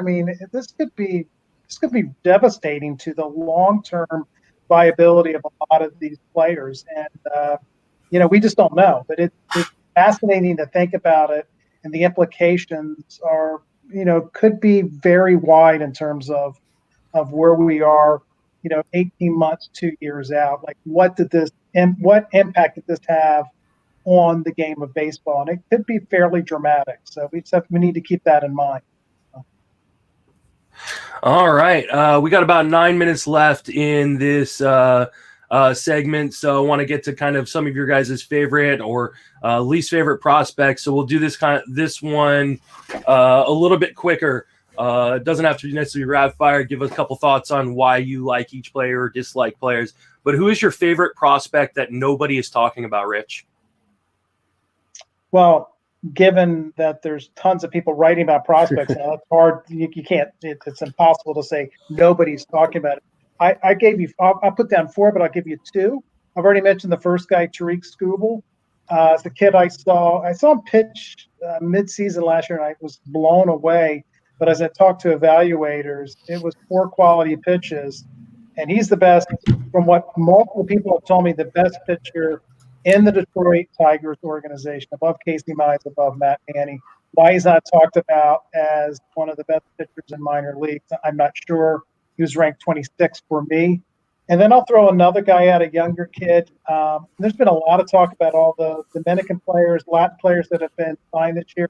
And for good reason, the MLB draft or the amateur draft was not very deep, but Hudson Head's getting a lot of juice. Third-round pick with the San Diego Padres, plus speed, potential for some power, good makeup, great bat speed, great. Looks like he's going to be able to hit a little bit. So Hudson Head's a guy that I think should be talked about more. I'll just give one name. That's again, it's hard to say that there's nobody talking about any one player, but I really like Bryce Ball. He's an Atlanta Braves first base prospect. Was in low A last year, I believe. Just a big boy, big bat. Obviously, Freddie Freeman's there and can be blocking him from here until he retires. But he is just he was a non-roster invitee this last spring. So he looks the part. The only reason that he may have been overlooked is because of his draft stock. I think he was drafted in like the 21st or 22nd round. That was largely because people were worried about signing him. But I think he might be the real deal in terms of power and plate approach. I've only got one. I'll go with Oswald Peraza from the Yankees. I really like the real-life floor. I think he sticks at shortstop defensively. I think he's got plus speed and really good bat-to-ball skills. So there's a tangible real-life floor there. From a fantasy standpoint, the only thing really lacking that he's going to need to develop statistically is a power output. And I really think he projects well physically. I think he's going to get to at least average raw power, if not maybe a little bit more. He's a guy that barely missed my top 200, but I could see him kind of, depending on what kind of 2020 minor league season we get, I could really see him making the next step this year. Yeah, I'll go one hitter, one pitcher real quick. A lot of times people ask this question. I like to look at some of the really solid under the radar prospects that kind of get overshadowed in really good systems. So I like a guy like Taylor Walls in the Tampa Bay system. Obviously you got Wander Franco, Vidal Brujan, Xavier Edwards now. So he gets overlooked a lot, but you just look at him and the tools he brings to the table. He's solid. He doesn't have a lot of power. Maybe he's a double-digit home run guy at most, but he has solid back-to-ball skills, above average speed, plays a good defense, got pretty decent arm. So it's probably not going to be in Tampa Bay, obviously, with all the other options ahead of him, and plus the guys they already have at the major league level. So it might take a trade to get him into a starting role, but I think he could find that starting role somewhere else outside of Tampa Bay. And then for a pitcher, a guy I love to break out, if there's a season or whenever there's a season, is Blake Walston out in Arizona.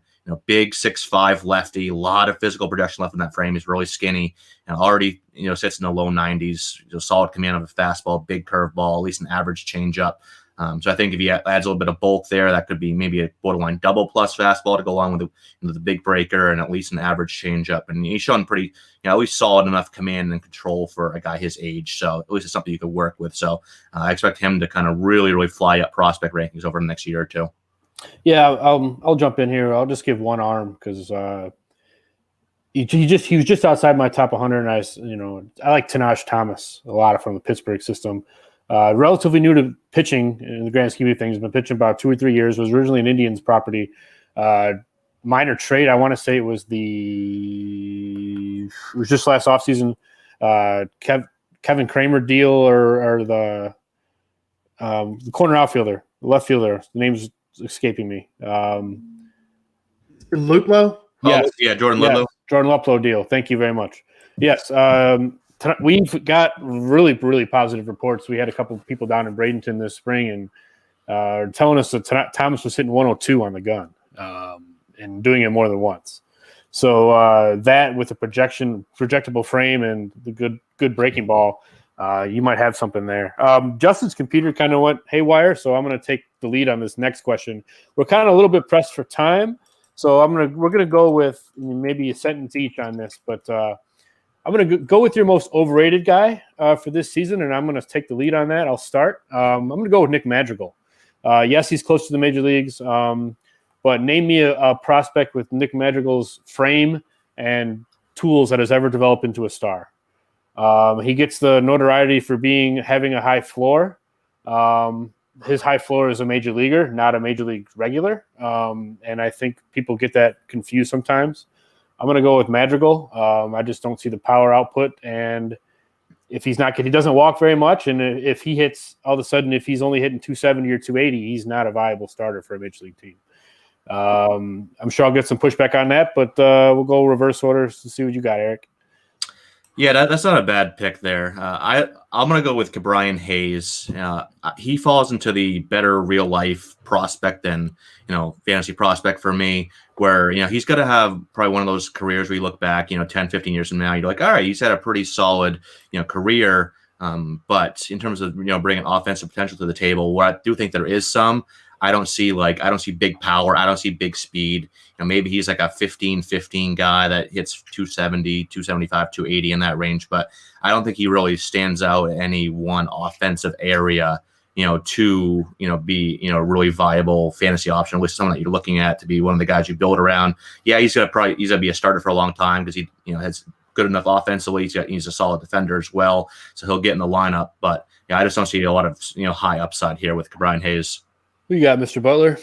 I'll keep it short. I'm going to go spicy, and I'm going to go Vidal Brujan. No. How dare you?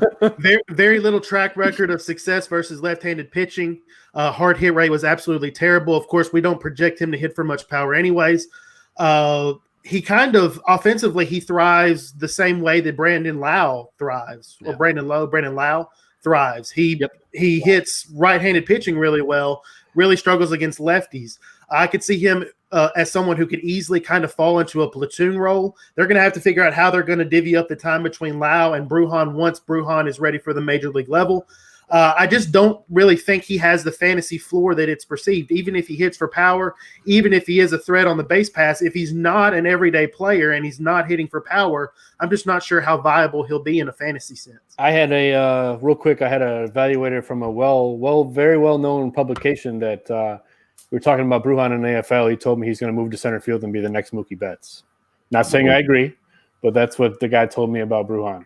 All right, we've got about 1 minute left. I want Adam and Rich to get a chance. So Adam, real quick. All the Royals pitchers, give me them all. If you like SP4s and SP5s for fantasy baseball, the Royal prospect pitcher is your guy. Man, Daniel Lynch, that hurts.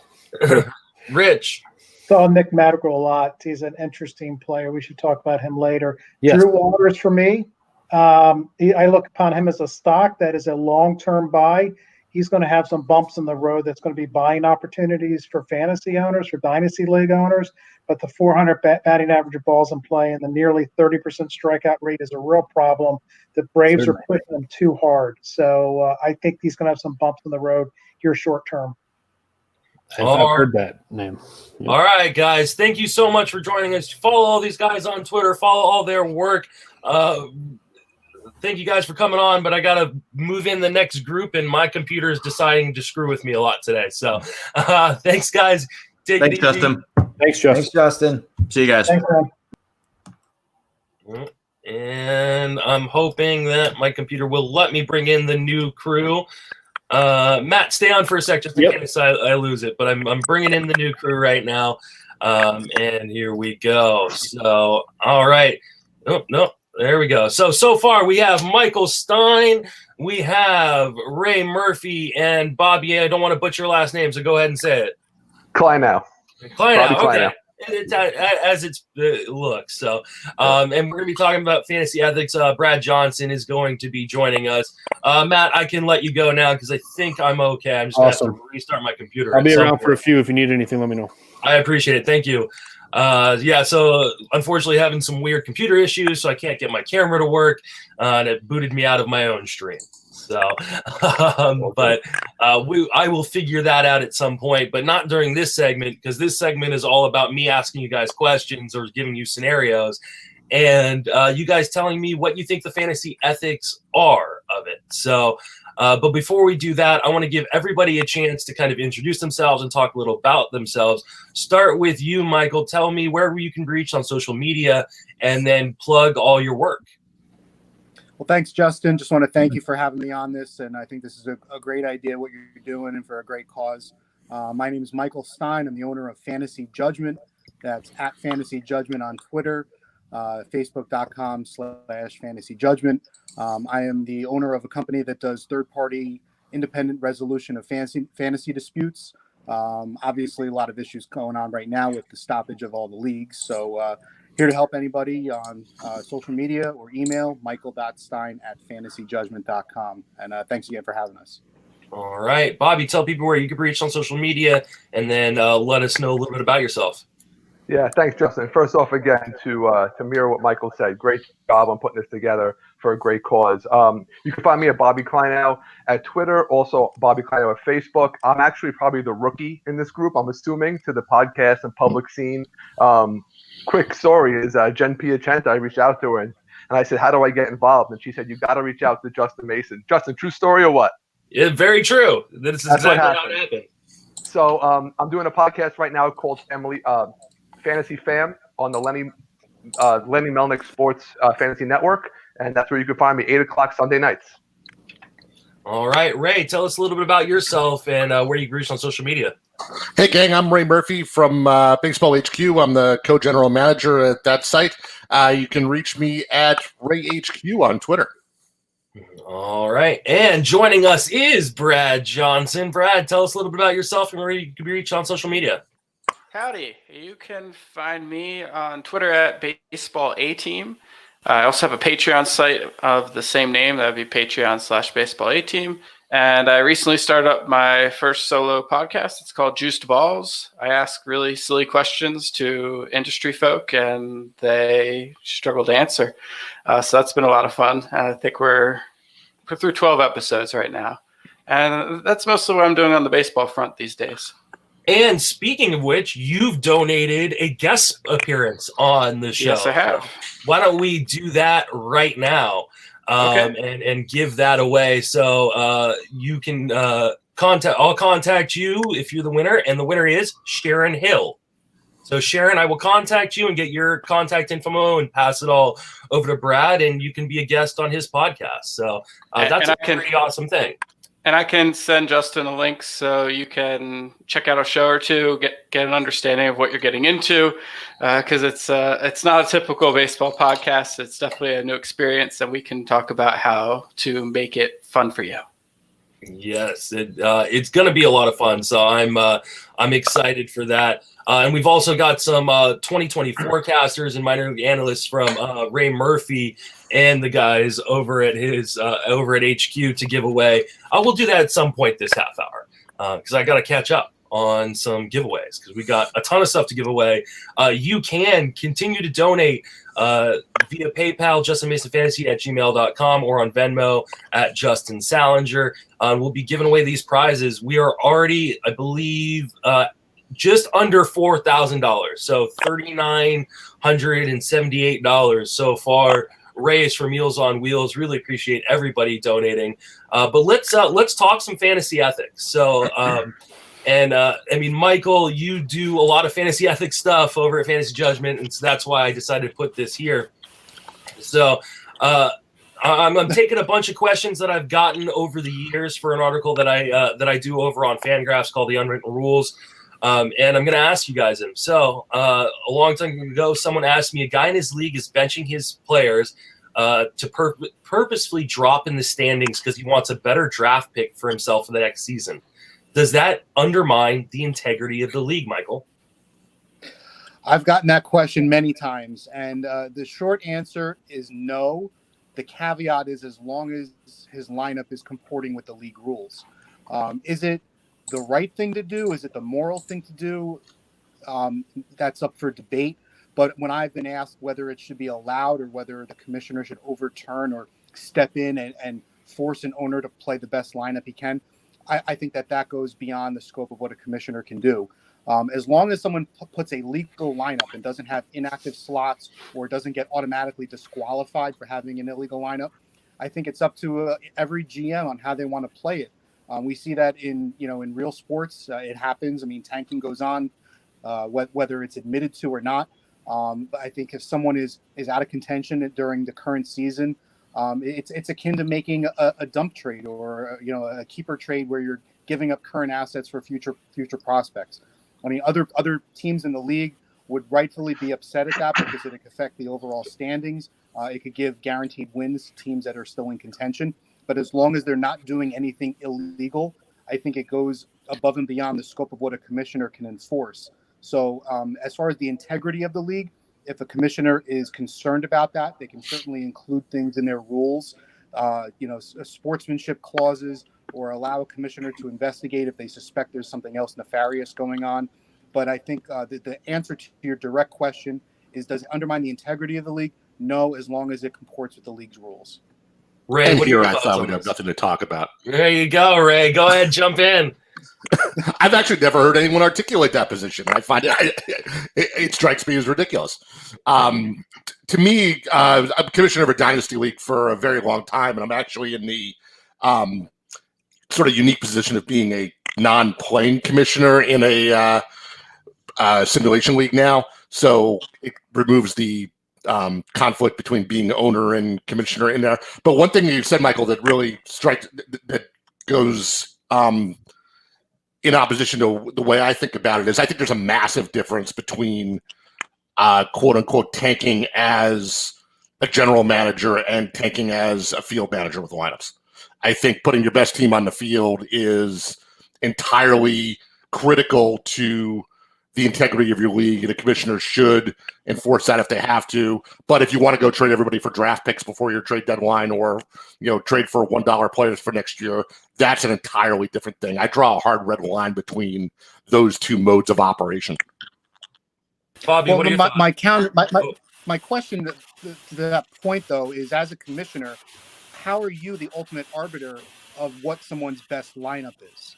I mean, obviously, benching Mike Trout for Ray Ordonez, you can clearly see the difference. But what I'm saying is, I think that it's a gray area, and you put yourself in a position to question that integrity or that conflict by you becoming the arbiter of who is the best option on a particular week or day. Sure, there's gray involved, but you're saying because there's gray involved, all's fair. Again, open for interpretation, but I think that if a team is putting a legal lineup that is going to accumulate points or stats and not be disqualified for the week, I think it's up to that team, as long as there's no collusion or deals going on under the table. I personally wouldn't do it. I don't support it necessarily, but the question is, should it be upheld or allowed? And I think that a commissioner goes into a very, very dark area if they become that ultimate decision maker, unless you specify in the league rules or the Constitution certain criteria to allow the commissioner to investigate that. Let's get Bobby's input here. Yeah, I actually land somewhere in between, which I guess works out well here. Is I definitely think it does compromise the integrity of the league, because if you're in a playoff race, if I'm in a playoff race and the guy that I'm facing is facing this team that's tanking, it's going to royally piss me off, right? So as a commissioner, which I am in a couple of leagues, it's my job, especially in the bylaws, to say, okay, you have to put an active roster and an active lineup out there. But to what I believe Michael says is you get into some shady space there as to how much do you go past your powers to say, okay, I think you should be putting this guy versus this guy. Like if someone's benching Freddie Freeman for a waiver wire Jesus Aguilar, am I really going to get upset about it? Yeah, probably a little bit, but it's up to him. If he wants to play that guy, so be it. What's most important to me as a commissioner is at least that he's having those spots filled. I've seen owners in the past which made us put rules in place that just leave spots empty, and that completely compromises the integrity, even if it's for tanking purposes. Brad, what are your thoughts? Well, I agree with that last point. I think any good dynasty league is going to have a pretty detailed constitution, and as you come upon problems and things that you don't want in your league specifically, you're going to address them with that constitution. And when I design a league, I do my best to kind of mute some of the benefits of tanking, just because I want fewer teams going that full, just complete scrub and prospect route. I don't want people playing for the top draft pick, so I make it less certain that you're going to get that by losing. And then I don't want people just like intentionally avoiding falling into that middle ground, which can happen. So I make it a little bit easier to get a cash prize of some kind by finishing with a good but not great team. Because in Dynasty, especially large leagues, 25, 30 team leagues, it's easy to get stuck in that place where you're like the 12th best team or the 8th best team. You're not making money, you have a good roster, and you don't really have the assets to get to the next level. That's why people tank, is to get those assets. But at the same time, if you have some benefit to being in the running, being the Oakland A's, having a chance every year, but maybe not being the Yankees or the Astros going into the season, I think there's a benefit to that too. All right, let's move on to the next question and ask if if a team is eliminated from playoff contention or in a redraft league, is it okay for them to continue picking up players? Start with you, Brad. That's going to depend probably on the seriousness of the league, I'd say. If you're playing in a friend and family league and you're someone who's gung-ho, you got eliminated, and you just want to pick up guys and keep having fun through the rest of the season, I don't see that as a problem. If you're doing it to specifically screw with the contenders, that's another matter entirely. And I don't feel too badly for the people who are winning and have to struggle a little bit harder on the waiver wire just because an 8th place team wants to beat a 6th place team in a meaningless fight. Bobby, what are your thoughts? Yeah, I agree with Brad. I think, if everyone paid their dues, they have the right to have fun, right? And their interpretation of fun is up to them. So if they want to play spoiler or just pick up guys, so be it. To Brad's point, if it makes things a little bit difficult for the winners, great. I mean, it should be difficult. As one of my friends says, he says, when you win a fantasy baseball league, you should get a car. It's one of the hardest things to do. So if it's a little bit more difficult because the competitive nature of your league is of that, then so be it. I mean, it's kind of what the playing field is. So I really think that they can't complain about it, even though they do heavily. Ray? Yeah, I'll take it just a step further. I agree with everyone, but I will take it far enough that if you're a contender who's irked by some also ran staying in the waiver pool every week, you need to reevaluate some things. You pay your money, you could play your, I actually think it's an obligation of teams lower in the standings to stay active. And for me, I've never had this problem. If I'm in 14th and in August, the best I can do is climb up to 9th. I'm going to keep scratching and clawing to climb up to 9th. It's just the way I operate. The most defensible way I've seen teams lower in the standings sort of bow out is to intentionally or just by happenstance spend all your fab, and then your hands are sort of tied. And what are you going to do? And that's fine. You fired all your bullets, but I think that's everyone's obligation is to fire all their bullets. And Michael. Yeah, I get them having some internet issues here because I can't hear what anybody's saying. But my personal feel is teams that are out of contention should be allowed to make transactions so that they can field valid lineups. I do think that making trades in redraft leagues where you're out of contention, maybe that's where you draw the line. But if someone still wants to compete regardless of where they are in the standings, whether it's for pride, whether there's maybe some toilet bowl compensation or for whatever issues, if someone's just competitive, they should be allowed to still play the game. That they paid an entry fee or they're just their sportsmanship, they want to compete for the whole season. Yeah, they should be allowed to. And if other GMs are upset at it, then that this is part of the game. This is what they signed up for. So I think everyone should be allowed to compete through the end of the season to an extent. I think that if teams are making trades that are out of contention, that's where you start looking at things a little bit differently because there may not be motivation for them to be making certain trades. All right, this next question is going to seem familiar to one of our panelists, so I'm going to let him jump in on first. Earlier this season, Giancarlo Stanton was dropped into the free agent pool. When it happened, I announced on the message board that I'd be placing a $55 bid on him in an attempt to get another owner to blow a large amount of fab on him. Another owner then attempted to rally the league into price enforcing the bid. Does this constitute collusion? And that was from Brad Johnson a few years ago. So, Brad, why don't you go ahead and give me your thoughts on that? For me, collusion really requires two people to be working in concert. And in this particular scenario, we were sharing information publicly, but we weren't actually scheming together. We're trying to influence behavior by changing the information that was out there. Neither of us had any obligation to actually make those bids. We were just saying we would. It's up to other people to decide whether they want to play as part of that part of that game. And it turned out to be an interesting argument. Ray, do you have any thoughts on this? I think all's fair on the message board.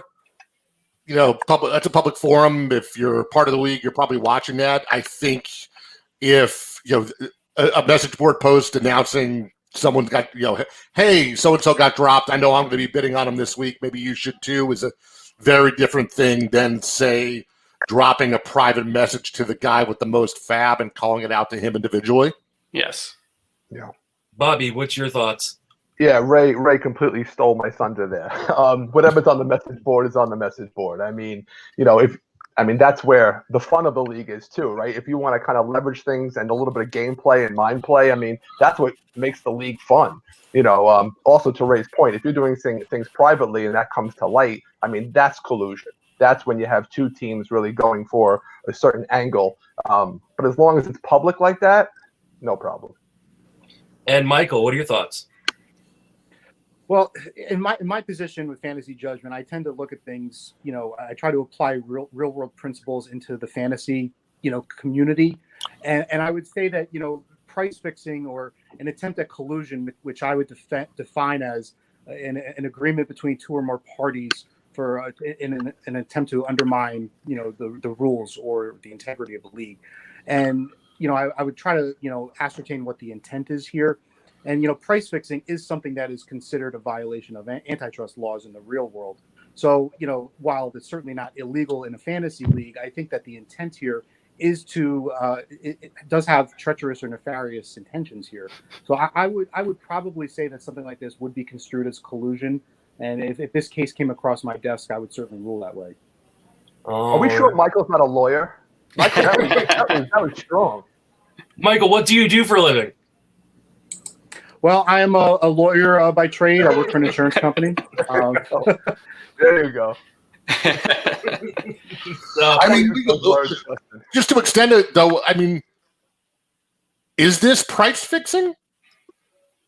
I'm not sure I draw anything more than a very vague dotted line there between announcing I'm going to bid $55 for Giancarlo Stanton on Saturday on Sunday to actual price fixing in a marketplace. Well, again, I mean, I'm not, comparing it as apples to apples. I'm talking more about an intent here. And, normally when we do fab, we're not discussing or disclosing to other people what we're bidding. If there's an intent to try to drive up the price or get other people involved for whatever reasons, I think that goes against the spirit of fab pricing. But there's risk in it for Justin or Brad, whoever was the bidder in that process, is they're running the risk that they get Stanton for the $55. Sure, that's true, but that's their own personal evaluation and criteria of whether they choose to do that. Once you start including other parties in the bidding process in what's supposed to be private or secretive, I think that you could potentially open up Pandora's box. And I just think that, I would look at this and be very skeptical about it. Even if the intention was pure and there was no ill motives, I'm just looking at this objectively, and I have some questions about it. From my own perspective, and I was interested when I was put on the ethics panel, because my approach is to push the boundaries of the rule set.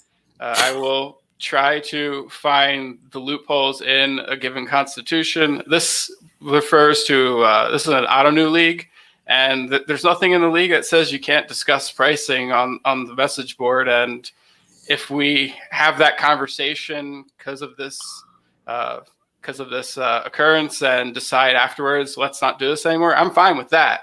But if the rule doesn't exist and it's for gamesmanship, I'm always going to go and try it and see what happens and have fun with it. I enjoy doing it. I think a lot of other people enjoy participating in leagues where there's some shenanigans. Like it wasn't by any means an absurd thing. It was borderline at worst, and is something we could have addressed and didn't feel the need to, because it hasn't happened again either. Sounds like Brad Johnson's pissing off commissioners all over the country. Yeah. Well, if you were wondering why I put you on the ethics panel, this is why, because I know you have different views than maybe other people. And so that I wanted a kind of a wide variety of views for this panel. The rules need to be clear. And motion for Brad here. He's that. the rules do need to be clear. And I, with all the time I spend in fantasy, there's value to myself as a writer to explore these fringe cases and get an understanding of what's happening along the boundaries of our rule sets. And it helps me derive and build better leagues and that can avoid some of these problems. And I think it helps readers too to understand where they stand and what they want in their leagues.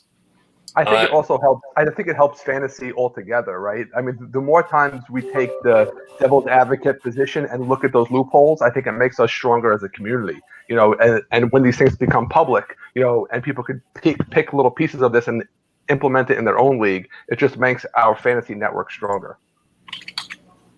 I agree. All right. We're going to do another giveaway because Ray graciously donated some 2020 forecasters and minor league analysts. So we're going to give away one of each right now. Do the little randomizing. We've gone over $4,000, by the way, for Meals on Wheels, which is just absolutely great. And the winner is Alex Fast. Wow. Oh, wow. I bet he's already got. He's probably already got him. So he can give it away for maybe another contest or something like that, or yeah, totally. Maybe his wife needs her own copy. Who knows? So he is stuck in the basement at his parents' house during quarantine, so those might come in handy. So I will pass on Alex's information, though I'm sure Ray already has it. So awesome. All right, we've got about 6 minutes left, so. Before we might have time for another question, but before we do, I want to give you guys a chance again to tell everybody where you can be reached on social media and then plug all your work. Ray, why don't we start with you? Sure. You can find my writing at baseballhq.com, and you can find me on Twitter at RayHQ. All right. And then Bobby? Yep, Bobby Kleinow on Twitter and on Facebook. And you can also hear me on the Lenny Melnick Fantasy Sports Network, 8 o'clock on Sunday nights. And Michael? Michael Stein. I run Fantasy Judgment. That's Fantasy JUDGMENT. You can go to fantasyjudgment.com, submit all of your cases for review. If there's any issues, trade disputes, league rule interpretations, commissioners abusing their power, anything and everything, we help out with all fantasy disputes. I'm on Twitter at Fantasy Judgment, and I also write the injury articles for baseball and football on fantasyalarm.com. All right, and Brad? I'm Brad Johnson. You can find me on Twitter at BaseballAteam. You can also find me on Patreon at patreon.com/baseballateam. I have a podcast called Juice Balls, and you also find me on Fangraphs and Roto-World once baseball is back to normal. Okay, and for the last 5 minutes, as the new crew starts to filter in, I'm going to ask maybe some questions from my wife's big bag of questions that she stayed up late last night, coming up to help me fill time. So why don't we start with, what is the best baseball movie ever made, Brad? Major League. All right, Major League. No question for me. All right, Michael, what's the best baseball movie ever made? My favorite is Major League, but I'm going to go with For Love of the Game. There's just something about that I think, hearing Vince Scully do the narrating, following the career of Billy Chappell, his dilemma at the end of the movie, should he retire or get traded? That movie, I admit, makes me cry. So I would say that For Love of the Game is the best. All right, and Bobby? Yeah, it's a no-brainer. It's not just my favorite baseball movie; it's my favorite movie of all time, which is Field of Dreams. I mean, it's kind of hard to go up against with the father-son thing and just the magic around that movie and Costner, the work that he put into that. Yeah, Field of Dreams is number one. And Ray? My vote goes to Major League, but I'm going to throw a shout-out into Rookie of the Year because I just showed it to my 8-year-old daughters last week, and they loved it. So it holds up remarkably well. Well played. I love the premise of that movie. Break your arm and you're a star. Float it. Oh, it bothers me every time. All right, guys. I really appreciate you all joining me, and I really appreciate Ray and Brad donating prizes for the raffle. Again, if you want to get in on this raffle, still got a ton of things to give away, including TGFBI entries for next year. Going to give away at least 5 of those, because for every $1,000 I'm adding every $1,000 earned or donated, I'm adding another one. Todd Zola of Masters Ball has said if you donate $50 or more, he will give you a free platinum subscription to Masters Ball. So, like, lots of reasons to be donating, aside from the fact that it's just a great cause and a lot of great people in the industry helping support it. I appreciate you all, and I'm going to start closing you guys out one by one. Brad, thank you for joining us. Thank you. All right. There we go. And we have, thank you, Michael. I really appreciate it. Thanks, Justin. All right. And thank you, Ray. Thank you, Justin. Great job. Thank you, Bobby. Justin, thank you, and thank you for the work that you're doing with Meals on Wheels. Really appreciate it. And thank you. Have a good one. All right. Well, thanks to all those guys for joining us. And we have a new crew coming in right now. We've got Drew from Common Sense Fantasy Baseball. Drew, welcome to the show. Hey, thanks, Justin. I know this is going to be a long day for you, man, but a belated congrats on taking us out in the first round of the Baseball Pods bracket, and I'm just happy to be here. I'm glad you're here, and I'm okay with taking you out in the first round. You can't see my camera's decided to stop working about 2 hours into this, so at some point I'm gonna have to restart my computer so I can get it back or switch to a different one. But I am flexing right now. You just can't. I mean, don't underestimate the baseball with the crown on it. It's a good image for you. Mm-hmm. It's a TGFBI logo. I figure I'd at least throw that up there. Howard Bender from Fantasy Alarm joining us. What's up, Justin? I got to tell you, the crown and the baseball, the TGFBI logo, so much better than looking at your face. I'm glad you think so. Your wife told me to say that. I'm sure she did. Also, I have Andrea Lamont. Andrea, welcome to the show. Thank you for having me. I've been waiting all day for my turn. Oh, I mean, I think everybody's kind of waiting and excited and for this, and so far it's gone fairly well. Just a few minor glitches here and there, but yeah, we're hanging in there. We're gonna have a couple other people joining us here, hopefully shortly. But in the meantime, Howard, why don't you tell people where you can reach on social media and then plug all that you do? Oh, nowhere. I'm not on social media. Don't hit me up at all. You can follow me on Twitter at RotoBuzzGuy. You can email me, Howard@FantasyAlarm. You can find me over on Facebook, Howard Bender. You just got to find the right dog picture that associates with me. You can find me all over the pages at fantasyalarm.com, videos, written, audio, and then you can hear me Monday through Friday, 5 to 7 p.m. Eastern on Sirius XM Fantasy Sports Radio with my co-host Jim Bowden. All right, Andrew, why don't you tell people where you can reach on social media and then plug everything you do? I'm kind of tough to reach on social media. Although I'm there, definitely Roto Lady at Twitter, and you can find me at the Lenny Melnick Fantasy Baseball Group at Facebook, and you can also find me on the website at Lenny Melnick Fantasy Sports. We do podcasts, so you can find us doing podcasts. Lenny's on 9 a.m. Monday through Friday, and you can also listen to us on Sirius Radio, The Lady and the Legend, on Sunday mornings at 7 a.m. All right, Drew, tell everybody where you can reach on social media and plug all that you do.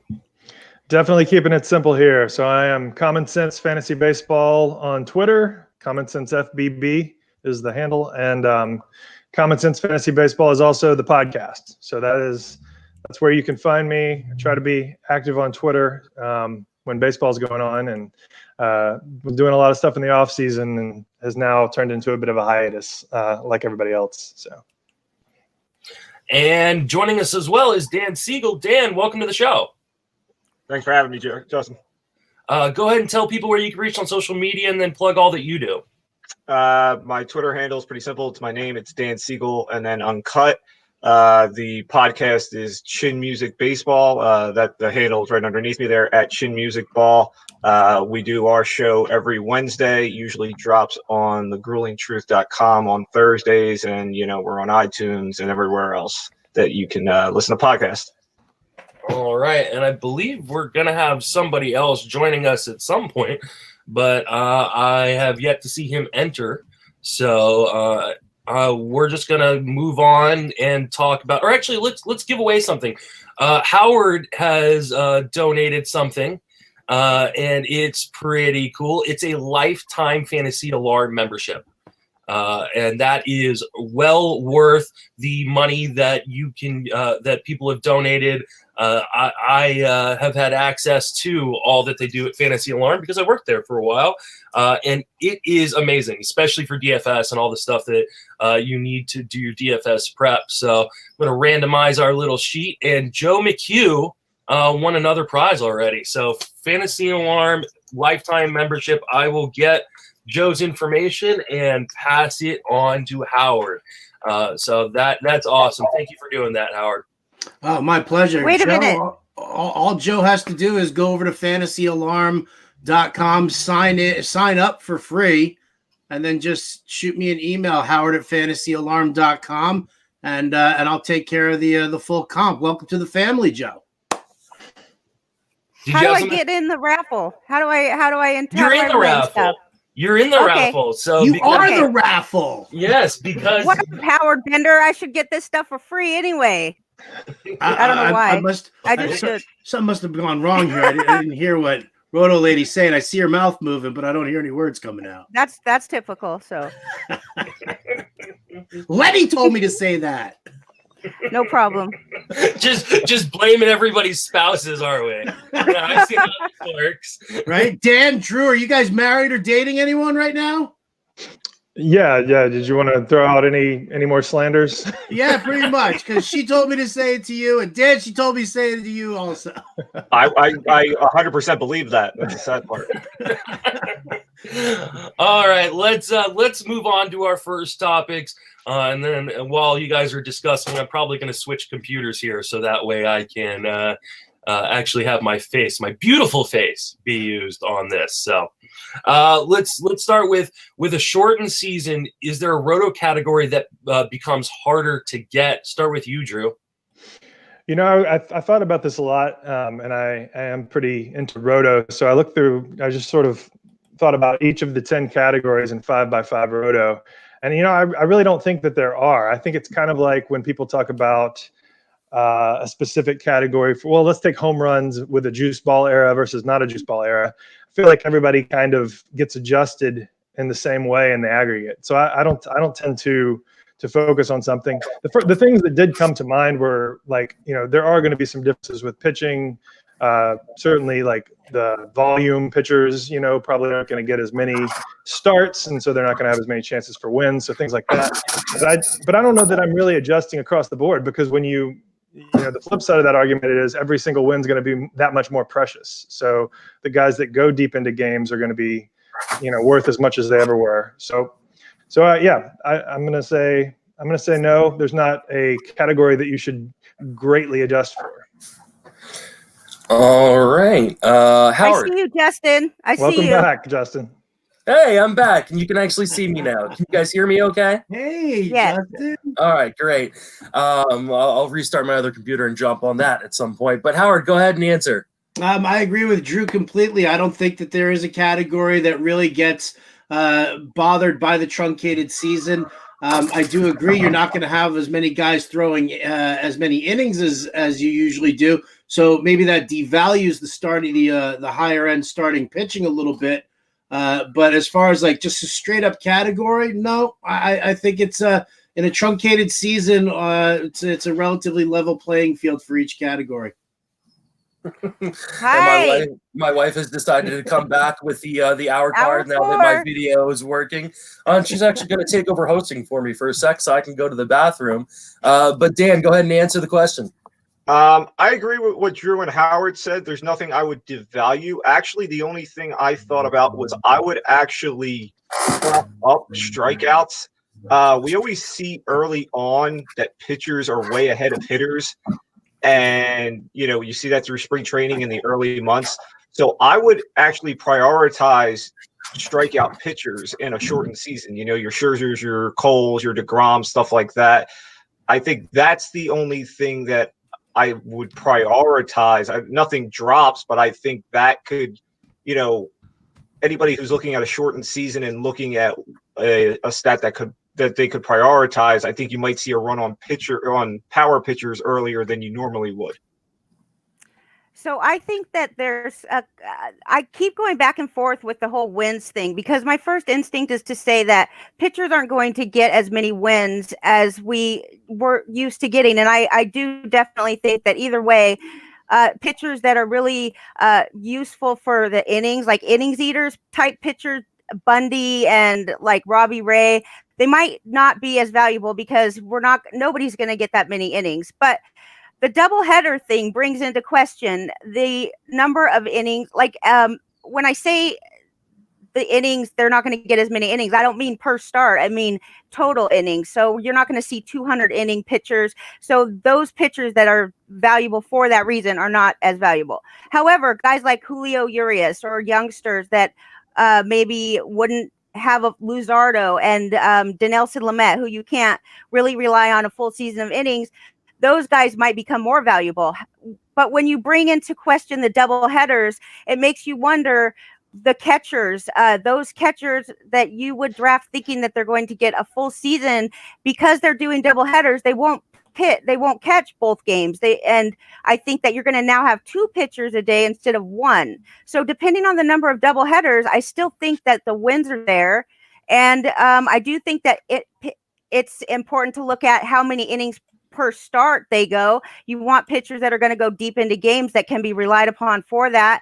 And that's about it. I think there's going to be a lot of save chances, a lot of people with save chances, like pitchers that maybe got a save in the first game. They're not going to be called upon in the second game to get another save. So you're going to have guys that are like potential closers be closers, get saves more often. So that's it. What do you guys think of that? Bender? Go ahead. What do I think of it? I think anybody. Again, I look at it here, and I just, the truncated season, the reduction of innings for everybody, and that's going to be, it might not be as evident for relievers, but I do agree with you that we might see, I'm always a proponent of combining saves plus holds. I just think it's a better way to open up the relief pitcher pool. Not everybody's freaking out and focusing so much on saves. You're not overvaluing closers, which has been a very volatile position there. So I think if you go saves plus holds, the truncated season, it actually probably won't bother you as much as if you just use saves, because I agree. I think that we're going to see a lot of setup men probably come in on those doubleheader days if they don't want that start, if they don't want that closer to fire up, a full 2 innings on a given day. Yeah, I think that's going to be really interesting for, traditional 5x5 leagues with saves, because, you're really going to have a lot more chances to mine, those guys who get 5-10 saves and are not the traditional closer. Because if like doubleheaders, I think was brought up, that sort of thing is going to just sort of muddy up the fray a bit. You're not going to, and if you're getting like a 6th starter, maybe every week, you're talking about guys that don't go as many innings, so that the bullpen gets a little drained. So I think there's going to be value to be found everywhere, but I still think the starting pitchers that can go 7 innings are going to be more valuable than ever, because those are going to be the only ones that are really in line for wins. The closers that are like lights out strikeout guys like Josh Hader are going to be super valuable, because they're, even when they're not getting a save, they're getting you something category-wise, strikeouts, ERA, whip. And so I think there's going to be a broadening of the pool of useful players, but a lot of them are not going to be the players that you really want to have in your lineup. To Andrea's point about bullpens and setup guys, I would look at bullpens that actually have multiple guys that can close, like a Mets bullpen, for instance, right? Diaz is coming off a really bad year last year, but they're still going to give him every opportunity at the start to be the closer. But they also got Betances, assuming he's healthy, and Seth Lugo. Any three of those guys can be closers on any given day, whether it's a doubleheader or not. So bullpens that have multiple guys that can realistically close a game as you know, in a comparison to a normal setup guy who's not really in a closing spot, those are bullpens Like I would Tampa. prioritize. Tampa and Atlanta. Those are two good ones to look at. Yeah.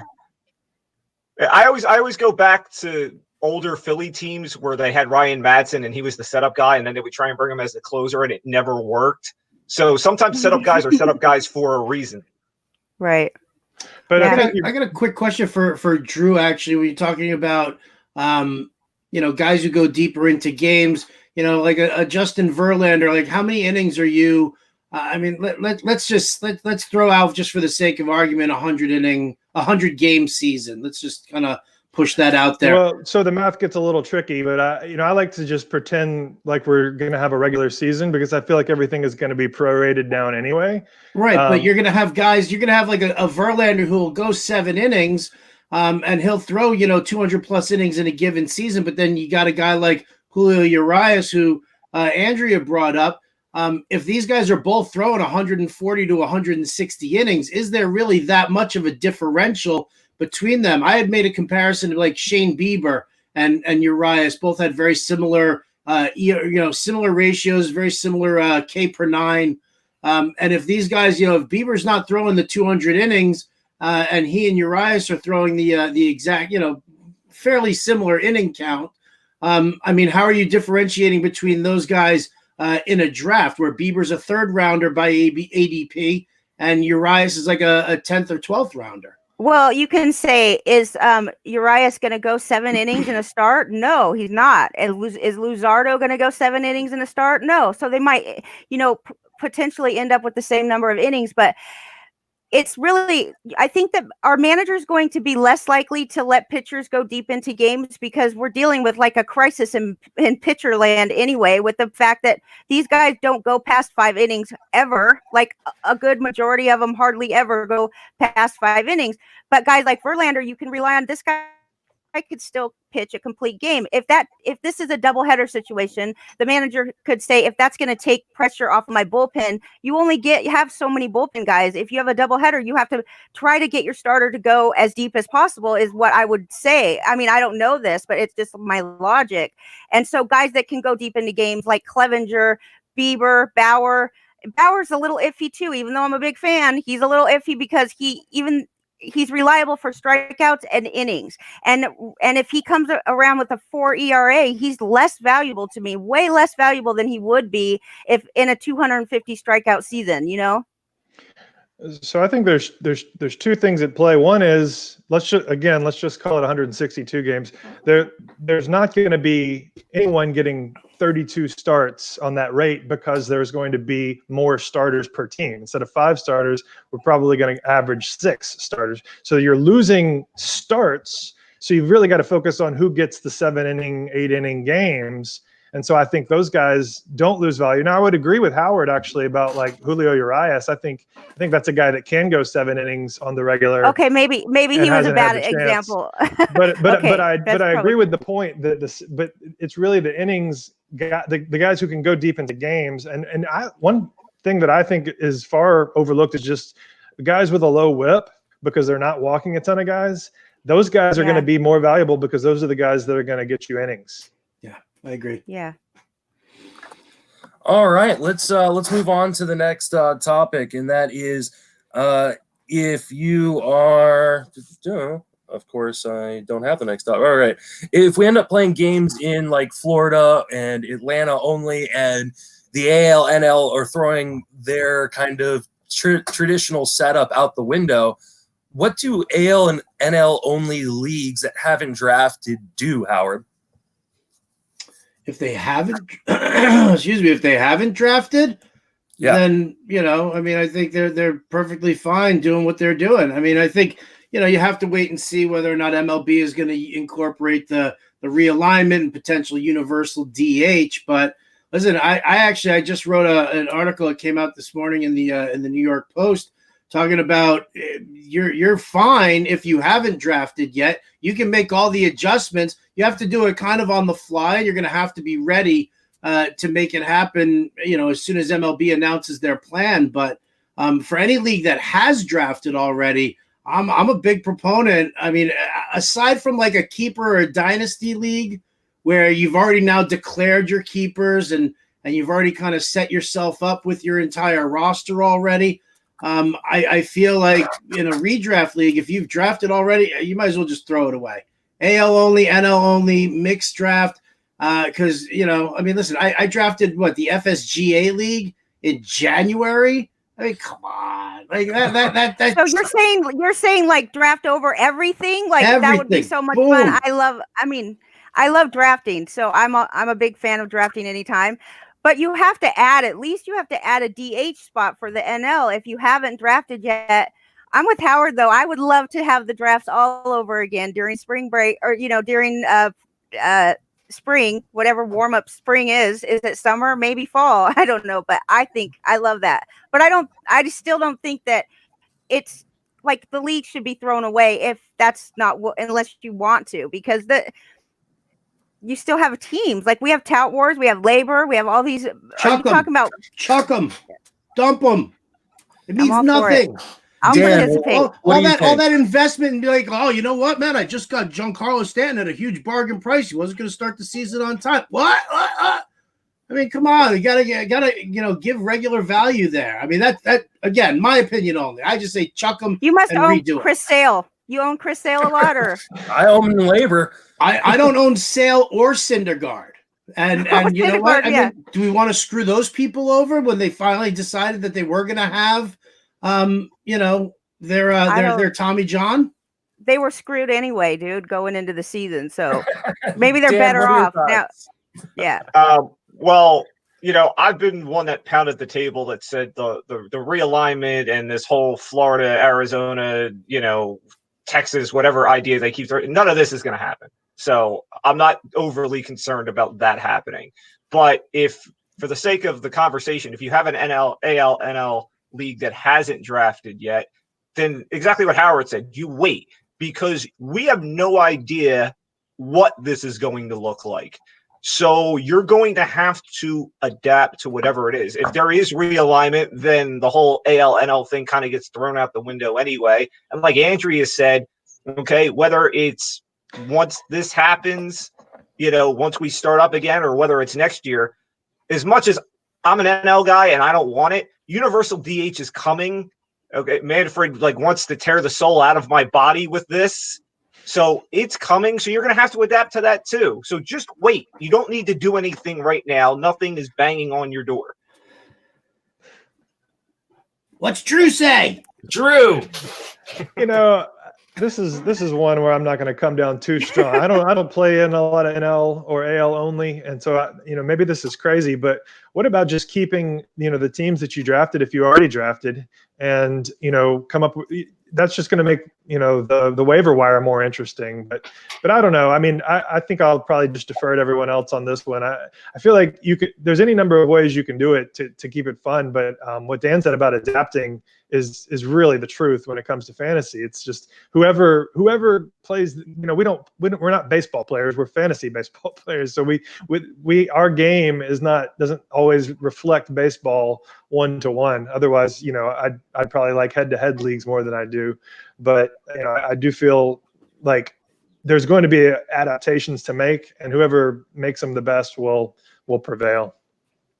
Are you guys playing Stratomatic or what? I just learned. I got 2 leagues going. I'm having a season, unlike anybody else that's not playing Stratomatic. I am not. Have you ever played? No. Laura Michaels, the late great Laura Michaels, tried to get me to join a league years ago, but I couldn't add another league. Yeah, I've got enough leagues I've already drafted, so I'm just hoping we'll have some baseball. Oh, well, here, Drew. Oh, you do? Okay. Take this, Drew. Yeah. And let me pass that over to you, and then that way you can do that with your leagues. Yeah. Just blow it up. Oh, you got props. Nice props, Bender. Nice Right? props. See? The grenade with my baby Aaron Judge. Nice. That's good. Judge will be healthy, so.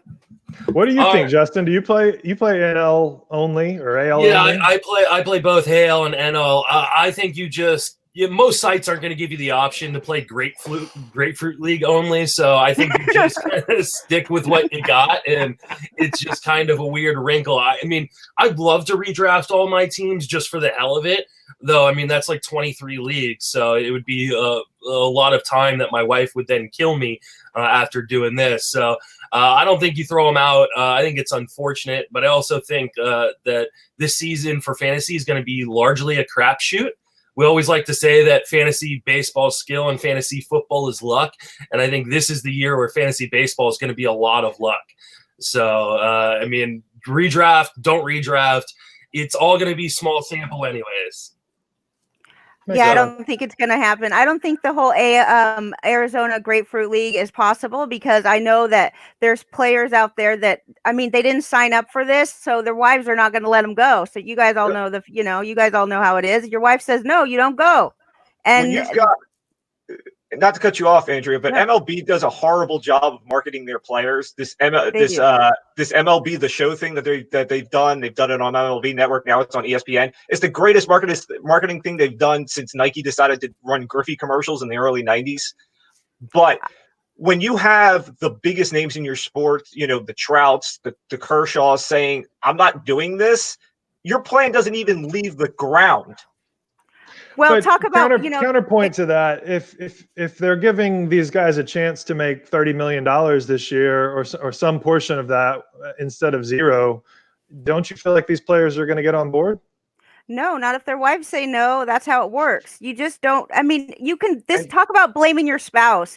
This is like the perfect opportunity to blame your spouse because wives are not letting their husbands go. And, when you're in the military, you know what you're signing up for and you know that there's a chance that you could be risking your life.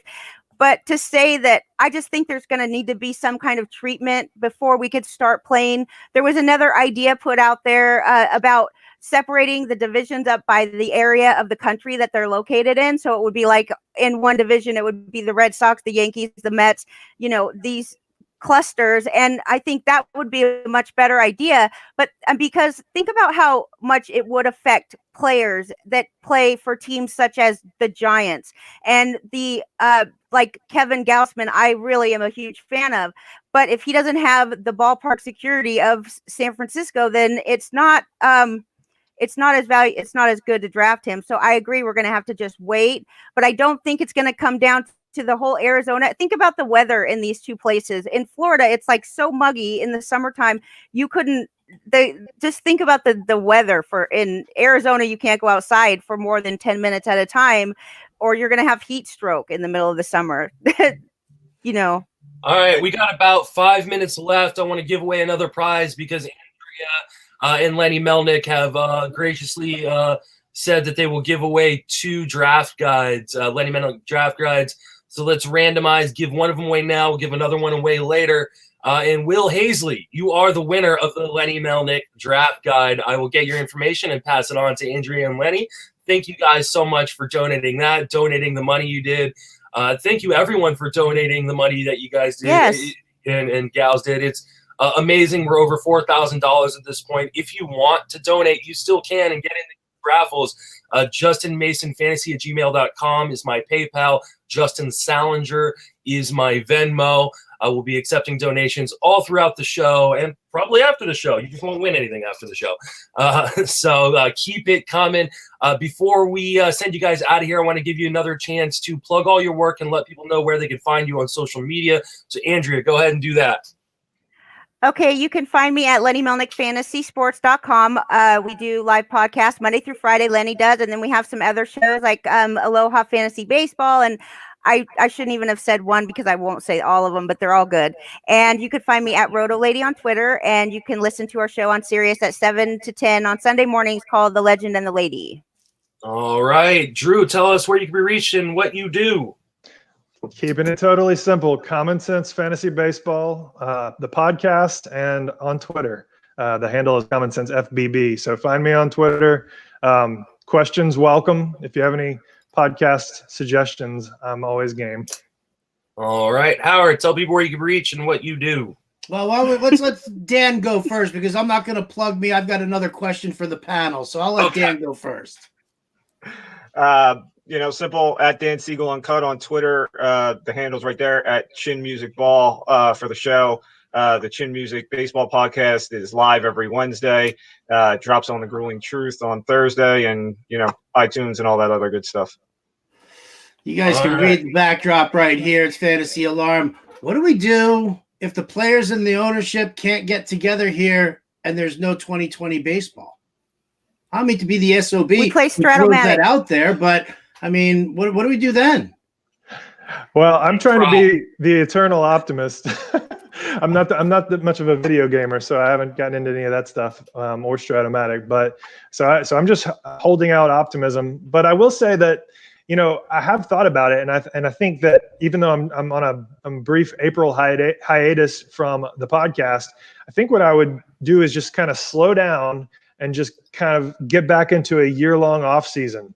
Because I was, putting out some player evaluations really from November through February. So what's the difference now? I think that's always going to be interesting to me. That's always going to feel like a good use of my time, and like it's going to make me a better player for whenever we do get baseball back.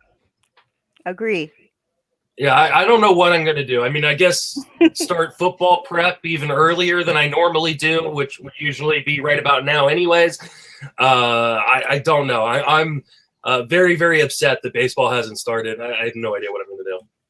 I would say the big thing that I've done on my podcast is I like to be a conspiracy theorist at times.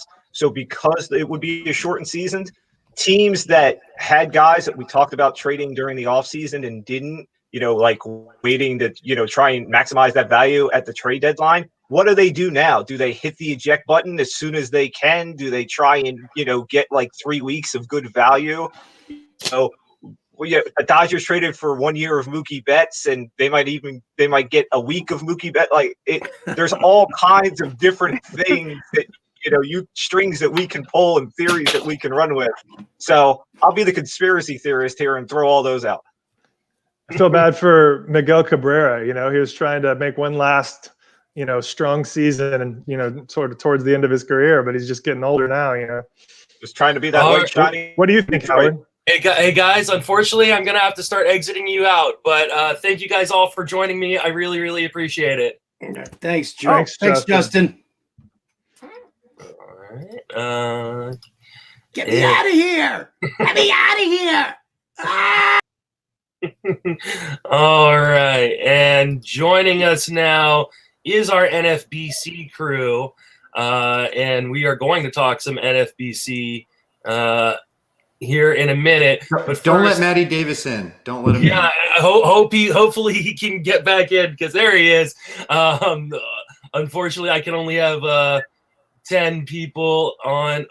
Oh shoot! I gotta kick my other. I gotta take my other self out. Two Justins instead of one Matty. There we go. No, I'd much rather have one Matty as opposed to any Justin. So, but unfortunately, I had some camera issues, and so I'm having to run two screens at the same time to make sure my camera can go. And if it frees up, I had to restart my computer. So, here we go, NFBC crew, and this is a good one. I've been really looking forward to this one since I put together the teams. So let's start with introductions. Tell me where people can reach on social media, and then talk a little bit about yourself. John, welcome to the show. Thanks for having me, Justin. Gentlemen, how are we today? So, John. Yeah, good. I didn't get the hat memo though. There's still time. Yeah, there is. There you go, Jeff. Woo, thanks. Now you can see my handle right there at Fish2483. Just kind of in the same boat as everybody else, hoping for a season, praying for a season, no matter how many games we get. Passing my time. Unfortunately, NFBC shut down the online championship draft, so probably a good thing for my wallet. But so just kind of hanging out and praying for a season. I'm just hoping to duck you in the main, John. I've had too much of you already as it is. So I know we've been on the same page on a lot of players. So indeed. Things are still trying to crank out shows on XM and podcasts on RotoWire and articles on RotoWire. I'm currently working on a set of KBO projections, so hopefully we'll have some games to watch there. But let me tell you, It's tough. It's tough because first of all, I don't know the players very well. I'm researching like mad, trying to catch up. But two, like there's not even a standard spelling for the names. I mean, I understand it's because we're using different characters and it's translations of those characters. So like my KBO versus Baseball Reference, they're just different. I can't wait for NFBC. Hopefully we have a main. I'll still go to Vegas if we have a live main. But until then, got to keep busy. Well, Vegas sounds like they want to reopen, so you might actually get that opportunity. Colin, welcome to the show. Thanks, Justin. Thanks so much for putting this on. You can find me on Twitter at CWeatherX13. I do a little bit of work for Pitcher List and FWFB. Right now, I've just been kind of relaxing. I mean, I haven't really delved into any baseball analysis in the past month or so. Did a little bit for the NFL draft this past weekend, but yeah, not too much going on here. Hoping for a season so that way I can re-upload all of my 50 leagues and see how badly I did. And Vlad, welcome to the show. What's up, everybody? Vlad Sedler at RotoGut on Twitter. Right now, just working on twice a week shows, live stream, probably, I think maybe outside of this here, Podopalooza, maybe the only live stream in the industry. So Monday and Friday shows with different guests in the industry, mostly baseball. This Monday, actually have your boys, Jeff, Clay Link, and James Anderson. So we're going to talk some prospects, talk some rap. And then my From the Gut column continues, whether there's a season or there's no season. And right now I'm working on something that is basically going to be a breakdown of the best middle relievers and sixth starters that you would want to target late in your drafts if we do, in fact, have drafts again. And that amazing mustache is Matty Davis. Matty, how you doing? You like it, huh? I love it. The wife does not. Well, I'm surprised you'd be willing to anger a pregnant wife. I produce content over at Fantasy Pros. Currently not actually, unfortunately, getting able to write anything where I was going to do DraftKings content over there for them. So I'm kind of waiting to see when we get news on a season. And then other than that, you can find me on Twitter at Matty Wood. And I'm just hanging out with a pregnant wife at home. We've both been quarantining since March 11th. That was the same evening we decided that it would be best for me not to travel to Las Vegas. That was obviously before the news of everything closing down. So yeah, we're just trying to stay busy out on the property for now. And I've got a question for you, Mason. Have you been given a restroom break? I have. I've gotten a couple restroom breaks. Okay. A break to fix my computer, which is now acting up again. So I may just have to switch over to my laptop for the rest of the show. But yeah, I've had a couple restroom breaks, and I've just been like, "Hey, here's a topic," and I've run out of the room. Okay. My wife relieved me a little while ago, so I could go. So I should be all good for this segment. So let's jump in and talk about some kind of NFBC centric, high stakes centric questions.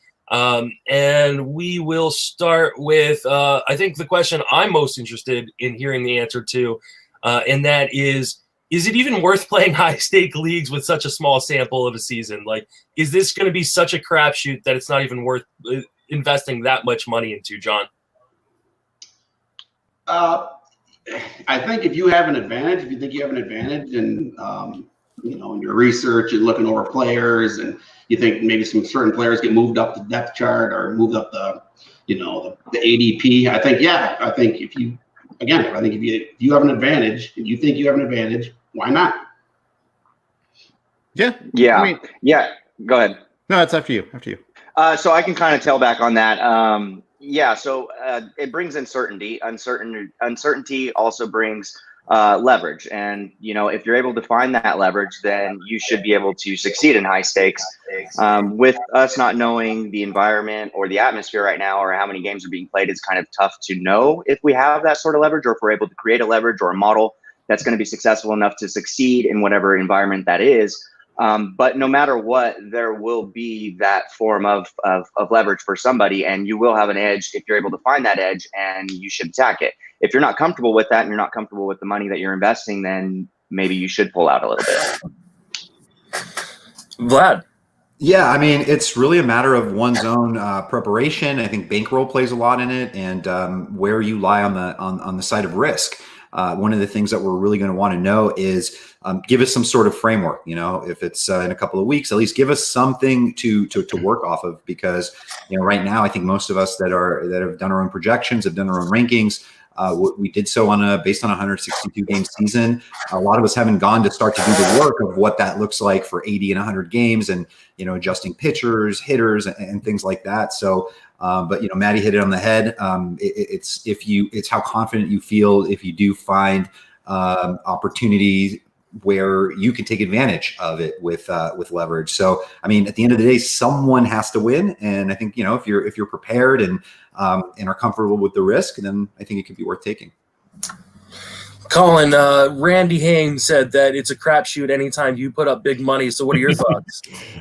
He's not lying, that's for sure. I've invested so much into the NFBC so far this year, as have pretty much everybody on this live stream has. That I'm really curious how they're going to structure the rules this year. So like Vlad said, if there's 80 to 100 games, what's the minimum or maximum innings pitched?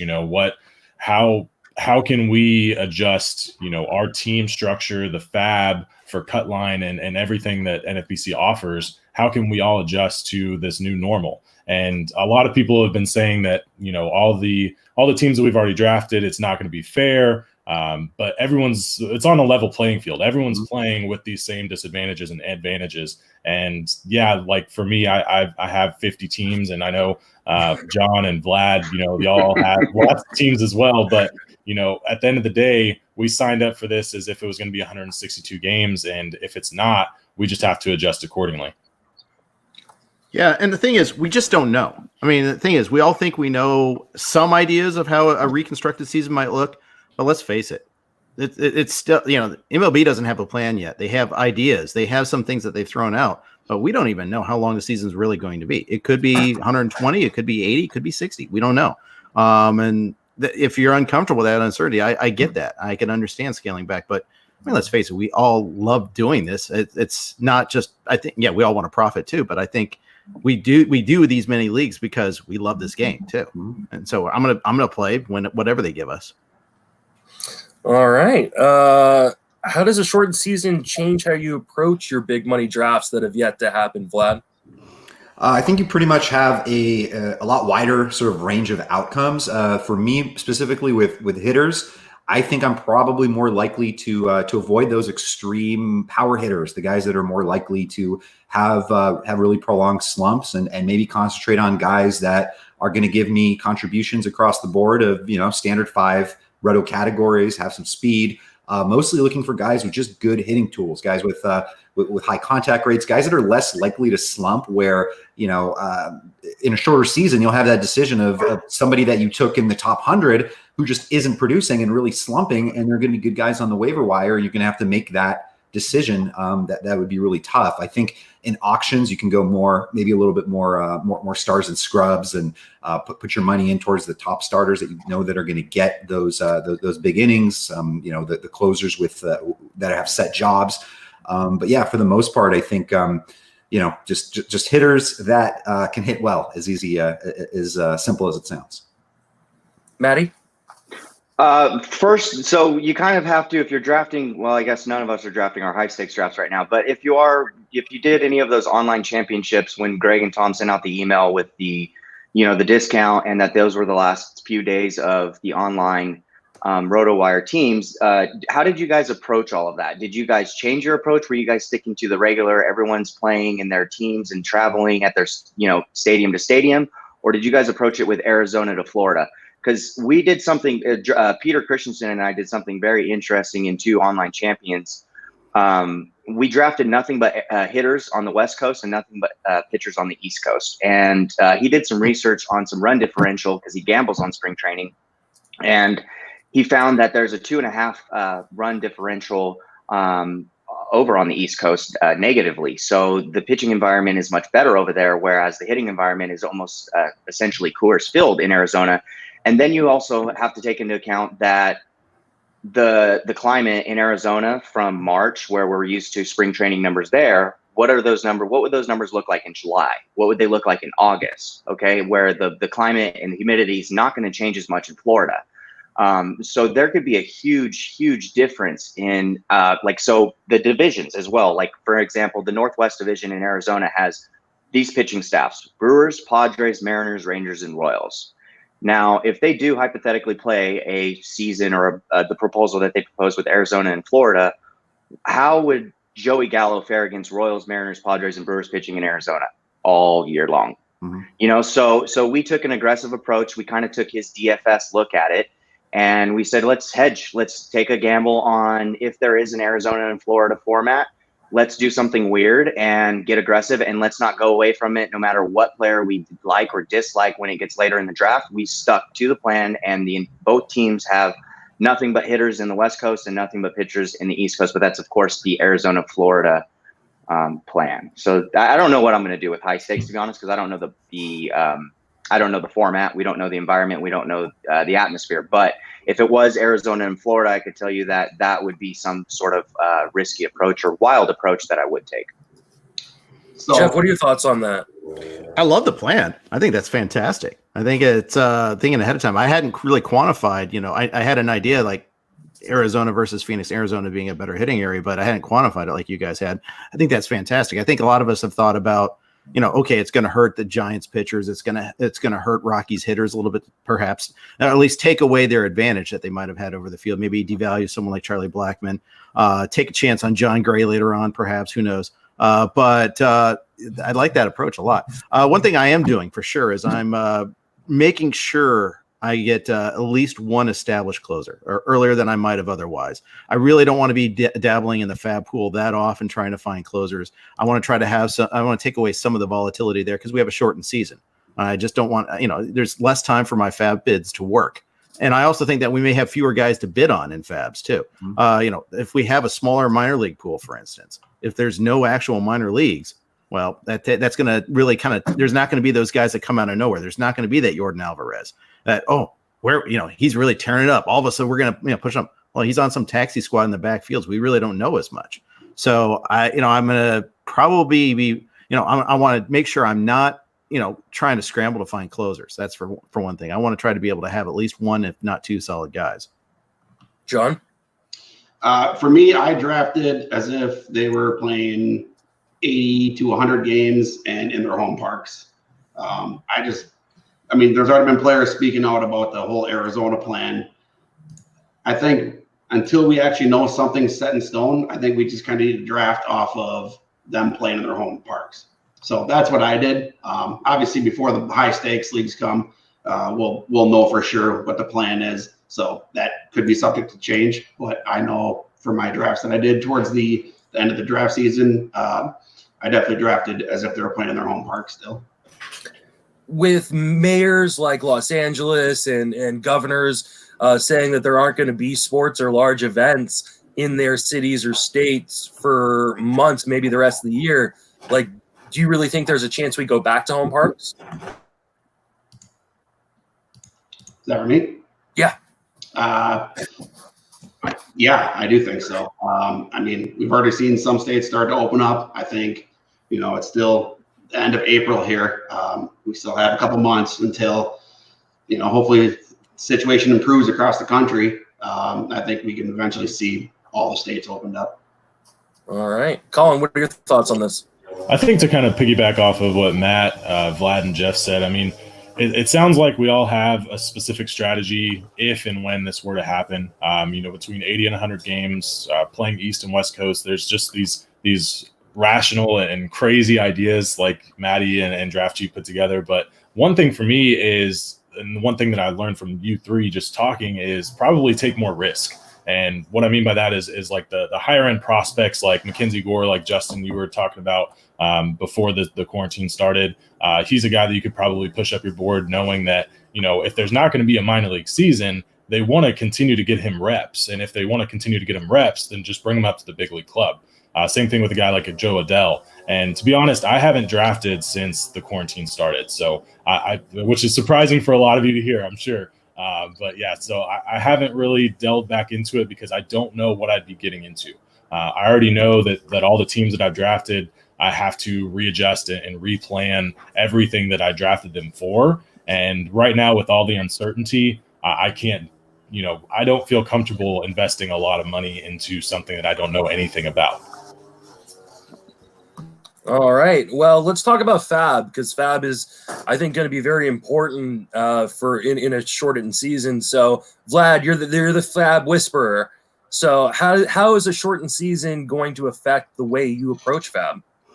It's just more money to spend every week, basically. If it's just pure math. So I think you don't go into a panic state, but once you draft your team, you need to be able to, I think, be able to kind of burn and churn more frequently, and not really wait around and make a decision like, is this the player the real deal? If there are no minor leagues, that might change things. If rosters are expanded, but I think in general, you need to try to that whole saving for the last month thing might be a little bit out the window. Sure, you want to save a few bucks. In general, probably will just be less conservative. And for the most part, when you are bidding, you're looking for skills, of course, and playing time. So every week, I think it's human nature to be tempted on, what did this guy do last week? Oh my God, Renato Nunez just hit 3 home runs last week. Everyone goes crazy, goes running and spending. Is he more valuable than some other options there? And so still a lot of time needs to be spent as far as our bid order. What is valuable to us, what's important for our team, and which player can make the greatest impact in the shortest amount of time. So there's so many ways to go about it. Once I have some idea of what the landscape is going to look like, I'm really going to try to dive into that and help people figure that out. Jeff, what are your thoughts on Fab? Well, one of the things we might be dealing with, if we have MLB has expanded rosters, we might be looking at more platoons too. So anytime we can find a guy that's going to get a lot more playing time, if he has a full-time job, all of a sudden he's got a lot more value. Conversely, maybe some of the guys we've been discounting because they're for platooning, or they're not going to have as full-time a gig. Well, maybe the fact that we don't have a minor league system might mean that they might be more valuable too. So I think one of the things we're going to see that's happening is, like, the first time anybody shows any sort of sign, you're going to see some big bids early. I think people will be a lot more aggressive, and it'll be our decision. Do we attack that? Do we go along with the wave, or do we sit back and just let people blow a big chunk right away and then swoop in later? I don't know. I have to kind of figure that out. And I think some of that has to do with how big of a season we're having, how big major league rosters are, and all that. Colin, what are your thoughts?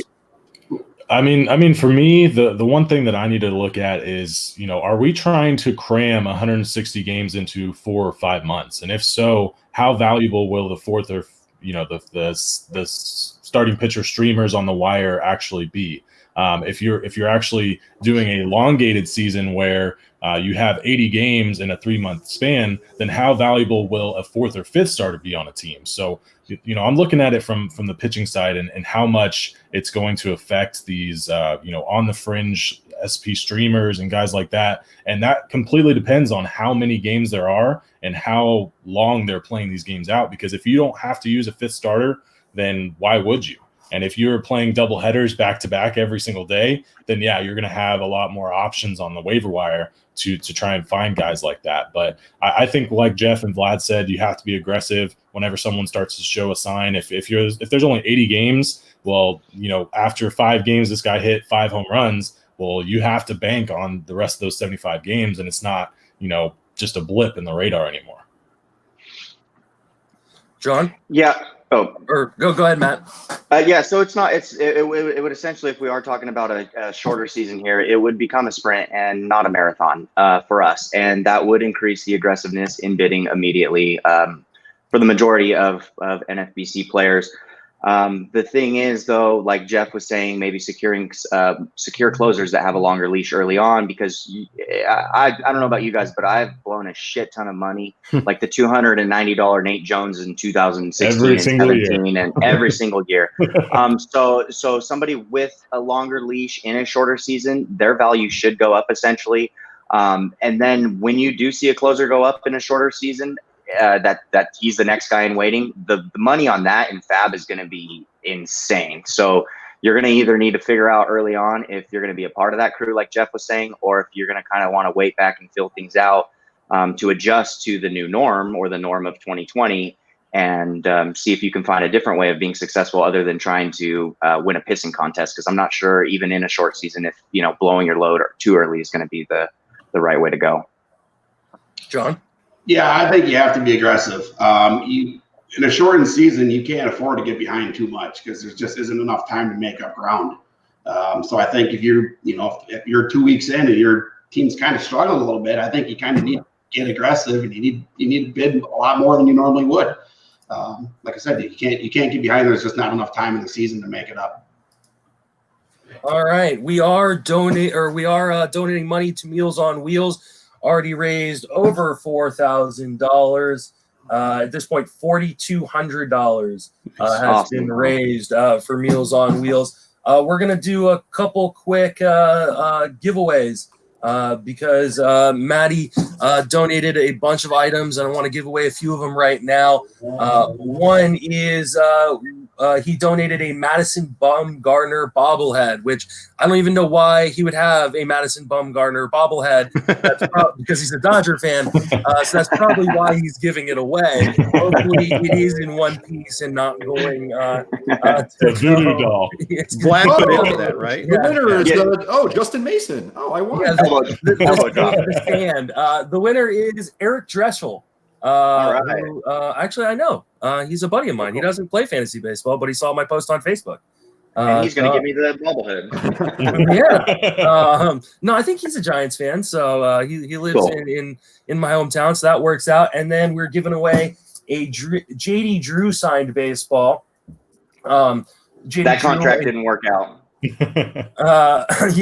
Well, that is him and I have a long history together. I traded a $1 Chris Sale for a $14 JD Drew in a AL only keeper league, and to try to win a league one year, and that paid off really poorly. So you didn't win anyway. Chris Mayer.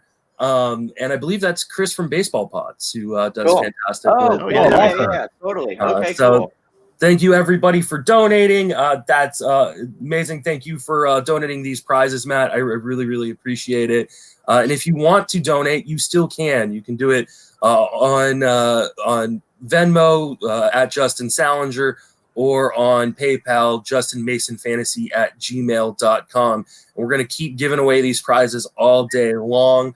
Let's see. We've got about 5 minutes, so we'll have to move quickly through kind of this next and probably last question.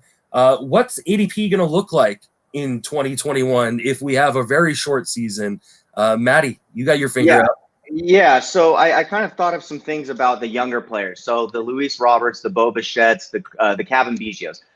Let's say that they don't get to play in the normal format that we're all used to and accustomed to, where they're traveling stadium to stadium. There's fans, there's media pressure, there's all these other things. There's longer series, or there's more book to be put out on each player, right? That's usually when the younger players, they get hot and then they kind of, level out a little bit. Well, let's say that the Luis Roberts and Bo Bichetts just get going and the season's shorter and the book isn't out yet and they succeed. And they now are in 2021 going in the second round, third round, right? But then the season in 2021 goes back to normalcy, where they're traveling and not used to accustomed traveling East Coast, West Coast, and playing all these different games and different fans and different stadiums. Then I think that those players could have some sort of a negative ROI coming into 2021. Vlad? 2021 ADP is going to be overly weighted based on what happened in a shortened season in 2020, and therefore those that follow along with that are going to basically get the short end of the stick and not have their valuations properly. It already is the case that with ADP, people always, or at least most ADP that you see overvalues in general. It is average draft position after all, what happened the previous year and not taking as much into account, the years before that, or the mean outcome, or just so many things. And so it's going to be crazy. I mean, what if Dylan Bundy was my example? I mean, he's my guy. What if he just goes on a crazy tear with the Angels and is like a top 5 pitcher overall? What's that mean? I mean, is an intelligent, sharp NFBC drafter going to take him in the second round, third round? Probably not. So a lot of sort of mental adjustments that we're going to have to make. Dylan Carlson plays this season and ends up leading the majors in home runs. Does that make him a second round pick? I don't know. Probably not. And so there's so much of that's going to come into effect. I just would love to have this little piece of a 2020 season, 80 games or whatever it is, so that I can really go to work and spot those market inefficiencies for 2021. Poor Dylan Bundy. Oh, sorry. Go ahead. No, go ahead, Jeff. Poor Dylan Bundy. He finally gets out of Camden Yards, and now he's got to pitch 80 games in Phoenix instead of next year will be the big breakout year for Dylan Bundy. No. It's never going to happen. I'll buy back into it. I'll buy back into it. Go ahead, John. Yeah, I mean, I agree with both what they just said. It's all going to depend on how much of a season we have. It's tough to tell right now. Maddie brought up a good point with the younger players. They're going to be at all new stadiums if they don't play in the current stadiums this year. They'll be in all new stadiums, way bigger crowds, or a crowd, I should say. But I agree with what everybody said. And Jeff? One thing is there won't be September roster expansion like we're used to. It's going to be, we're going to have some roster expansion, but it's already going to be limited anyhow. So, the over-reliance on, second half stats, how a player finishes, that's not as big of a problem as it's been in the past because we're all going to be dealing with the same playing field. More teams are going to be trying because presumably because of the shorter schedule. So the standings should be more compact. So they should be facing everybody's best shot at least. And Colin? Yeah, I don't know if it'll change that much from 2020 ADP, really. If we have a shortened season, I'm sure there's guys that are going to move up and down a little bit. And like, Maddie and Vlad said that, if there's guys that kind of pop off and do really good with this weird season that we might have, then maybe they do move up and there's places to capitalize on that. But other guys I'll be looking into is guys like Shohei Ohtani. We'll get to see him come fully back for a full season, possibly as a pitcher and a hitter. And I'll also be curious to see how the injured guys go. Guys like Noah Syndergaard, would he really fall back that far from his 2020 ADP if he just misses this whole season and comes back ready to go for 2021 whenever that starts up? So, there's a lot of different ways this is all going to happen. But I think 2020 ADP is going to be really close to 2021. All right, guys, I got to wrap it up because I've got to bring the next crew in. I really appreciate you all joining me. Real quick, one by one, I'll have you say your Twitter handle again and then promote all your work, and then I will kick you out. Let's go ahead, John. Yeah, find me on Twitter at fish2483. Works over at Arbor Pro. And hopefully once we get something done with the season, there'll be some more work over there. All right. Thank you for joining us. Jeff. Hit me up on Twitter at Jeff_Erickson. Hit us up on RotoWire. You get a free 10-day trial, rotowire.com/free, and listen to us. We're on our various outlets. Thanks for having us, Justin. Thank you, Jeff. All right, Colin. Thanks for putting this on, Justin. Awesome stuff you're doing here. You can find me on Twitter at CWeatherwax13. I did donate a RotoWire shirt that I'll be looking for that to be going out later. And I did won something. Oh, I did? Yeah, you won a TGFBI entry. Oh, sweet. I didn't know if I was going to make it next year anyways. So you can give that away any way you want before next season. Sweet. And then I also wanted to put in the email I sent to Justin, it had to be a non-Justin Mason RotoWire shirt. So just for all the people that whoever wins it, it's not a Justin Mason RotoWire shirt. I'm not going to use that caveat. No, you're the one purchasing it, so whatever. But thanks for joining us, Colin. Later, guys. All right, and Vlad. Yes, at RotoGut on Twitter. My work is exclusively on fantasyguru.com, fantasyguru.com/MLB. We do have a special right now for football and baseball combined for the year. And yeah, I think the subscription is worth it alone because I have the best and brightest minds come on my show weekly. So hope you'll join. And that's it. Justin, thank you so much for having me. This has been phenomenal, and have fun with the rest of your guests today. Thank you. And Maddie. I'm on Twitter at Mattywood with two underscore on both ends. And you can find me over at Fantasy Pros doing most of their DraftKings coverage. And then I'll also be covering the Dodgers throughout the season once we get there. Justin, thank you so much. It's always fun talking to you. Look forward to seeing you in February. in San Francisco, and tell the wife, as always, we said hello. There she is. Is it pee break time? No, she's just coming in to let us know what hour we're going into. Okay. Hi, Danielle. Hi. All right. Well, thanks for having me, my brother. I'll see you soon. Thank you. All right. Joining us is a brand new crew. So we'll start with introductions. Let us know where you work, what you do, and then also let us know where you can reach you on social media. Ruvain, go ahead and start us. You can find me at Twitter at MLB Injury Guru, where I tweet out injury updates as well as the first man up coming after a player gets injured, how long they're going to be out for, as I work as an orthopedic PA. So I'm in the field and I know all about it. All right. Andy Singleton, welcome to the show. And Andy's frozen. So we will try to get back to Andy as soon as he is able to join us. But Scott, welcome to the show. Oh, thank you. Thank you for having me, Justin. I'm Scott Barzilla. You can find me at sbarzilla on the Twitter. I write for the Fantasy Fix during the day, and during the week, I am a teacher, actually, so luckily still employed. All right. And I'm going to have you talk a little bit louder, okay, so that we can hear you a little bit better. But we definitely got all that. Chuck, welcome to the show. Hi, Justin. How are you been doing? I'm doing well. I can be reached at Just Chucking It on Twitter. I've had the good fortune of working with Justin for quite a long time. And on Wednesday, we were going to go to a San Francisco Giants game together, which, of course, has been bypassed a little. We'll have to put a rain check on that. Yeah, we were finally going to get to meet in person for the first time at a Giants game, and it took a global pandemic to prevent us from being able to do that. Andy, you are here. Welcome to the show. Hello, guys. I think I'm having a terrible connection. I'm out on the road, so I hope I found a good spot. But what's going on, everybody? Nothing much. Let people know where you can be reached on social media and what you do. I am at People's Pen, People's with a Z. What do? I do a whole bunch of stuff. I work in my main time as an FDNY firefighter, which is why I'm out on the road right now. But I also do fantasy baseball, fantasy football, NFL draft coverage. And I started the website, Expand the Box Score. So we have advanced stats, mostly for football.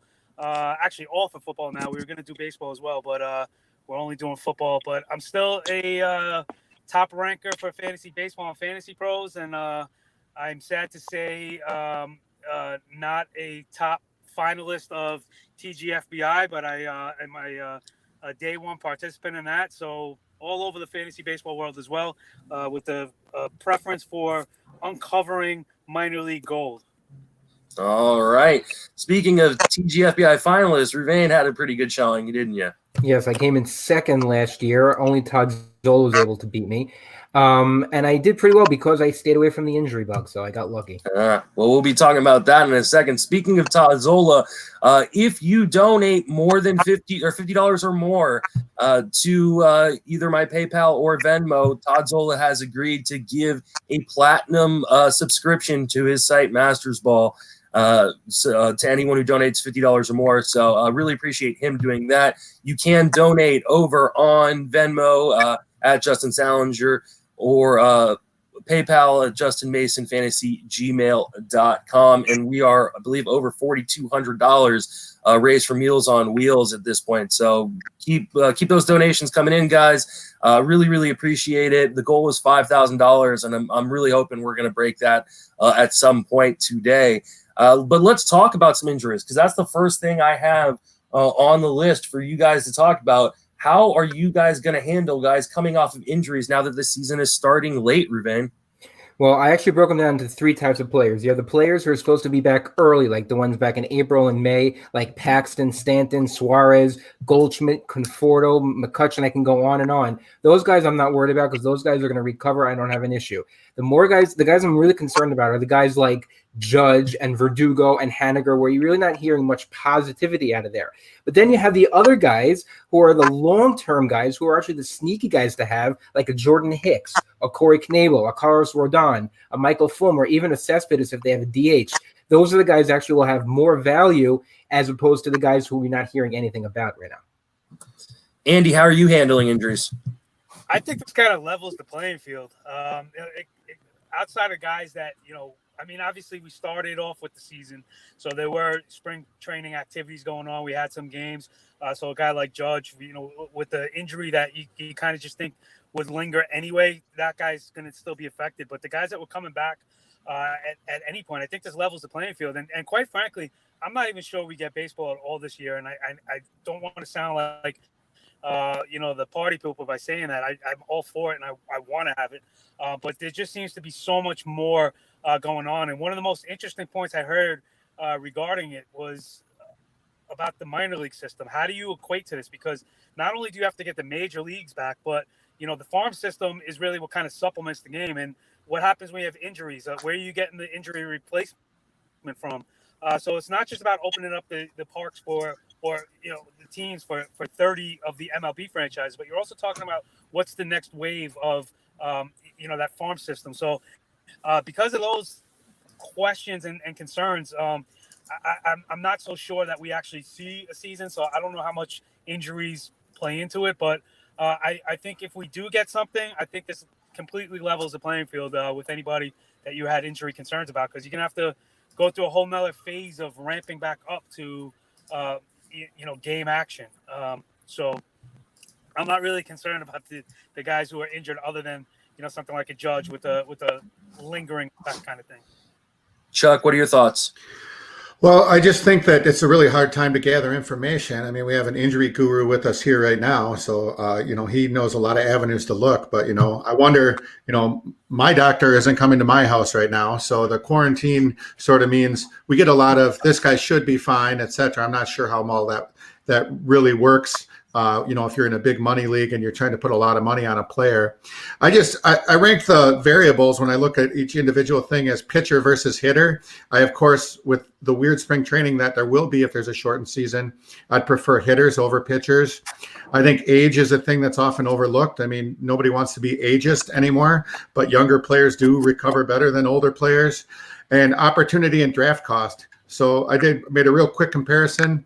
I took Mr. Urias from the Brewers, who's 22, versus Miles Michaelis, who's 31. Both had injury concerns in the spring. And I say to myself, I would rather have Urias around earlier than Michaelis around later when I put it through that sort of system of how I look at it.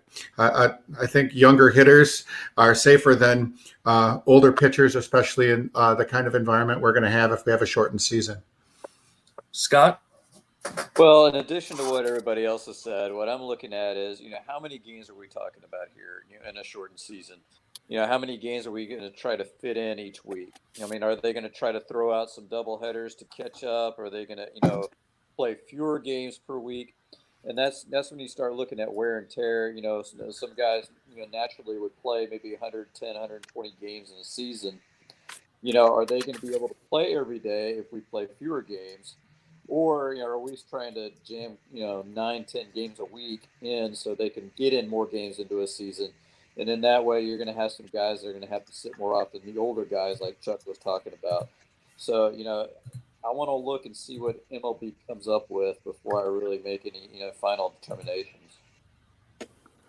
All right. What teams or players do you think get an advantage from a shortened season there, Scott? Well, I think you want to look at the veterans first. I think they get the advantage in a shortened season, and particularly the ones like the Yankees and the Astros seem to have guys coming back.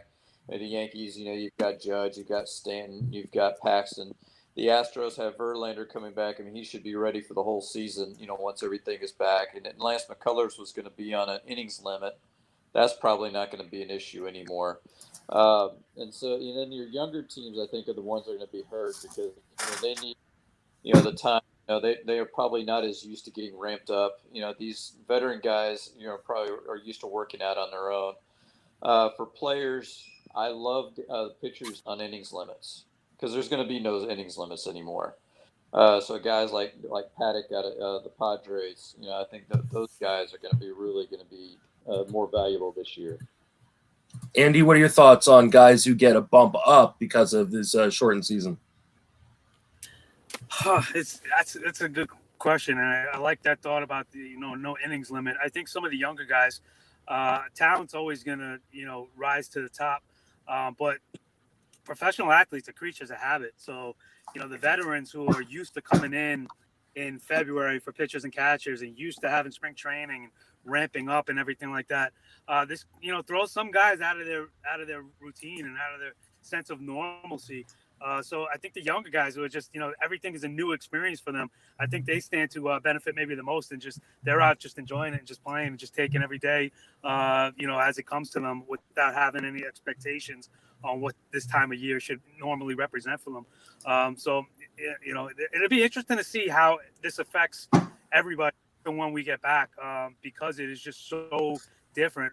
One of the things I was thinking about earlier today was, baseball is the only sport really that I could think of that's had any type of comparison for something like this. When you think back to players, during the war years who missed seasons because they were active military while the game was still being played, and careers maybe changed because of that. It's just kind of interesting to see how this will look in history as we look back at 2020 and the year of the pandemic. But yeah, I think younger players who are just kind of happy-go-lucky and not really on any type of routine or schedule yet, I think those guys have a little bit of a bump, and that affects other teams as well. Teams that we think to be in the cellar, somebody like the Marlins or something like that, who are just it seems to me that it's like they say in football, any given Sunday, it just seems like every day is going to be a crapshoot as far as who's going to win. So this all seems to be so weird. I wouldn't be surprised to see teams that we weren't expecting to be better are faring to be better than what we thought they would have been coming into the season. Ruvain, what are your thoughts? I think the teams that are going to be most affected are going to be teams like the mid-tier teams that think they have a chance to get into the playoffs, because this is going to be a shortened season. If it's a shortened season, then it's going to be more of a sprint as opposed to a long haul. And the team, like let's say a team that's on the way up, like the Padres or even the Blue Jays, may be able to sneak into a wild card if the Yankees or another team don't play up to expectations and don't do as well as they're supposed to. Now, teams that I think and the players I think are going to do much better, and people who should be owned in fantasy are teams that have deep bullpens. These guys have sneaky value. Think of the Rays. Who's going to get all the saves if they play a lot of doubleheaders? You have Nick Anderson, you have Diego Castillo, Jose Alvarado. In Washington, you have Doolittle, you have Will Harris, Daniel Hudson. In St. Louis, you have a whole bunch of people who can close, including Jordan Hicks, who I mentioned already. All those guys get an increase and can get an advantage during the course of the season because you're not going to have the same amount of starters, and I don't think there are going to be many two-star pitchers during the course of the week. Chuck? I just think that the teams that have largely stayed together as a core are going to have a bit of an advantage in a shortened season. I think some of the teams that were sort of lopped together, like Cincinnati putting all these new pieces together, the White Sox putting all these new pieces together, they're not going to have time to gel in a shortened season like they would normally have. So I think that's going to hurt them. I also think, with the shortened spring trainings for the pitchers, I think bullpen teams are going to have a bit of an advantage because they won't have to extend their bullpen for quite as long a stretch of time, but they're going to have to use the bullpens more frequently. So I would lean towards good but protected players. Like last year, Tyler Glasnow was a guy that largely went 5 or 6 innings. Well, his disparity in innings is not going to be the same in a shortened season as it would be in a long season. Julio Urias comes to mind in the Dodgers camp if he gets used regularly. And maybe Shohei Ohtani, too, as a guy who, really good player, but was planned on being protected. Well, that protection discrepancy isn't going to be the same that it would be over the long haul of a longer season. All right. Before we move on to more questions, want to do another raffle. Adam Lawyer, who was on earlier, he said he would donate some Duke gear. He works there doing some work on this infectious disease. Gave some good information earlier on in the show, so definitely should go back and check that out if you didn't. And so he's going to give away a bunch of Duke gear. And the winner is Peter Christensen. So congratulations, Peter. I will get your info and I will pass it on to Adam. But we are going to be giving away stuff all day long. So keep the donations. We're up over $4,400 at this point for Meals on Wheels. I really, really appreciate everybody donating and everybody willing to come on and talk baseball so we can raise money for a great cause. I mean, we talked a little bit there about, players that got advantages, and some people mentioned some disadvantages, but are there any particular players, Ruvain, that you're kind of staying away from because of all this shortened season and weird rules? I'd stay away from the older players and the players who have more injury history because we're going to be ramping up very quickly and because it's going to be shortened. There's a greater chance, I think, that these players are going to get hurt. Like if you have some shares in Robinson Cano, I'd be very nervous. I'm a Met fan, I see, but I'm very nervous about having Robinson Cano on your team, which is why if you want to take the advantage for that, if you think someone is going to be injured, like so let's say a Stanton or a Cano, you get another player on the team who can plug right in right away. Let's say a Dominic Smith, or you get someone in the outfield for the Yankees, and name anyone you want there. So I'm really nervous about the older players and the players who are more prone to get injured. What do you think, Scott? I think the older players too, and I think, and I go back. I look at younger players, and especially on these developing teams. Normally, in a 162 game season, you're giving them time to work through slumps, develop. In a shorter season, you're not getting that as much. In a sprint, I can see that being difficult as well. So, I would try to stay away from the margins, either really young or really old. Chuck? I put together some names. I really think the accumulators are the people that are going to get hurt the most by a shortened season, because guys that you think are going to make up for their lower strikeout rates by pitching more innings aren't going to pitch more innings. To put it in a nutshell. So I made a list. Zach Greinke is a guy who's not consistently done well unless he puts up a lot of innings. Jose Barrios is a guy we like more because of how many innings Minnesota's let him pitch. Mike Minor's a guy whose strikeout numbers certainly don't jump off the page. And as far as hitters, I mean, these guys who are decent in a number of categories but don't really jump out as big helpers in categories, I think will really be hurt. That includes Michael Brantley and Adam Eaton as guys who do a little bit of everything, but how much time are they going to really have to accumulate in this shortened schedule? Now, I actually want to add one more thing. We had James Anderson on our last TGFBI Beat the Shift podcast, and he mentioned about when we were talking about prospects, and he thinks there's going to be no minor league system. So if you're planning on stashing guys who are, let's say, in AA or AAA that don't have a chance of going up, they're almost worthless because he thinks there's going to be no minor league system this year. Yeah, and we talked a little bit about that earlier on. We did a prospect segment. James will be a part of a prospect segment coming on, I believe, here in about an hour or so. So definitely check out what we talked about with Matt Thompson and Eric Cross and Rich Wilson and a few other guys. And we got more guys talking about the prospect stuff. Some people think there is going to be some sort of prospect season or minor league season, but it's probably not going to look like what we've seen in the past. And we may get less information on how guys are doing than we have in the past because it may be more instructional leagues and things like that.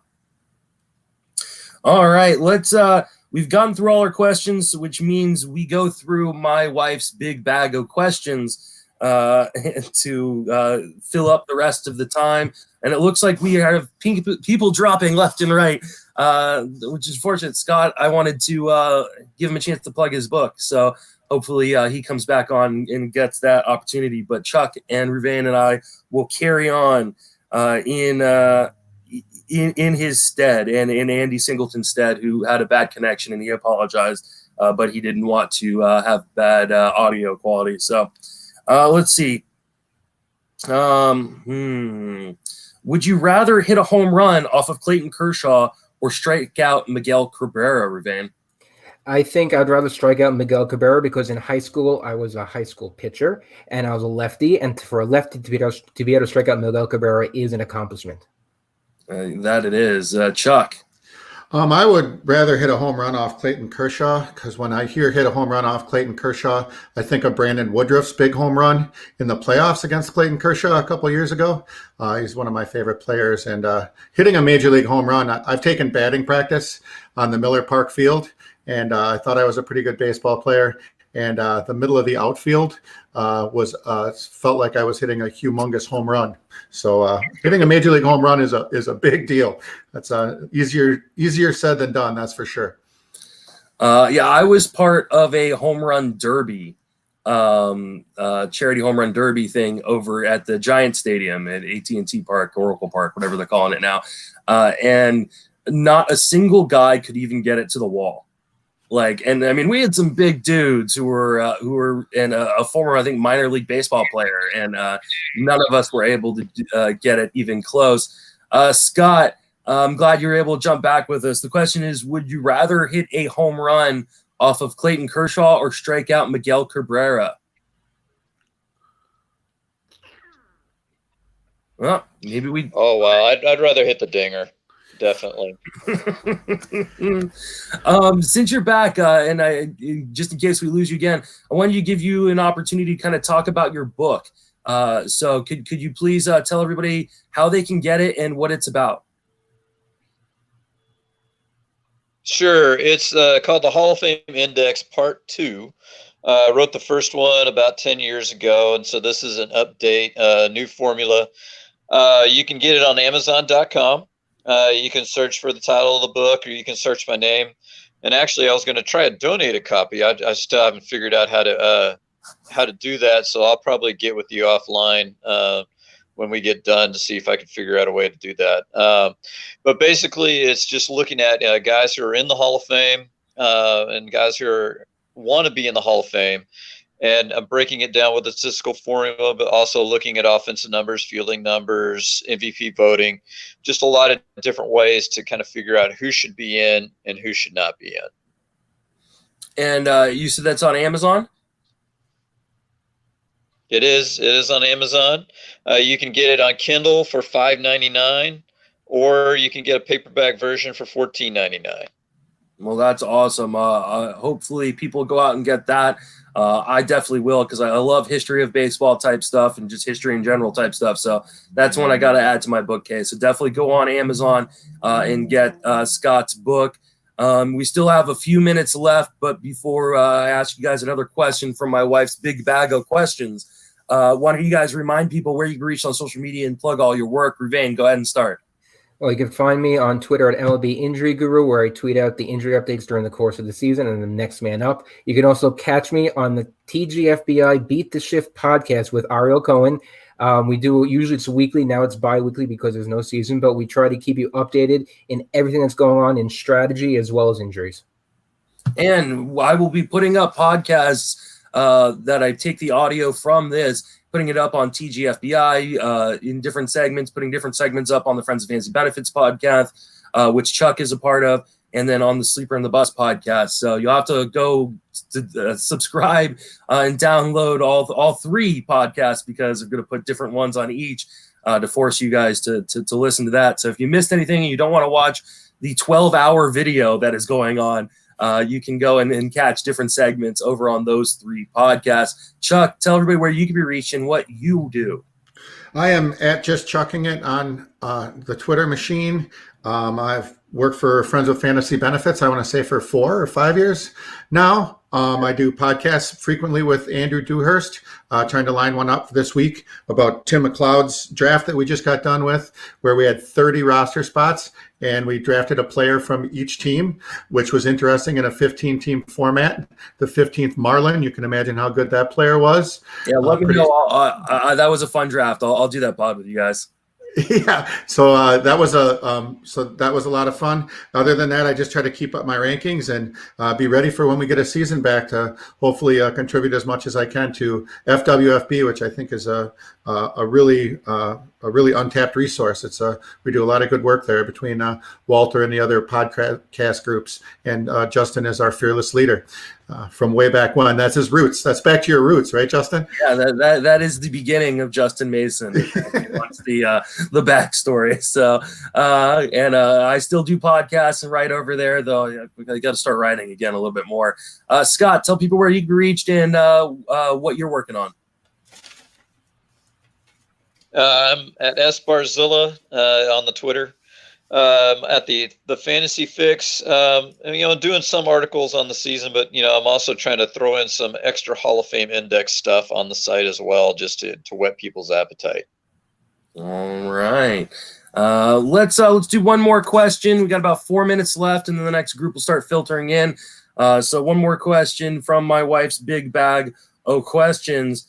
And I think let's see. Would you rather have a long, average playing career, or a short one that was fantastic but cut short by injury? I'll ask you, Scott.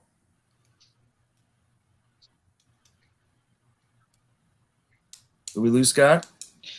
Oh, I like longevity. I'd probably go for the long career. Obviously, you're thinking of the family, bring in more money. So, that's where I would go. All right, Ruvain? I'd like also the long career because you get to see more, you get to play with more players, you get to interact more, and you also have a chance of even prolong your career as a possible coach or manager. Oh, there you go. Chuck? Yeah, I will also go with longevity. I think you're going to make more money in that career, for one thing, because that means you got through the arbitration process, which I guess might change here coming next year anyway. But I also think that long average career just, gives you that much more chance to accrue major league money, major league service time, and all the sort of benefits you get from being a long-term player. Yeah, I think for me, it depends on like how short is short. Are we talking 3 seasons and I never get to arbitration?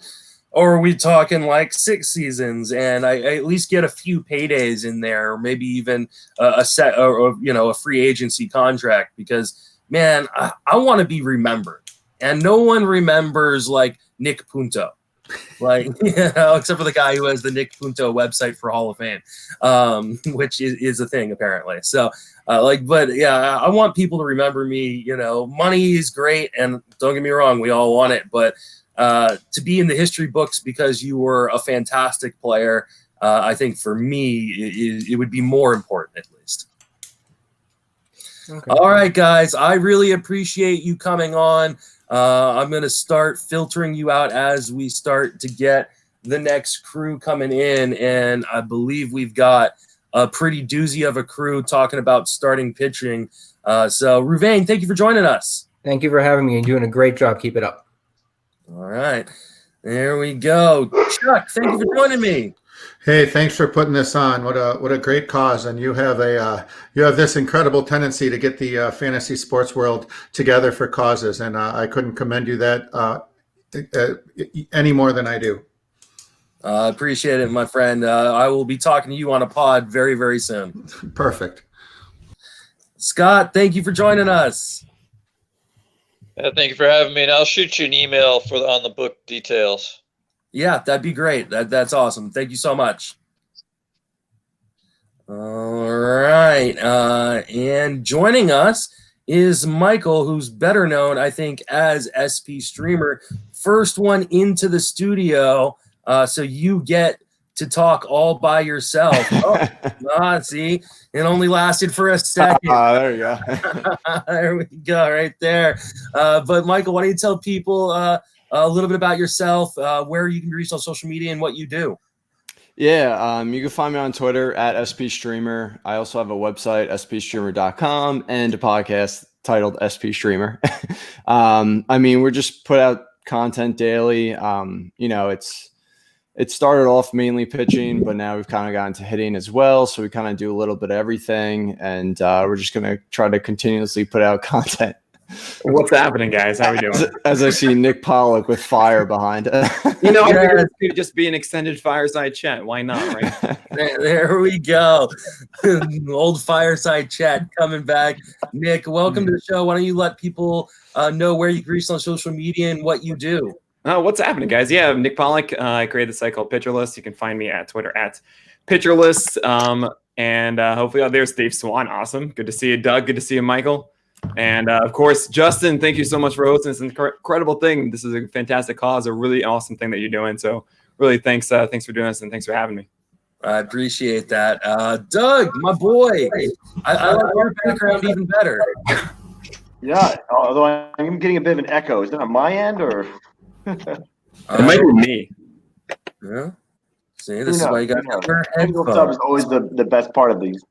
But yeah, I'm doing well. We're just sheltering in place up here, and Mason, you're what, about 2 hours away, North Bay, and yep, checking the South Bay down here. But yeah, people can find me at Doug_Thorburn, and I host the Baseballholics Anonymous podcast along with Sammy Reed, and I used to write for a bunch of different places.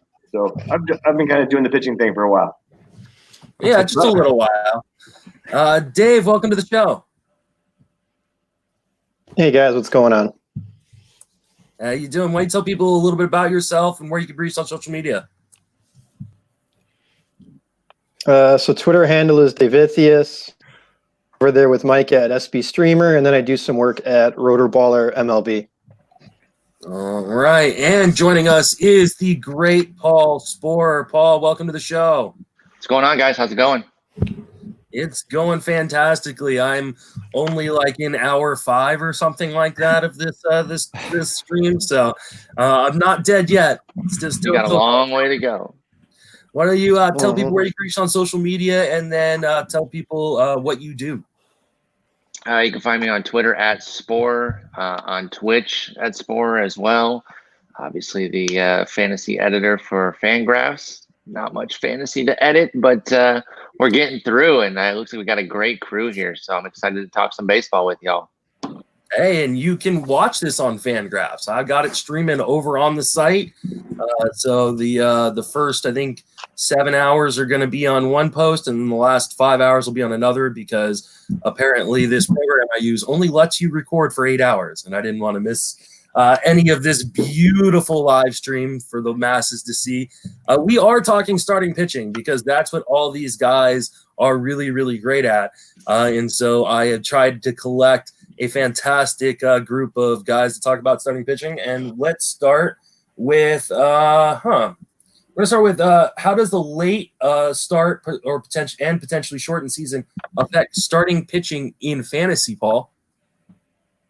I mean, it obviously allowed the guys who were dealing with some injuries to kind of get right before we even start. And obviously we still don't have a start date. So all these guys that were going to be out until May, they should be cleared. Even June, maybe some guys who were going to be out until July are cleared. I think a big deal too, though, is innings concerns for younger guys who we thought were going to be on limits.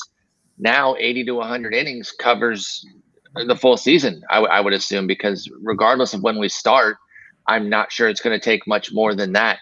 Now, there could be some counterbalancing to that if we're playing 7 games a week regularly, few off days. There might still be incentive for teams to rest a younger arm and move in a 6th guy.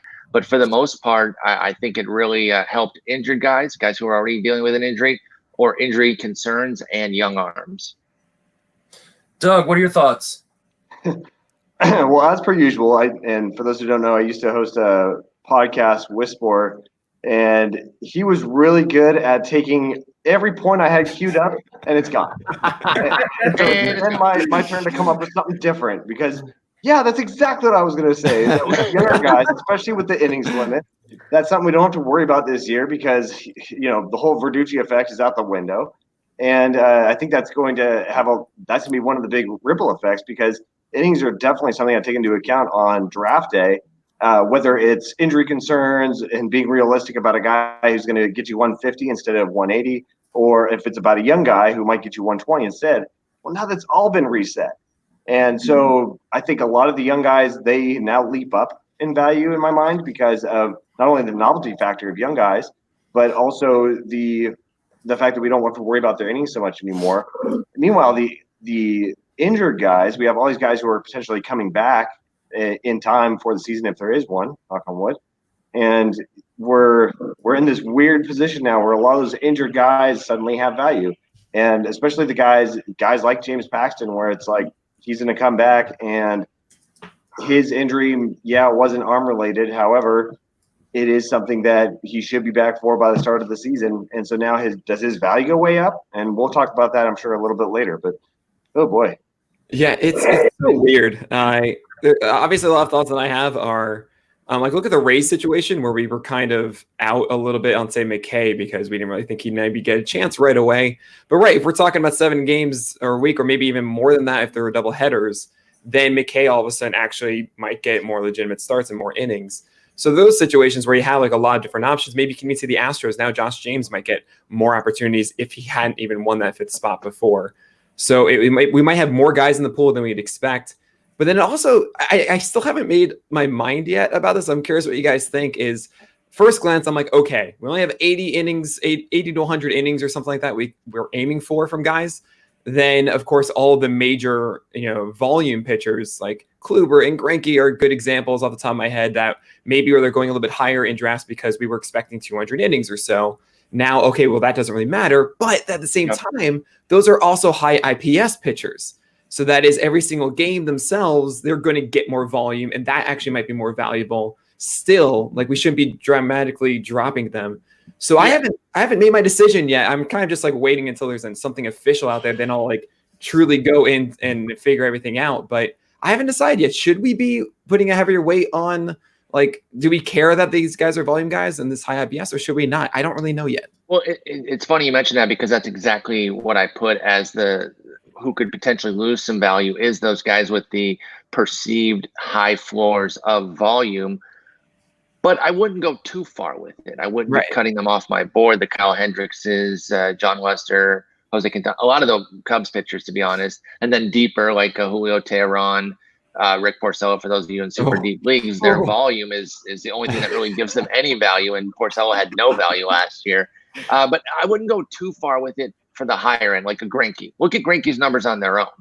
They're great. So, but he is given that extra boost for the volume. So I might move him down like a little, but I'm not going to plummet them in my rankings, especially at the higher end, like a Greinke, because he could still be the highest inning getter, even if it's only 15 innings above those other guys, as opposed to the 30, 40 that he could do in a full season. And it makes his 23% strikeout rate. Well, that's not so bad if he's getting an extra inning per start, and then that turns into in relative 25 or so that's okay. Michael, what are your thoughts? Yeah, I mean, you guys pretty much covered the basics and everything. And I mean, when I started to think about it, more so with injuries too, it's kind of hard. You could go either way when it comes to injury-prone players, because it's kind of like they have less of a chance of missing a season, but also if they do miss the season, then it's a larger percentage of it. So when it comes to injury risks, I think you could kind of go either way, and it kind of depends on if you like to draft more so for upside or not. But when it comes to, kind of like the innings limits, I was going to kind of take it a little step further and just kind of, I think it's, while these guys who are on limits, they become slightly more valuable and, kind of like a Paddock and stuff. But what about these guys who have higher pitch counts, kind of like Bauer, Lynn, and Meyer, who they let them go longer in games, and, that they're probably going to be going 7 innings more so, where you probably get like a Luzardo and stuff who might just be going 5 innings. Right. So I think kind of like what you guys said, like you could kind of adjust them a little bit, but I wouldn't get a little too crazy with it. Just because there still are going to go probably further in games than these younger guys who aren't going to see limits inning wise anymore. Yeah, I think you're right on that. I think some people want to push their Glass now and Luzardo's 10, 20 ranks higher than they had them, but there's still going to be a difference. And it's the innings per start, which Nick hinted on and which you're talking about, Michael, that will play a difference. And of course, the fact that if they do get hurt, that small injury is now a major chunk of the season. I think the best part of it for the Luzardos and the Glasnows and guys like that is that you can feel comfortable that they're going to be there for whatever playoff you have, if you're in a head-to-head league or down the stretch in a roto league. Not so much that they're necessarily going to be delivering huge innings, but just that in a normal season, we would have been worried that they might not be there for September. Now they should theoretically be there for whatever late season situation that we get. Well, I'm going to let David chime in on this. David, what are your thoughts? Well, a couple things about that. I'm kind of leaning towards wanting nothing but veterans at the moment. If these guys are going to probably have a little bit less of a spring training. So I'm going to want a guy who my cutter's not working, my fastball's not riding the same way, and he learns how to adapt at it. And some of these young guys, I just don't know if they have that experience. I know they've done a little bit in the minors, but this is going to be a whole new way of looking at things. And so for me, I want to play it a little safer and grab some of these guys that are going to be out there as the surefire aces right away. And I'd almost bump all that premium starting pitching stock way up. Oh, that's an interesting thought. I can see that. Like, I think there is a real case for that, especially just with the interesting dynamic that this whole season is going to present. who does deal with it better. Now that's a case by case. You could have a 22-year-old deal with it as well as a 35-year-old, but I would lean toward the veterans in a tiebreak situation to be more adaptable. I mean, the only exception, of course, would be Kluger, right? Because we just don't know. Is that April? Is it just him needing to ramp up, right? Season? Yeah. That's what I worry about is a lack of spring training. It's going to be a velo watch all over again for me. For sure. It's also going to be an injury watch too. Like I imagine a lot of these guys are not going to get the amount of time that they want. So I don't, because of that, absolutely. The injury question, it's like, I remember at first, I had no idea how to put weight into that, right? Should we be favoring those guys because there's less chances to get injured and less time to do it? Or because, as you said, Michael, right? Like go either way.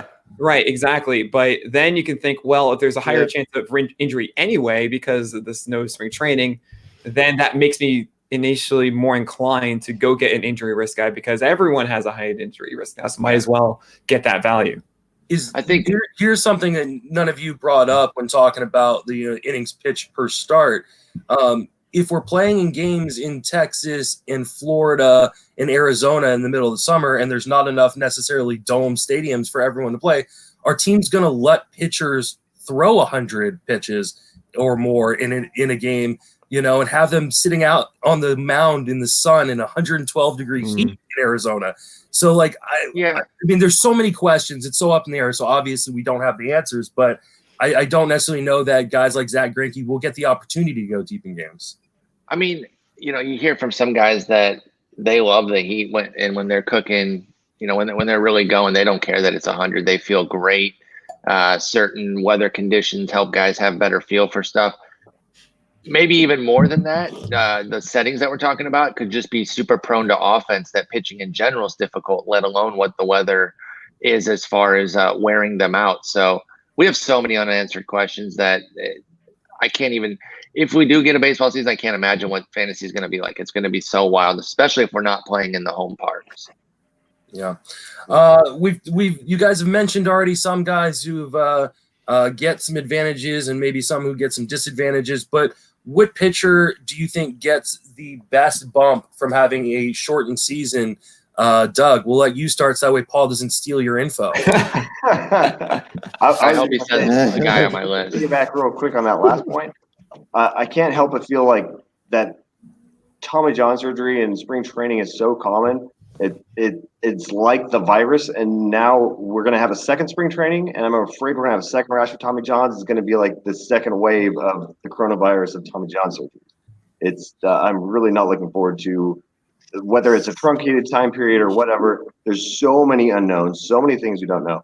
But I will say, at least it's all relative. So the good guys are still relatively good. The bad guys are still relatively bad. No matter how the environment changes, not everyone's going to change the same way, but relatively it should hold. So I don't think it's going to impact my strategy, especially because there's so much unknown. As far as the guys that get better, I mean, I know this is top end, but I'm so excited to see what Walker Buehler does this year. He's been someone I've been big on the last couple of years, but to see what he can do with all the reins taken off when he's given a chance, because the Dodgers, they're going to have a short amount of time to make a big difference. You talk about a guy who's going to get 7-inning starts, maybe 8-inning starts, Walker Buehler. Talk about a guy who could last that long without raising his pitch count too high, especially the way that he's developed. And I think that's going to be the hidden gems this year. The series of hidden gems are going to be guys who can go 7, especially in leagues that are weekly leagues. You've got 2-start leagues. Like, that's going to make a big difference because now it's not going to wash out over the course of a full season. You get a guy who had a couple of 2-start weeks, and all of a sudden that dents you for the whole year, and you end up having an extra 20, 30 innings on someone else, which is, oh, look, it's 20% of their total or 10% of their innings or something like that. No, I'm way off. It's more like 5% of innings. But still, I think it's going to have a bigger impact this year. Yeah. Nick, what are your thoughts? I mean, I'm just going to get the Colorado pitchers out of the way. Come on, that's the obvious one, right? They're not in chorus. Let's just talk about, okay, Herman Marquez, John Gray going up. I imagine everyone here was going to say that too. So I just wanted to throw that one out. Just like we all are there. The more interesting ones to me are you have guys like I would even say like the Giants pitchers. Like I was talking about Kevin Gausman as that might be a sneak one. Well, right, they go down exactly. Yeah. So we should be changing that value because they don't have next the same question. mark. Yeah, Well, you're I'm just skipping. saying, Yeah. that's You're skipping. These are who Fine. gets the most. Fine. Okay, fine. I was just thinking the biggest impact. All right. You were thinking biggest change regardless. Yeah, of that's what I was plus or doing. minus. This is why Alex is living in a basement right now, right? I'm trying. All right. I'm trying hard. Otherwise, it's going up. I would put some sort of favor. I would consider like Yankee pitchers a little bit. Obviously, they don't have the short porches and left and right as well. Something to consider. So maybe J.A. Happ. Like maybe we'd be okay with those 6 innings, those quality starts that J.A. Happ would have given some wins in a shorter season. Something to think about there. All right, Michael, you shook your head when he said Colorado guys. Hopefully you got something else to add in. That was because I obviously had Herman Marquez. But no, I mean, obviously it sounds like, a lot of games are going to be playing in Arizona if this does happen, or the 3 states. But I mean, I thought of, when it comes to that hot weather in the heat in Arizona, I'd like to go with guys who are more so can put up that high ground ball percentage and not as much as a fly ball percentage. I think guys like Strasburg and Castillo could really benefit from that. They both put up, about 50% ground ball percentage, and they're going to keep it in the park, I think, because of that. Whereas, which we'll get to next, these fly ball pitchers, I think it could hurt them a lot more being in that heat and in those stadiums. David? Yeah, you touched on a lot of the points I'm kind of looking at. One thing that kind of makes me as a gainer for some of these pitchers is a guy who can actually go that 3rd time through the order, especially if we're going to go to that universal DH. A lot of these NL guys aren't used to seeing the DH all the time. And so now it's going to be one more bigger bat that's going to be in that lineup. So I think that guy who can actually just get that extra 3rd time through the lineup is going to be, pretty key. And that's why I'm trying to bump up the premium guys. All right, Paul. I went straight forward and picked just one guy, Hyun-Jin Ryu. There's no guarantee that he doesn't get hurt, but it being a smaller season, he doesn't have to stay healthy as long to put up 80, 100 innings. And he's almost literally never been bad. The one time he was 4 2/3 in 2016, and he was hurt for the subsequent year. That was returning from health. So he basically missed 2 years in a row there. I don't really count that. Every other time he's pitched, the other 5 seasons, Hyun-Jin Ryu has been really good, and we saw how excellent he was last year and brilliant how brilliant he was in 18. So I think he gets a big boost. And if we play in alternate spots like in Florida, that might be better than touring the NL East, the AL East. And also, what if they mix up the divisions a little bit based on Arizona and Florida, and maybe he's not even fit. Well, the Yankees would still be there, but maybe some other teams are a little bit easier. Like the Marlins would maybe be part of a team that the Blue Jays face more often because I know they're in Florida. So, but I'm going to go Hyun-Jin Ryu because my big innings concern with him is mitigated, if not cut almost entirely. If you're worried about him playing on turf in Rogers Center, you're not going to have that worry. So exactly. So a lot of big factors there for Reed. Building on top of that, I mean, it's kind of crazy to say it, but Orioles pitchers then on top of that, that's a great point you made about AL East. I mean, John Means is someone I've been talking about a lot, and I love his stuff too. And if he's not going against the Yankees and the Red Sox and the improved Jays as well and the Rays, that's something huge to think about too. We've seen Asher Wojciechowski pitch decently at times too. So if he's not in Camden facing the Yankees and instead in Jupiter facing Miami, sign me up. Yep. And in one of the previous segments, our NFBC segment about an hour ago, Matt Davis mentioned that he does a lot of leagues with Draft Cheat, and the Draft Cheat did a study, and it turned out that on average, about 2 runs more a game were scored in Arizona as opposed to in Florida during spring training. So, wow. You start getting some of those AL East pitchers that you were avoiding because of the environments or teams they were playing, and now they're getting to play in Florida, and against different teams. That may be a huge benefit to them. All right. Potentially.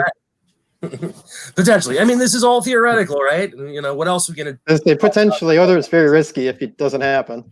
This is very, very true. There was a question from the Peanut Gallery who can comment. and it's from Alex Fast. He's asking why Paul would take the hair and glue it to his face. I responded. What else was I supposed to do with it? I sprinkled some over my cereal and I glued the rest to my lip. Was I supposed to just keep it? I mean, I appreciated that you sent it. You said you put it in a glass case, Spore. That's where some of it is, but like the rest obviously needs to be enjoyed. So a little over the Rice Krispies and the rest on the lip. No big deal. Jeez, everyone relax. All right, let's give something away since that's what we're doing today. We are raising money for Meals on Wheels, and we are giving away prizes. Currently, let's see, we have made almost $4,500 for Meals on Wheels. Wow. And a lot of prizes. And Adam Lawyer, another prize he's giving away is a Pitcher List subscription.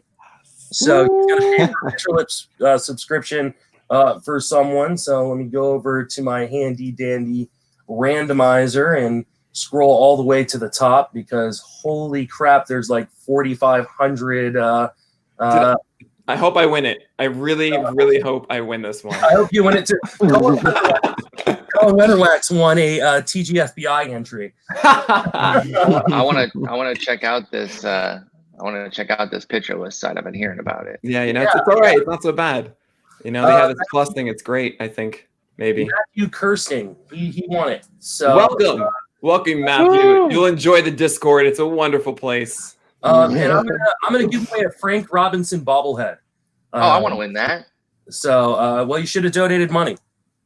I'll give you some money. Time to donate. You can donate on Venmo at Justin Salinger or on PayPal Justin Mason Fantasy at gmail.com. You can just see it right there in the background of Doug. So let's see. Andrea Lamont winning a Frank Robinson bobblehead. Congratulations to her. So so giving away prizes. Donate. But let's move on and I think we've already covered all of our questions, I believe, that I gave you. So we didn't. Well, what about the lowest late value round pitcher? Yeah, who loses value and favorite late round pitcher? I'm going to go out my list of prize here. Let's go with favorite late round pitcher to make sure we got that in. Nick wants to talk about the Giants. Let Nick talk about the Giants. No. Favorite late round pitcher there. Go, Nick. Favorite late round pitcher. I mean, again, John Means is someone I'm targeting everywhere. Jordan Montgomery as well. Another guy that had increased velocity in spring training. I think now, especially, he's still going to get that opportunity with the Yankees. Good win team as well. I think I only see good things there. So two lefties that I really like there. All right, Paul. Okay, so I got kind of groups. I got Jake Odorizzi at the higher end, right around pick 185 to 200. Aaron Savale at 250. I've been pumping him up all season. And then Pablo Lopez 350 and later with the Marlins. So, yeah. Oh, and Alex Fast didn't know if he was allowed to or not, but apparently he's going to be talking, and Nick are going to be talking to Pablo Lopez next week. I've already submitted a question for Alex. So sweet. Is it back there? What? It's not how he screwed me in fantasy last year. I heard. Are you going to ask him how his floor was only a 4.10 ERA? Nick? I crazy 4.20, but 4.20. I am going to ask him about that velocity boost he had in spring last year and just kind of see all that kind of stuff. Definitely, I'm excited to talk to him. He's interesting though. I'm really excited. They've got some pitching working there, and they're actually slowly turning things around in Miami. All right, David, favorite late round pitcher. Grabbing a lot of Chris Archer. Some late June, July, August changes that kind of boosted up his K per 9 and. His K minus walk, jumped up over 20. So I'm kind of interested. I feel like in the late 200s, you're basically just grabbing Robbie Ray, but much later. Yep. New regime too. Might as well see what they do. Exactly. They get away from the Ray Searage trash. I can't quit him either. It's the sinker. It's a sickness. It's one more year at least. One more year at least. Yeah, especially this price. Yeah. And what's the worst case? If he's terrible again, it's out easy. The past few years, it's been tough to get away from him because you invested even though sunk cost fallacy, I know all that, but it's difficult to get rid of that higher end pick. But this year, if he flops again, out easy. But I like the Archer call a lot. Michael. Yeah, I like Dylan Cease a lot. You know, especially if he can locate that fastball a little bit better. I like Alcantara with that power sinker, and as a late guy, I actually picked Spencer Turnbull, just because I think he's got somewhat of a deep arsenal, and maybe if one or two of them click, you know, I think he can maybe take the next step forward. I agree with that. For me, it's AJ Puck, and I mean, I think the A's have a lot of young guys, and a lot of those young guys that were probably going to be on the innings limits suddenly will not be. Meanwhile, I have to admit I'm kind of biased, but when I see a spring training clip of tall-ass lefty AJ Puck working with taller-ass lefty Randy Johnson, and they're working on literally the exact same thing I've seen video clips of with Tom House and Nolan Ryan working with Randy on back when Randy was a Mariner, and that was getting extreme extension. And AJ Puck has some long levers. He's a tall kid, and his balance is already really solid. And so, you know, granted, of course, it's mechanical crap, and I'm going to bring mechanics into it. But I really liked AJ Puck before I saw that, and I saw that, and I just got really into it. So I love AJ Puck. I'm not even sure how late he is at this point, but I know I've gotten him as my number 6 in a lot of drafts. So he's definitely not an early guy on a lot of people's radar. Well, he's really split from Luzardo, too, as it looked like Luzardo was going to have the guaranteed job and Puck was going to have to kind of work for it. Over the last month or so in online championships, Puck was picked 230, ranging as late as 273. I'll pay that all day for Puck. Yeah, now for the record, I don't like Luzardo nearly as much. And now that we have, of course, more opportunity for starts possibly, then yeah, definitely I love that Puck call, just because now when we did think that he was going to relieve, now wait, he could be starting for a significant amount of time. So this is good. I like it. He also got hurt, which I think plays into the price as well. Yeah, great point. Yeah. All right, we got a couple minutes left, so I want to give you each a chance to promote all your work again, and then let people know where you can be reached on social media. So, Michael, please let people know where you can be reached and what you do. Yeah, you can find me on Twitter at SPStreamer. We run a website, spstreamer.com. Kind of just touch a little bit on everything. We got a couple great writers, including Dave, who's down below me right now. And we have a podcast as well called SB Streamer. We also do a short podcast called On the Bump as well. And I just want to thank you for doing this, Justin. This was awesome, man. Well, thank you for coming on. Doug, where can you reach? What are you working on? Well, with Baseballholics Anonymous, that's our podcast with me and Sammy Reed. That's pretty much the only thing I'm working on baseball related these days because I'm not really writing for sites currently. But I'm doing a lot of, I own a small business. It's a tutoring business. And we're going remote, so I'm really encouraging people to give us a try. Just basically, anyone who listens to this, I want to give them a free hour to give it a try. We'll talk about anything, whether it's baseball or it's calculus, doesn't matter. Awesome, that's great. Definitely support Doug and his small business. And Doug, if you want to DM me and let me know any way I can help you out, please do. Nick, where can you reach on Twitter? What are you working on? You can reach me on Twitter at PitcherList, but check out Thursday. We're going to do a live on the corner podcast. We have a major announcement to make live at 6:00. So definitely tune in for that. But outside of that, I mean, everyone donate to Meals on Wheels. This is an amazing thing. Win some stuff. Justin, fantastic work here. This is awesome. Thank you. David, where can we reach? What are you working on? So, yeah, I write with Mike up at SB Streamer. Like I said, I do some things over at Rotoball or MLB as well. So just kind of grinding out, trying to keep everything interesting right now and appeal any, fantasy baseball fan that we can. All right. I'm going to cut some of you guys off the stream so I can add other people. But thank you guys. And I'll go ahead and tell people where you can reach and what you're working on. Justin, thank you so much for doing this. By the way, this was great. You guys can find me on Twitter and Twitch at Spore. That's twitch.tv/Spore, twitter.com/Spore. Still writing over at Fangraphs, still doing the podcast twice a week with Justin. Streaming on Twitch 5, 6, sometimes 7 days a week. Oh, James Anderson, I want to stick around. But anyway, thank you so much for doing this, Justin. This was a great idea, and I'm really enjoying it. Yeah, thank you for coming on. It's always great to talk to you, even though I do it all the time. Agreed. Bye. Bye. All right. So now joining us is a bunch of prospect guys. Hour 6, as you can see, the sleeper in the bus shirt, which, we had a lot of sleeper in the bus guys on last segment. But now we're going to talk about youth. We're going to talk about prospects. We're going to talk about dynasty leagues. Joining me is Chris Blessing. Chris, welcome to the show. What's up? How are you guys? Doing well. Tell people where you can reach and what you do. C_blessing on Twitter, baseballhq.com. I'm a prospect writer. It's all fun stuff. So come check me out. James Anderson, welcome to the show. What's going on? So people where you could reach and what you do. I am the lead prospect analyst at rotowire.com, and you can find me on Twitter at RealJRAnderson. Corey, welcome to the show. Tell people where you can reach and what you do. Thanks so much for having me, Justin. I appreciate it. I can be reached at Corey5Ott. Write for Prospects 365 now, write for SP Streamer. New voice on the Turn 2 podcast. So, yeah, that's where you can find me. And Mr. Lifshitz, welcome to the show. Tell people where you can be reached and what you do.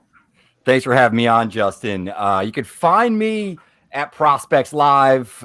You can, of course, find me on Twitter at Prospect Jesus. I am co-founder of Prospects Live, prospect writer, and just a massive baseball fan. And it looks like that you have a light behind your head that makes you glow like Prospect Jesus should. Yeah, it's my halo, man. You know, it's my Jesus halo. You want some of my hair, Ralph? Close. I got the beard. I'm trying to grow it out, but it's on that ugly phase. You know, I look more like a late stage beetle right now. Mr. Welsh, how are you, my friend? What up? Good to be here. Leader of Nothing.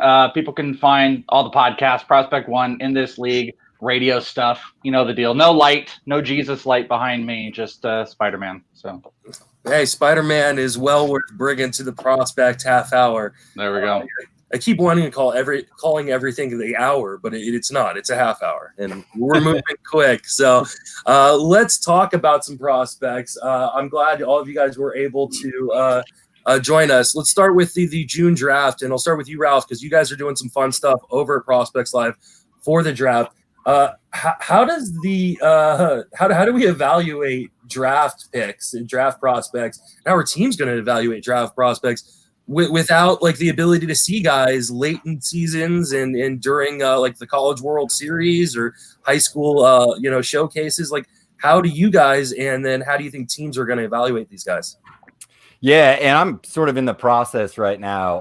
I'm like in my basement, which is my, I guess, my writing room. I'm actually like in the background. I got a Bobby Miller start Louisville versus Wakefield game from like, the last week of essentially like college baseball. So I think it's going to be heavily leaning on that. A lot of Cape Cod footage, a lot of sort of spring notes and workouts, things that guys saw. They're going to have to rely heavily on that because it's all that we really have. Probably with teams, it's going to be, in-person interviews, some of the stuff that they can do behind the scenes. They have, more information than we obviously have available publicly. But, in terms of the process, we do lose, that really important sort of period. And a lot of it, would have been kicked off with like, SEC conference play, was those really high level competition where you're seeing some of these guys that had their early season breakouts in the tournaments and, non-conference performances, maybe be challenged, right? Where that's really the litmus test for a lot of these prospects. So we lose all that. And, it leads to a lot of uncertainty, I think, with a lot of these college guys. There's obviously been far-reaching changes to the draft as well. As for stuff that we're doing at Prospects Live, because I know you threw that in there, we are actually doing a pretty big event on Friday. We're going to do a live stream of the draft. Over the last couple of weeks, I've been putting something together on behind the scenes where I found a prospect account or a prospect writer. James is actually being one of them, Welsh another, that cheer for particular teams or have team affiliations, assign them to a team, and we're going to do a live stream of the actual first 3 rounds of the draft.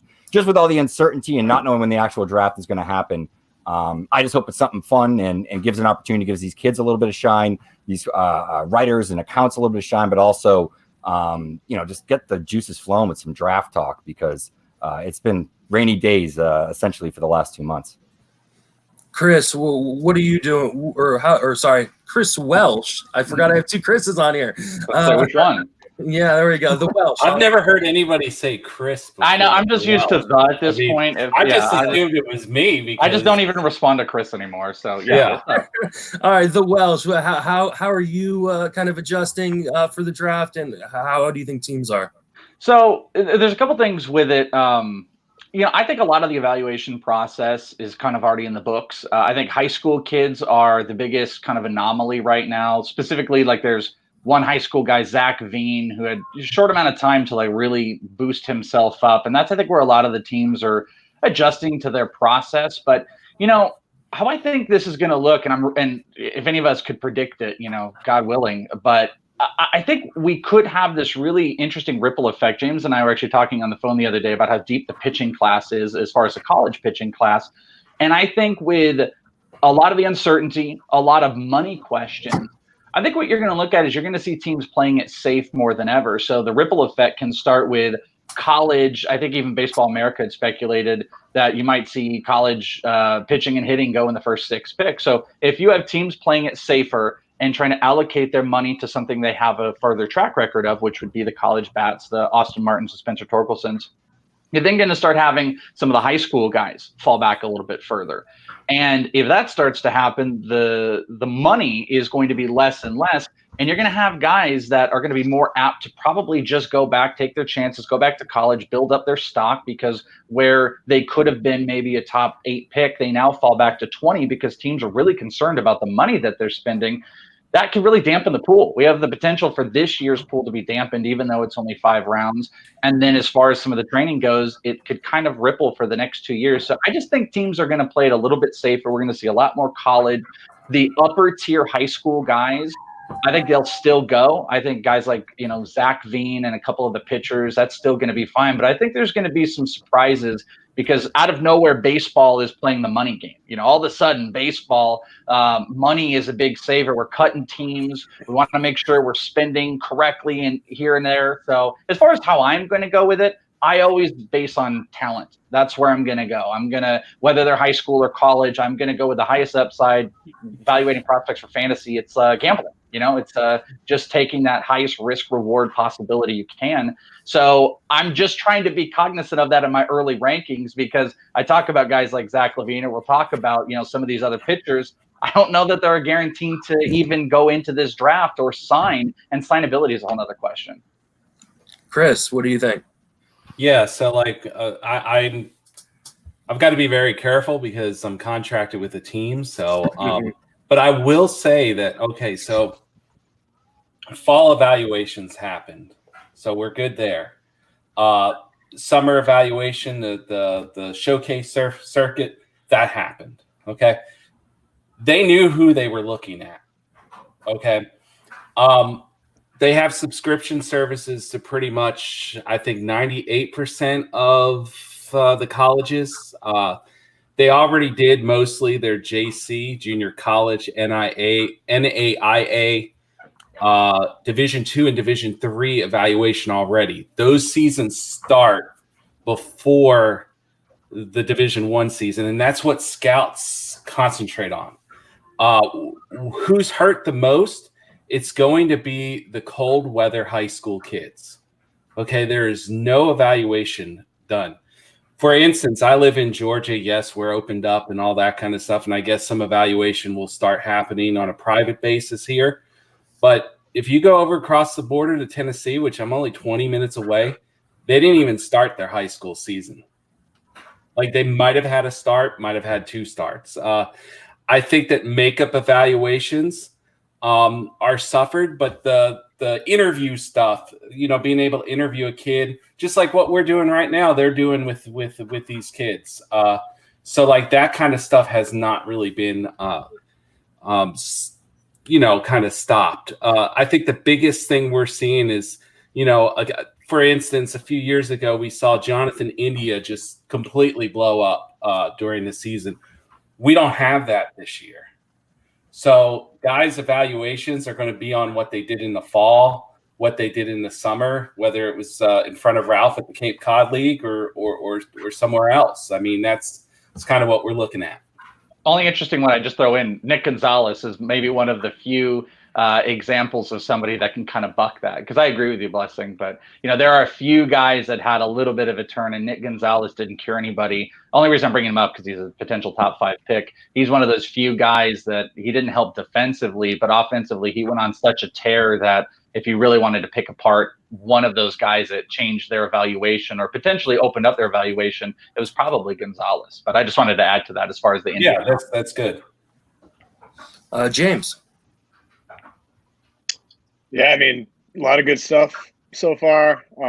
I think there's a handful of college starters that had their first really kind of breakout in 4 or 5 starts in 2020. And so a lot of big league teams are going to have to be comfortable with their evaluations on those guys because they weren't able to have that full junior season to really kind of solidify their stock.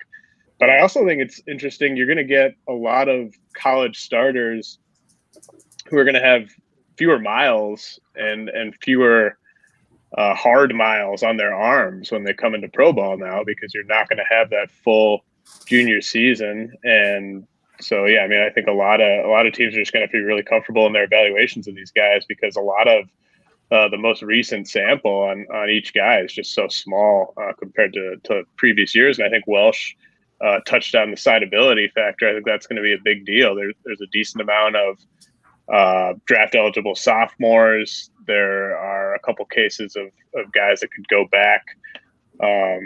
So, I mean, I think you want to be careful about that in dynasty drafts. If you're doing these drafts before we know who's all signed, there are certain guys that just have a lot more leverage than other guys that might decide to just kick the can down the road till 2021. Corey. Yeah, and that's all great information. I don't really have much to add to that other than, just building on the idea that these players, these prospects that we're looking at to maybe take that next step forward in the beginning of 2020 before the player draft in June, they don't have that opportunity to prove themselves to teams coming up, in sight of the draft. So unfortunately, guys like there's just certain guys that you look for to take that next step year to year. And we're not even going to be able to see that. So drafting guys based on their 2019 value essentially is what teams have. They have, like Ralph was saying, they have everything pretty much figured out. Chris said it as well. They know basically who they're taking. And now, especially because you don't get this half a season for guys to prove themselves, it takes strides forward. Jared Kelly is a big name that I've been looking into, looking for him to take strides forward with certain mechanical things. And you're not going to be able to see that this season. So they're going to have to take a shot on the dark on high upside guys if that's what they want, or they're gonna have to shy away and take the high floor guys, and each team's gonna be different, obviously. Yeah. So one thing I just wanted to add real quick too, I've only got to really talk to James about this, but something I think to watch out for as well that I've been speculating on is the potential for some high-end guys to go back. The opportunity for them to win College World Series was taken away from them. I've speculated like guy like Spencer Torkelson, just because they have Alika Williams and Gage Workman. He's a Boris plant, and I can see Blessing shaking your head, but like he's not going to because he's a top pick and he's a Boris plant. But there's the potential for a few of these guys. Casey Martin's already kind of even speculated about that with Arkansas, that you might see a few guys that would have helped push up the class go back just potentially because their stock has adjusted in the college ranks and because, the College World Series is taken away from a few. It's just speculation, though. So one of the things that's happening right now is leverage is being taken away from teams. They rely on leverage to sign these kids. While I don't think I think monetary rewards are more important to most of these prospects than winning championships in college. I do know prospects, and I can't name them. I know prospects that are in the Southeast that, that would be very important to, that might have financial backing with their families and that kind of thing, that this would not but the average kid that's in college that's going to be shown money is going to take the money, unfortunately. Yeah, ASU is a specific situation, though. But sorry, I don't want to keep going on it. Just ASU is a specific situation. I talked to Spencer, I saw him 4 games before everything ended, and I remember specifically saying something to him. I was like, "Man, look at all these scouts." It was when New Mexico State was here. Nick Gonzalez was in that game. I'm like, "Dude, look at all of these scouts out here. Is this impressive?" And he goes, he literally looked at me. He's like, it's really cool out here. There's a lot of dads with their kids, and they just watch it. So he completely moved past the idea of this guy. He's an unfazed kid, and baseball doesn't do it like basketball does. But if there was a team that would, maybe group together, want to come back for a shot at it, ASU is just specifically it because they got 3 top 50 prospects. But it's the unknown that we all are dealing with. All right, let's move on. And talk about dynasty leagues. Is 2020 the year to punt because it's so unpredictable? with a short sample size, with how the games are going to be played. If you're in a dynasty league and you're kind of a fringe team, are you punting or going for it, James?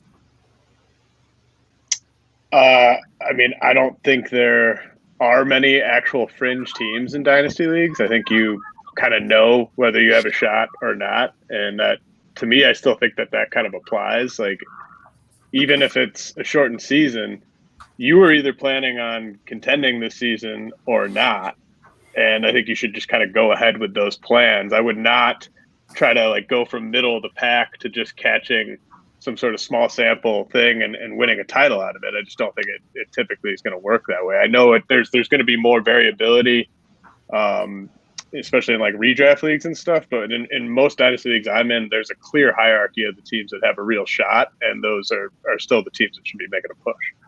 So you're saying my team has no chance, James? Yeah, yeah, an RDI, yeah.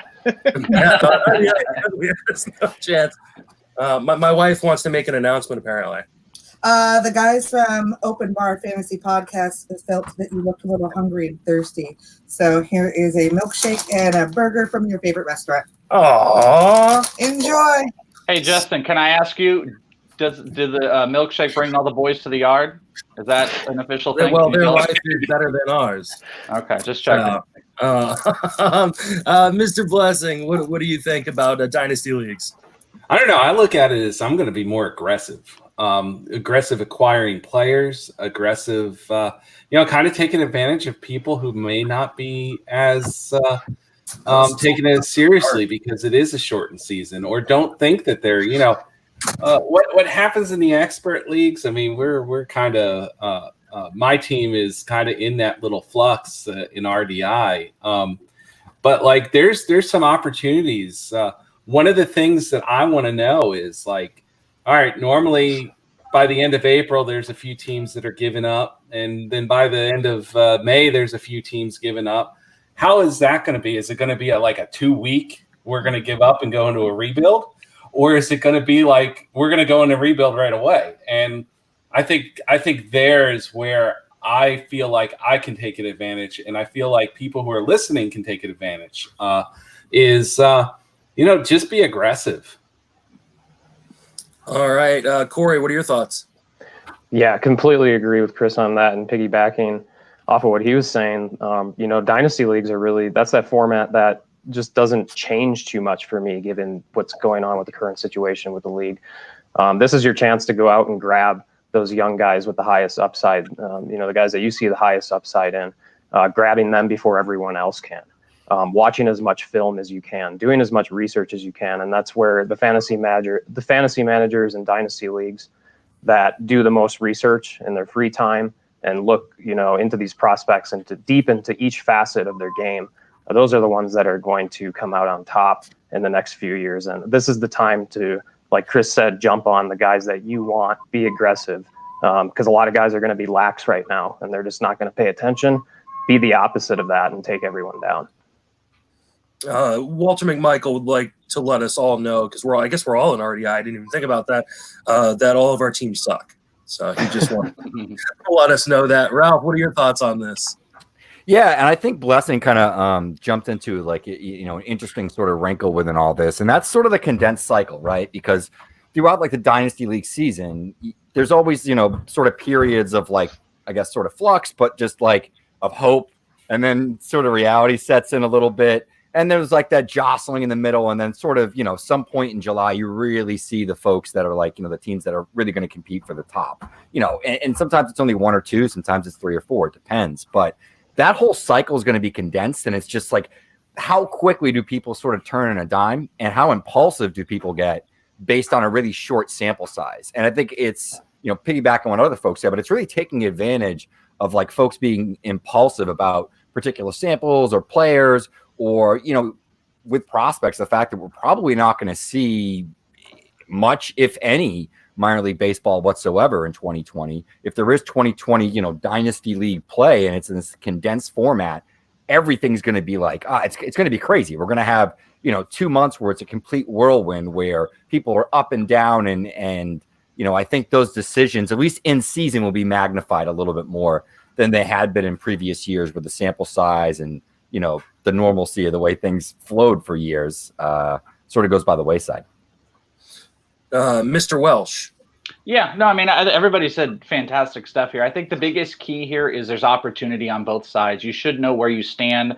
That window is probably a lot clearer going into whatever the shortened season is, and maybe you need to make a decision earlier rather than later if you're kind of fringy. And I just think there's opportunity on both ends for the team that wants to go all in and the team that wants to rebuild. There are prospects out there from the really far youth guys that people don't want to even mess with, maybe even further now because that window's shorter, to even the fringy older guys like Monte Harrison or Brent Honeywell is someone I really want to buy right now. Everybody forgot about, and he's been given more time to recover from the injury. So I think there's just opportunity is the big thing in Dynasty right now.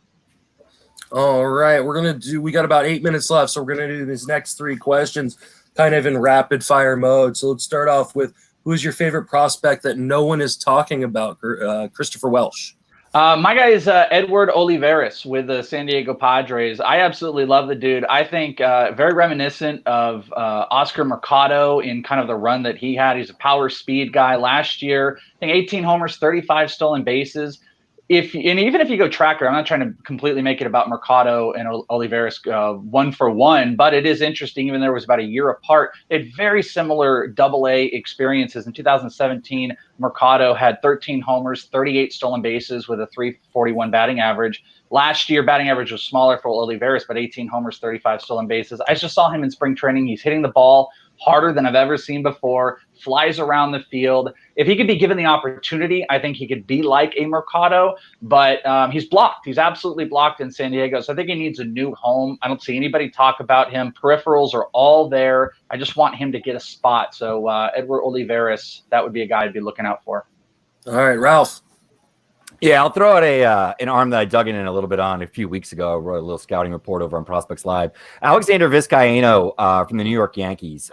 Sort of a late bloomer in terms of an international prospect, but this kid has 90-plus mile-per-hour fastball, sits, in the upper registers, touches 99 at times. But he's got an absolute double-plus changeup. The thing is nasty, insane bat-missing ability. There's a few games on MILB. It's free right now. I encourage everybody that's out there that's looking for a fun take to seek out some Vizcaíno starts, just simply because that 2-pitch mix is phenomenal. Third pitch is definitely work in progress in terms of the breaking ball. It's not great, but he could get there. And it's just one of these interesting Yankees arms that sort of pops up every year. That's a lot of fun to watch. So I'll throw an arm out there because I've been digging in a lot of pitchers lately. All right, Corey. Yeah, I'll follow up Ralph with another arm.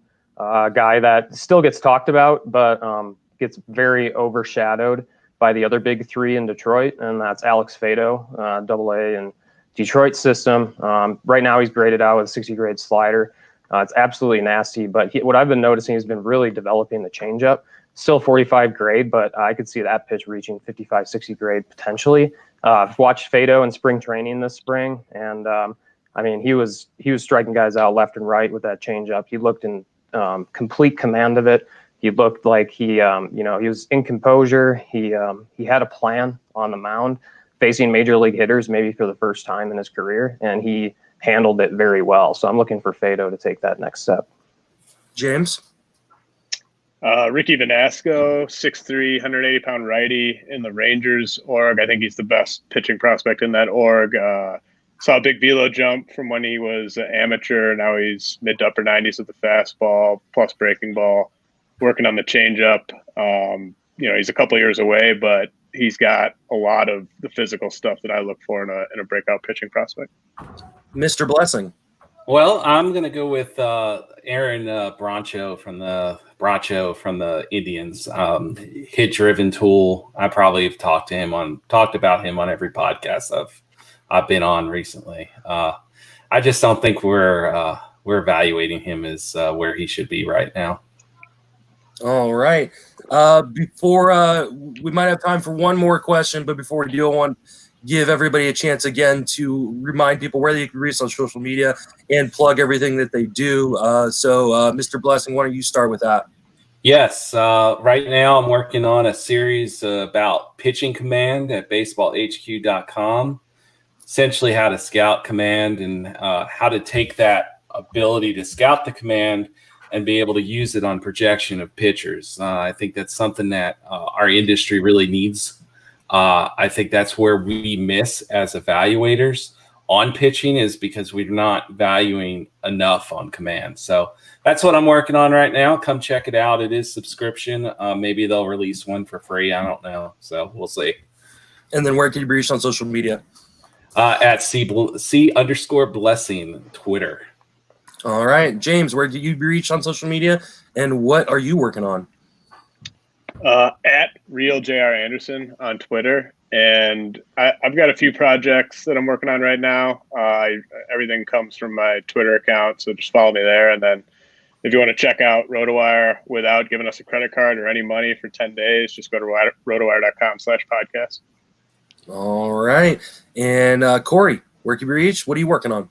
Yeah, so my Twitter handle's shown in the window here, but it's at Corey5Ott. Writer for Prospects 365 now. I write for SB Streamer. New voice on the Turn 2 podcast. Do some stuff with Bases Loaded Network as well. So yeah, just working on some other deep dives. Daniel Ponce de Leon is going to be my big one coming out next. Yeah, working on an article highlighting some stuff about the MLB Remix League. I'm redrafting for the Brewers. More guys will be on later to talk all about that. But yeah, that's where you can find my stuff. All right, Ralph, your turn.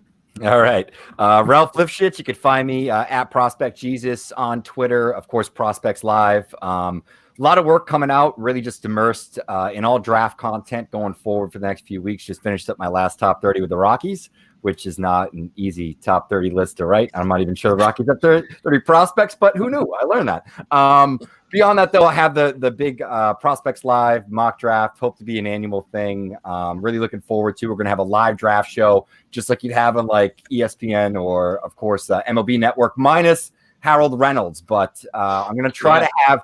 I'm going to try to have Matt Thompson make as many obvious statements as possible while wearing a shirt and tie. If we can get Matt to wear a shirt and tie and a top hat, I think we're good. Just make sure Matt comps somebody to Bo Jackson, then it can be the Harold Reynolds thing. Who's going to be the Harold Reynolds? We're going old school. We're going to do like Mel Ott, Babe Ruth, like Satchel Paige. We're going to compare players to people that like no one has actually seen. You know, Mr. Welsh, go ahead and remind people where you can reach on social media, and then plug your work. All right. Is it the Welsh? That's a Twitter handle. I put out all my stuff through there. You can go to thisleague.com. It goes to our Patreon. Our Patreon is robust. Bogman and I do comedy shows. We do lists. We do group meet. We have a bunch of old stuff people can check out there. Prospect One, it's relevant to this conversation. That's my podcast. Ralph is actually coming up this week. We're going to be talking about the top end of the draft and talking about his mock draft. We've been doing tons of – I'm going to be heavy into draft stuff for the next month. Always talking about different evaluation points. I go off on weird tangents on lots of stuff. So lots and lots of podcasts. So you can just find me. Is it the Welsh? It's easy to do. All right. So on the way out, what I'm going to do is have you each say a prospect that is overrated in the fantasy industry. No explanation. You're just going to throw out a name. Okay. So Can I go first? Yes, you can. I want to steal it before James does. Alec Baum, overrated. All right. Thanks for joining us. Okay, let's do Ralph. Maximo Acosta. All right. And Corey. Christian Pache. Thanks for having me, Justin. Appreciate it. All right. And James. Nate Pearson. Oh, wow. Thanks for that one. Have a good one. And Mr. Chris Blessing. Taylor Trammell. Oh, there we go. Well, thank you for joining us, Chris. And joining me now are Brent Herzog and Anthony Aniano. And we're going to have a few others joining us. But until we do, Anthony, why don't you let people know where you can reach on social media and then talk about what you do. Hey, Justin. Thanks for having me here today. Follow me on social media, Aniano Fantasy. Sirius XM, Rotoballer Radio, Monday to Friday morning, 6 to 7 a.m., as well as rotoballer.com. And on their YouTube channel is where you can find my work. All right. And then, Brent, tell people where you can be reached on social media and tell people what you do. Yeah, we're the Exit Velocity Baseball Podcast. You can reach us at Exit Velo PC on Twitter. I'm at Exit Velo @Velo_BH, and my co-host is @ExitVelo_JR. We're not really big into writing, but we do get out 1 to 2 podcasts a week. And you guys have a Facebook group, right? I'm part of that. Yep. Yeah, we got a 100-member Facebook group that we're looking to continue growing. People can post their content on there, their podcasts as well. Awesome. And we should be joined by a couple more people here at some point, but hopefully they get on. We're going to be talking sleepers and busts during this segment. I asked the guys to pick 2 of each to kind of shell out for the world and talk a little bit about. But before we do, first, wait. We got Michael. Michael's here. So, Michael, why don't you tell people where you can reach on social media and what you do? Hello, everyone. It's a pleasure to be here. Thank you so much for having me, Justin. Thanks for doing this. You can find me up here on the board. I got it all. It's too much to say at this point, but I do the Palazzo podcast. Hey, it's Enrico Palazzo Baseball Podcast. And you can find us there at Palazzo Podcast, 2 L's, 2 Z's. Then I'm also joining the Turn 2 podcast as a rotating co-host. You can check us out at Turn 2 Podcast. And, of course, the guy who saw so much in me, a gleam in his eye, Mike Curlin, and the Bases Loaded Network. I'm a part of that network as well with our podcast. So that's where you can find me. Awesome. So we have one more joining us, and it looks like he is now officially here, and that is the great Adam Ronis. Adam, welcome to the show. What's up, guys? Sorry being slightly late, but I'm here. No worries at all. It's this is a fun experiment. So we're learning all sorts of new things. Why don't you let people know where you are on social media, how they can reach out to you, and then plug everything that you do, because you do a lot in the industry. Sure. You can find me on Twitter at Adam Ronis, simple, just my name. You can find me on Instagram at Aaron88. Find all my work at fantasyalarm.com, cover baseball, football, and basketball. Also, SiriusXM Fantasy Sports Radio, Monday nights, 10 to midnight Eastern on Lisa Ann Does Fantasy. And then weekdays, Tuesday through Thursday, midnight to 2 a.m. Eastern, Alarm After Hours. All right. Before we get started on our Sleeper and Bust segment that we're going to do for this half hour, I am going to do another drawing. So Tim Wagner from Fantrax has offered to give away 5 $10 Fantrax baseball leagues for free. So we're going to give away all 5 right now. Do my little randomizer over here. And we have Michael Shepard, Andrew Spiteri, Sharon Hill, Curtis Jones, and Will Hazley, a couple of repeat winners from earlier prizes. We're going to be giving away prizes all day long. I still have just a ton of stuff to give away, more than one thing per half hour. So keep donating. You can donate to Justin Mason Fantasy @gmail.com via PayPal, or Justin Salinger via Venmo. And everything that's raised gets donated to Meals on Wheels. And for every $1 you donate, you get an entry into this raffle. At this point, we have, already raised $4,500 for Meals on Wheels. So, it's amazing what everybody's doing. Please keep donating if you can. And Todd Zola from Masters Ball said if you donate $50 or more, he will give you a free platinum subscription to Masters Ball this year. And for those who don't know, Todd TGFBI. So I think he knows a little bit something about fantasy baseball. So definitely do that. And then Rotoballer just contacted me, and they are going to donate a couple of Rotoballer premium sports passes for the year. So we'll give one of those out sometime, probably during this segment. So thank you everybody who's donated items. But let's talk about sleepers and busts. We're going to start with sleepers. Now, sleepers have a connotation that's different to everybody. Some people say a sleeper is someone outside the top 200 or 300 picks. Some people say it could be any number depending on what. So, and I didn't give you guys guidelines, so it could be all over the place here. I'll start with you, Adam. Who is your first sleeper and why? Ronald Acuna. No, I'm just kidding. You didn't give us guidelines, so I figured take the easy way out. No, I'm going to go Dansby Swanson. Shortstop is such a deep position, and I find that I really don't have this guy in a lot of leagues. I got him in one of my early draft champions leagues in the NFBC. So it's kind of hard to get him just because there's so much depth at the shortstop position. But this was a guy that he got hurt last year, had the heel injury. When he came back, he absolutely sucked. And I think that's kind of drawn his numbers down. When he came back, he didn't hit a home run. He struck out 32% of the time. But in the 100 games before that injury, he was hitting 265, 64 runs, 17 homers, 57 ribbies, and 7 stolen bases. And for me, I'm not someone that gets those big stolen base guys early. You know, I'm not going to overpay for steals. So what I like to do, I always say they add up, you know, whether it's 5 to 10, 10 to 14. If you just accumulate several of those guys, you can be competitive in the category. And I know we're a lot of our podcasts, and we talk a lot about the high stakes leagues, I think, or very competitively, because we feel that people who are listening to us are pretty hardcore.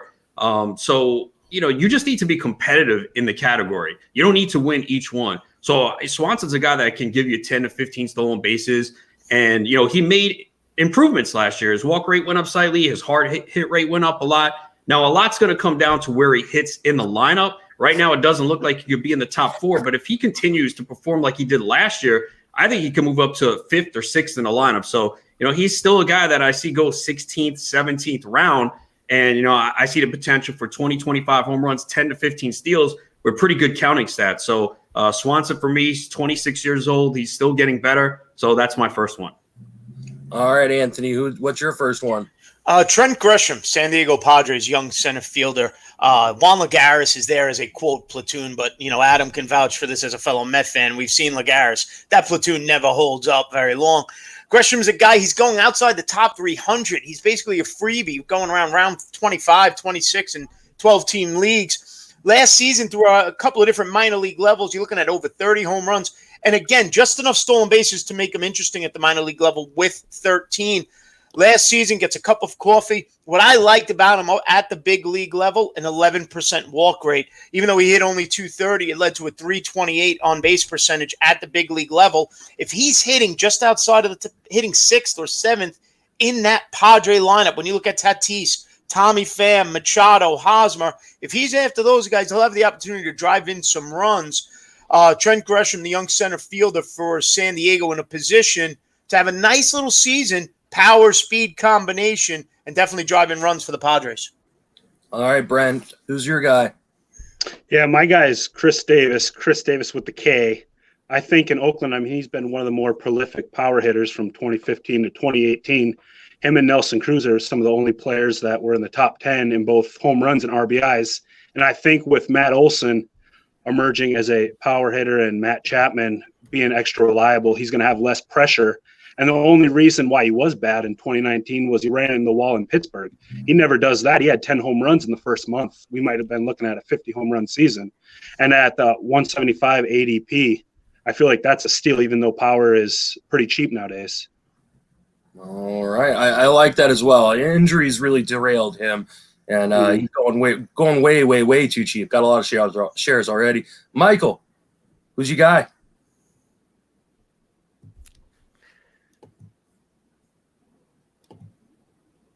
Michael, can you hear us? Is it not Michael? I hear you. Oh, okay. Can you hear me? Now I can hear you. There you go. Oh, I don't know if I'm screwing up the connection or not. Sorry. Okay, so first off, hi, Brent. I know Brent. Nice to see you. I don't know Adam and Anthony. Nice to meet you guys. And this is my first time being out with you, Justin, so it's a real pleasure. Thank you very much. I chose Trevor Richards. I wanted to go like really deep. I wanted to take somebody who was a really just off the grid. Now, Trevor Richards was even optioned to the minors before and after everything got shut down in late March. So he's clearly not going to come up if the season ever happens with the Major League roster. But he's got a nasty changeup. It's a really good pitch. And I believe that he's going to get an opportunity sooner or later. They traded for him from Miami. They wanted him for a reason. I do believe he'll find a role, even though the Rays have just so much pitching. They've got endless players that they can really just keep feeding into their system at the Major League level. But Trevor Richards is a guy who I think will be someone who gets to make a difference sooner or later. There was a article done by Ben Palmer, shout out to Ben Palmer, talking about the top 10 chase rates and for a specific pitch. It had to be a minimum of 400 times thrown, and he had a nasty 51% chase rate on his changeup And it was not the first time that he was on this list. Ben has done this every year. So it's one of the best pitches in baseball, believe it or not. And I do believe they're going to utilize that because the Rays harness pitching better than almost any organization in baseball. All right. Why don't you go ahead and give me your next one as well? All right. Coming right back at you. I like that. And then my next one was Snake Trap. I like it. Eliezer Hernandez. Eliezer Hernandez, another guy. I guess I'm just staying down in Florida for some reason. I wanted pitchers, Florida, deep cuts. Eliezer Hernandez will get a chance to show his stuff off.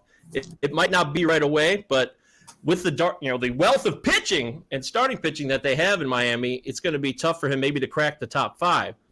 But I used him last year. He helped me win a fantasy title because he was a lot better as a starter than he was as a reliever. He got pushed around between both roles, and I think that was not ideal for him. I think he's much more comfortable if he knows he has a role that he can rely on, and if he just gets the chance to sit in the lineup, he can give you a decent chase rate. He could give you a lot better numbers as a starter, and I do believe Eliezer Hernandez will be someone sooner or later, if there is a season that you can rely on way beyond the draft, probably someone you could maybe pick up depending on your league format as a waiver wire pickup. All right, Brent, what do you got for me? Yeah, my second guy is Hunter Renfroe with Tampa Bay Rays. Right now, roster resource got him batting 5th. And I think if he gets 500-plus plate appearances, you're looking at 45-plus, 100-plus RBIs. I mean, the average is going to hurt you in leagues like that, but his OPS will be 800-plus as well. But his ADP in NFBC is 248, which for a guy batting 5th with the Rays, with that kind of power, and he's going to get a lot of playing time in right field, having that great arm, I think that's a steal. All right. I like that one a lot. Anthony, who's your second sleeper? Anthony Desclafani, pitcher for the Cincinnati Reds, a consensus ADP of 260. And you're talking about a guy with a strikeout per inning last season and 166 innings pitched, 167 strikeouts, an ERA in the first half at 4.26, and yet in the second half it was at 3.49, only a 7% walk rate. XFIP wasn't terrible at 4.30 with an overall ERA of 3.89. One of the better pitching staffs in the National League with the Cincinnati Reds. Slated to really be their 4th starter. Who knows how many starts he gets with this season, but if he gives you close to 20 and he's going to give you a strikeout per inning, you sign up for that after round 20 of your 12-team draft. I like that one a lot. He's one of my boys for a long time, and it would be a shortened season when he actually breaks out. It'd be my luck. I got him for $1 in an Ottoneu fan auction league. Well worth the price there. He's just flying under the radar. Watched him pitch against the Mets last year, hitting 96 regularly on the gun. Just top-end stuff potentially out of him. Adam, what are you thinking? Yeah, I'm digging deep here too. I'm going Freddie Peralta. And, I'm one of those people, if I say something, you'll see me do it in my leagues. I got Freddie Peralta in Tout Wars, NFBC auction league that I did. Hopefully it plays out.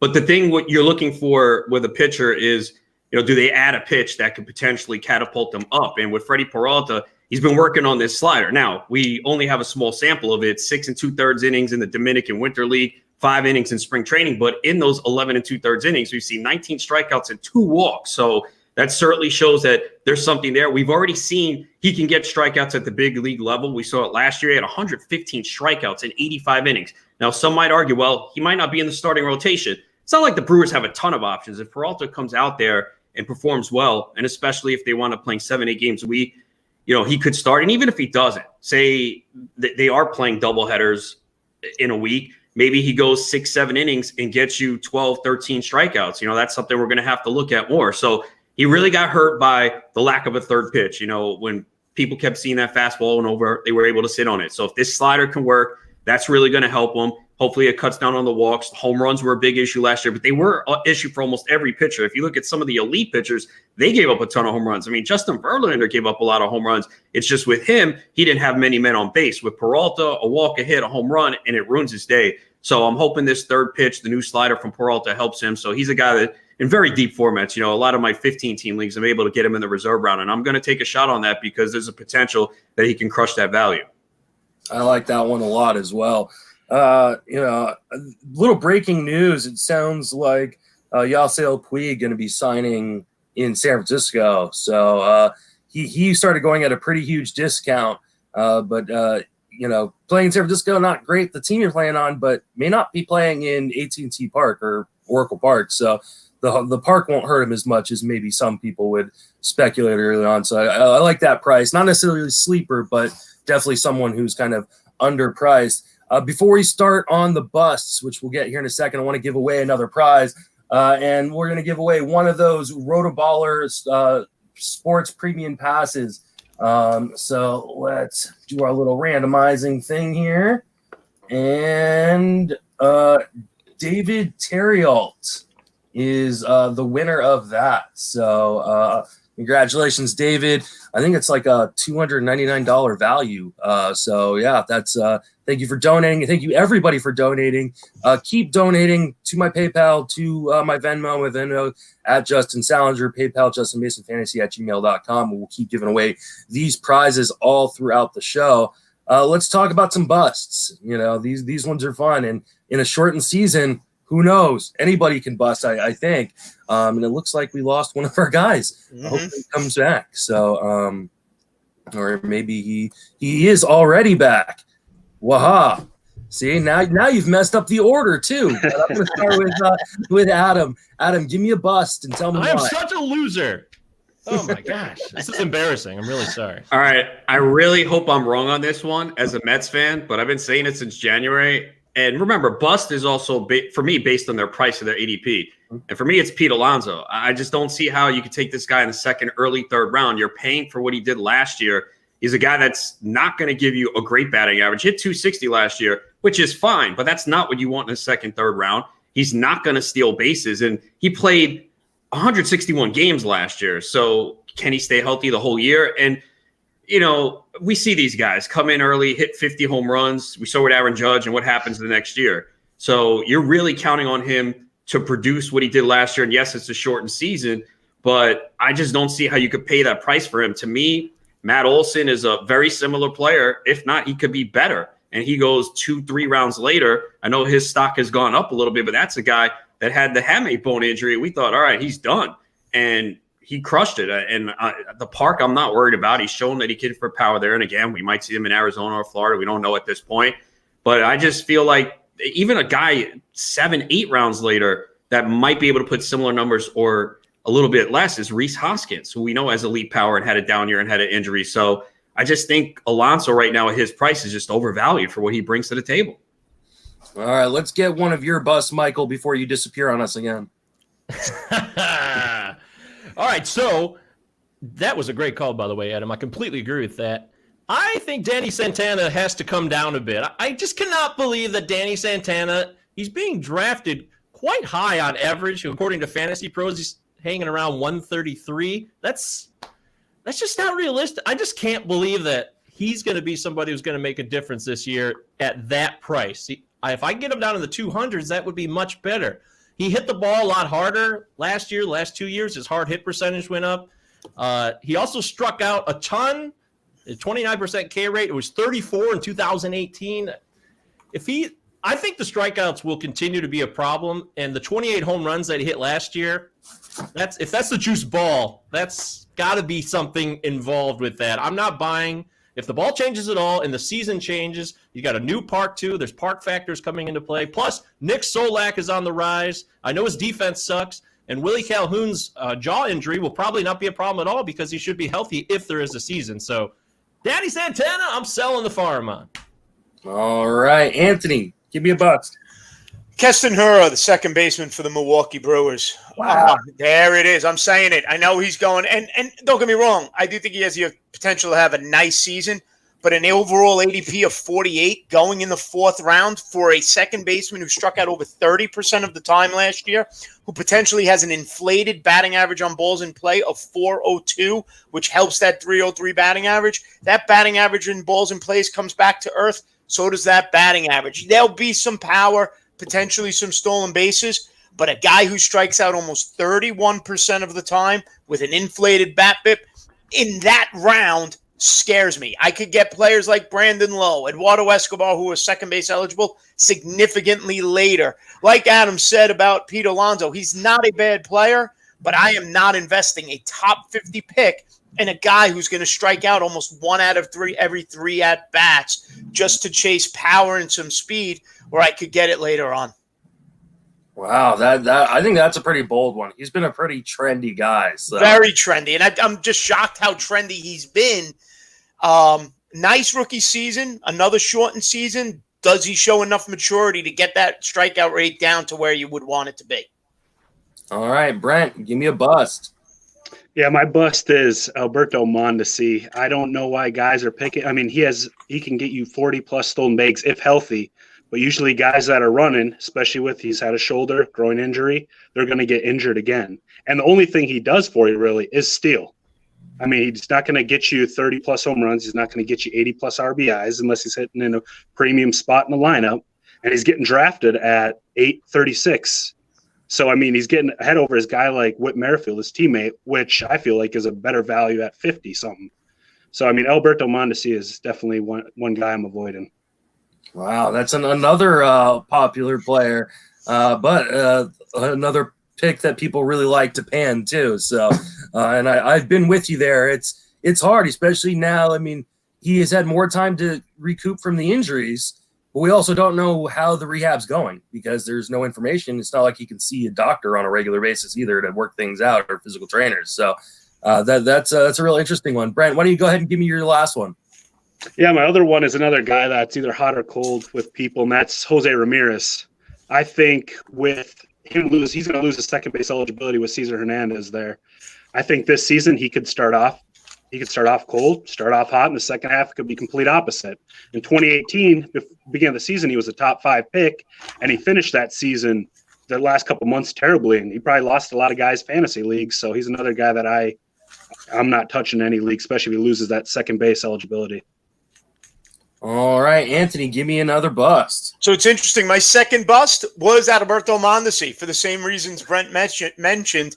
I didn't love him at all, a 29% on-base percentage for a guy who runs. Third on my list is actually Rhys Hoskins, though, of the Philadelphia Phillies. On average, going round 8, round 9. Guy hit 226. Yeah, he hits the ball over the fence, 29 home runs, 85 RBIs. But again, with that 226 batting average, striking out 1 out of every 4 at-bats, which is not outrageous nowadays. But in a shortened season, we've seen him run hot and cold. And if he comes out cold, okay, this is a guy who could completely bust your lineup. 220 is abysmal. We're talking Dave Kingman-like numbers. Doesn't excite me. You could get a guy like Christian Walker of Arizona almost 10 rounds later. He had the same amount of home runs as Rhys Hoskins last year and hit 259. I'm just not willing to invest in that in Hoskins. That 226 is just too low for me. All right, Michael, give me one more. Man, that hurts. I love Rhys Hoskins. That hurts me very much. I must say, Eduardo Escobar. I'm sorry, man. I'm not buying. If he hits 100, if he drives in 118 RBIs, if he drives in that many runs again, you come up with something, I'll do it. I just think if it was prorated on a short season, I want to throw in that caveat. But there's no way he's going 35, 118, hitting 270. I mean, he could hit 270, I suppose, but the rest, no way. His strikeout percentage, it's gone down a little bit, but the walk percentage has gone down. I don't like that. And what really bothers me is his hard hit percentage it's not great. It's not elite. It's 27, 31%. That's not god awful at all. I mean, that's not bad, but it's not amazing. And at certain points, he's been at lower ends of the league on the hard hit percentage. I just don't think he hits the ball hard. It doesn't fly off his bat. His exit velocity is in the 80s.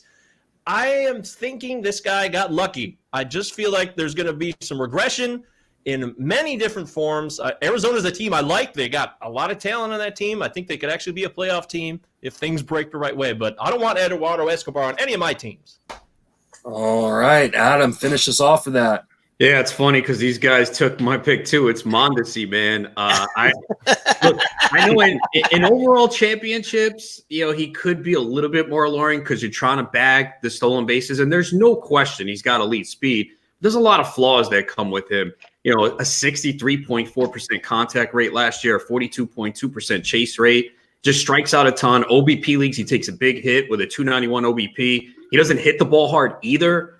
His average exit velocity was 87.9. He's got a poor approach at the plate. It's just a lot of things that there's not a lot to like here, especially if you don't see a big jump in power. So, yeah, I mean, he could steal 40, 50, 60 bases. There's no question about it. But what else is he going to bring to the table? And I think that's the thing is we talk so much about the lack of stolen bases that a lot of people just get captured by a guy like Mondesi who can give you a ton of speed. But what is he going to do to the rest of your team? Like you said, Justin, yeah, the time off should help the shoulder. And that's the case for a lot of guys that are injured, but it doesn't mean that all of a sudden he's going to hit for this top power. And, you know, I need power and RBIs in my first 4 or 5 rounds. You know, RBIs are usually come from guys that are hitting 3, 4, 5. And yeah, you can give me a couple guys that you can get later on, but a lot of those guys go in the first few rounds.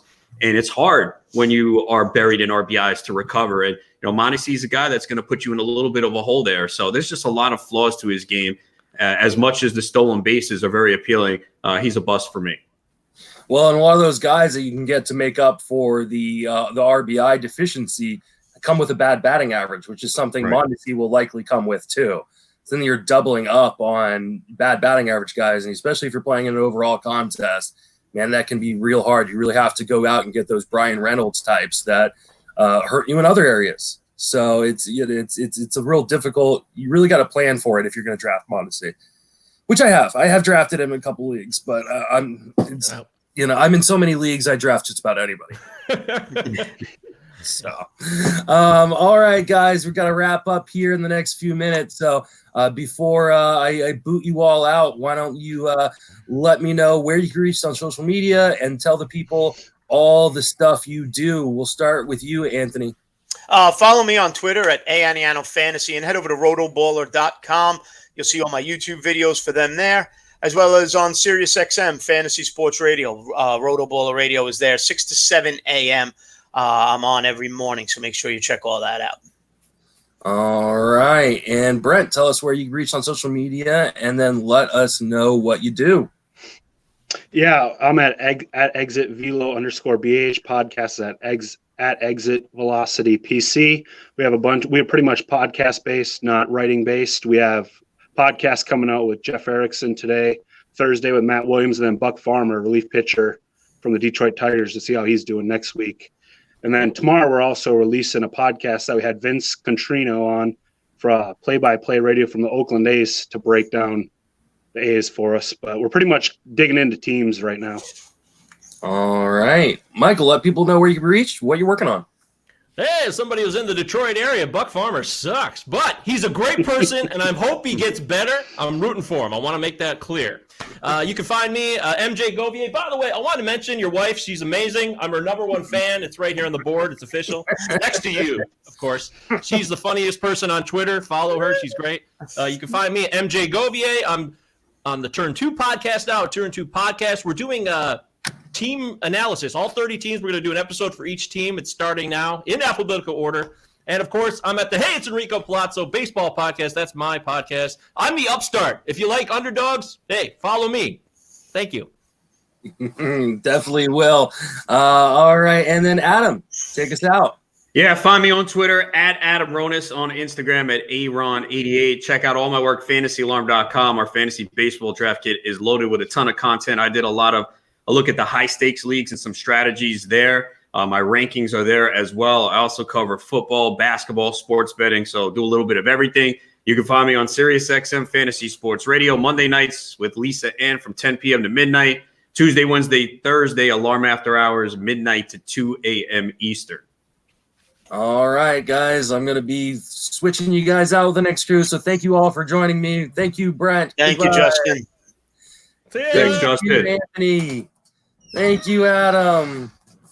And thank you, Michael. All right. And we've added in. Oh, no, Michael's still there. Goodbye, Michael. Added in Paul Marino.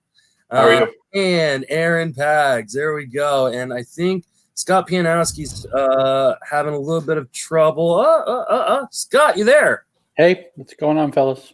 All right, so we got 3 of our 4 here already. It looks like Scott might be having some issues with his connection, so we'll bring him in and out as we can. And then also Chris Woodard joining us as well. So let's start with what we're going to do is we're going to start with introductions. And while we do that, my wife is going to kind of take over and do the introductions part so I can run to the bathroom. And then we'll start with the fantasy ethics part when I get back. But if in the meantime, my wife has some fun questions she can ask you guys until I get back. So why don't we start with Paul? Go ahead. Yep. Paul Mamino, obviously. I write for Fantrax and for Friends with Fantasy Benefits.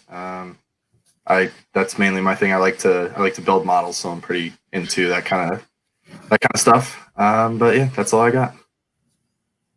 All right. How about you, Aaron? Hey, we lucked out, right? We got in right when Justin had to go take a dump. So Aaron Pags, you can find me at Fantasy Triage on Twitter. Doing work for fantasyandframes.com and also Big Guy Fantasy Sports, host of the podcast Perfectly Framed. Awesome. Chris, how about you? Hey, how's it going? So I'm Chris Woodard. I write for Friends with Fantasy Benefits. Going into my 3rd year with the guys, and great group over there.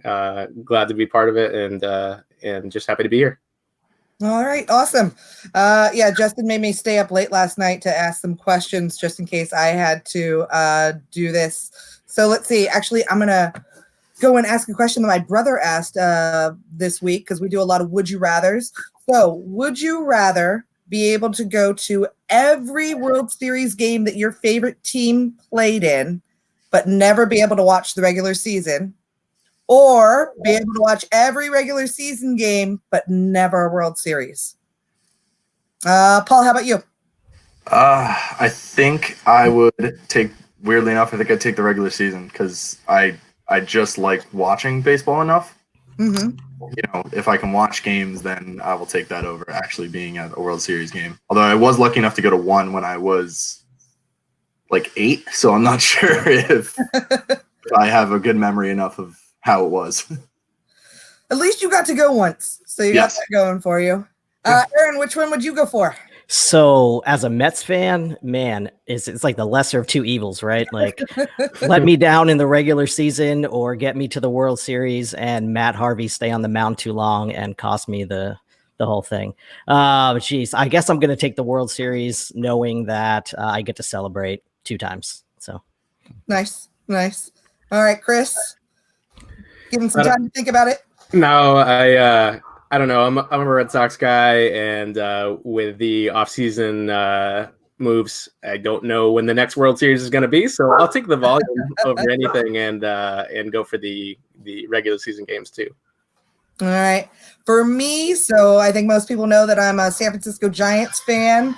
I'm also a little bit of a cheater at these games, so I would go for watching the regular season games because I love having the games. We bought something for the TV so that I would be able to watch it from the dining room so that we can watch games when they're on. So I'd rather watch the regular season because I can just listen to Crook and Kite on the radio during World Series games, and that's good enough for me. Then I don't have to listen to any of the national guys doing any of the announcing. So that's my time. Justin is back. Have a great time, guys. Thank you. Thanks for stopping. All right. And thank you for my wife for not only allowing me to do this, but giving me enough bathroom breaks where it's actually possible. Adding back Scott Pianowski. Scott, did you get a chance to introduce yourself and tell people what you do? Hey, I'm Scott Pianowski, fantasy analyst for Yahoo Sports and proud fan of the Hartford Whalers. There you go. All right. So we are doing a segment in this one, which it's a little bit of fantasy ethics. We did one earlier. We're going to do another one now. And then if we run out of time, if we run out of questions, I will ask more questions that my wife has from her big bag of questions. Okay, great. So, all right. Let's see. Is it acceptable to tank for a better draft spot for the next season? If your league is basing their draft order on the next season, is it acceptable to tank? I'll start with you, Scott. It's absolutely acceptable to tank. It's just as long as you're constructing your team in a way that you have a goal that you're trying to succeed. It's just a long-term goal rather than a short-term goal. And what I like to do, one of my leagues, what we do to get around the problem with tanking is in a draft keeper league that I'm in, our draft order is 5, 6, 7, 8, 9, 10, 11, 4, 12, 3, 13, 2, 14, 1. We stagger it so that the first team out of the money picks first. And if you come in last place, you actually would have the second to last pick in the next year's draft. So everybody constantly has a carrot.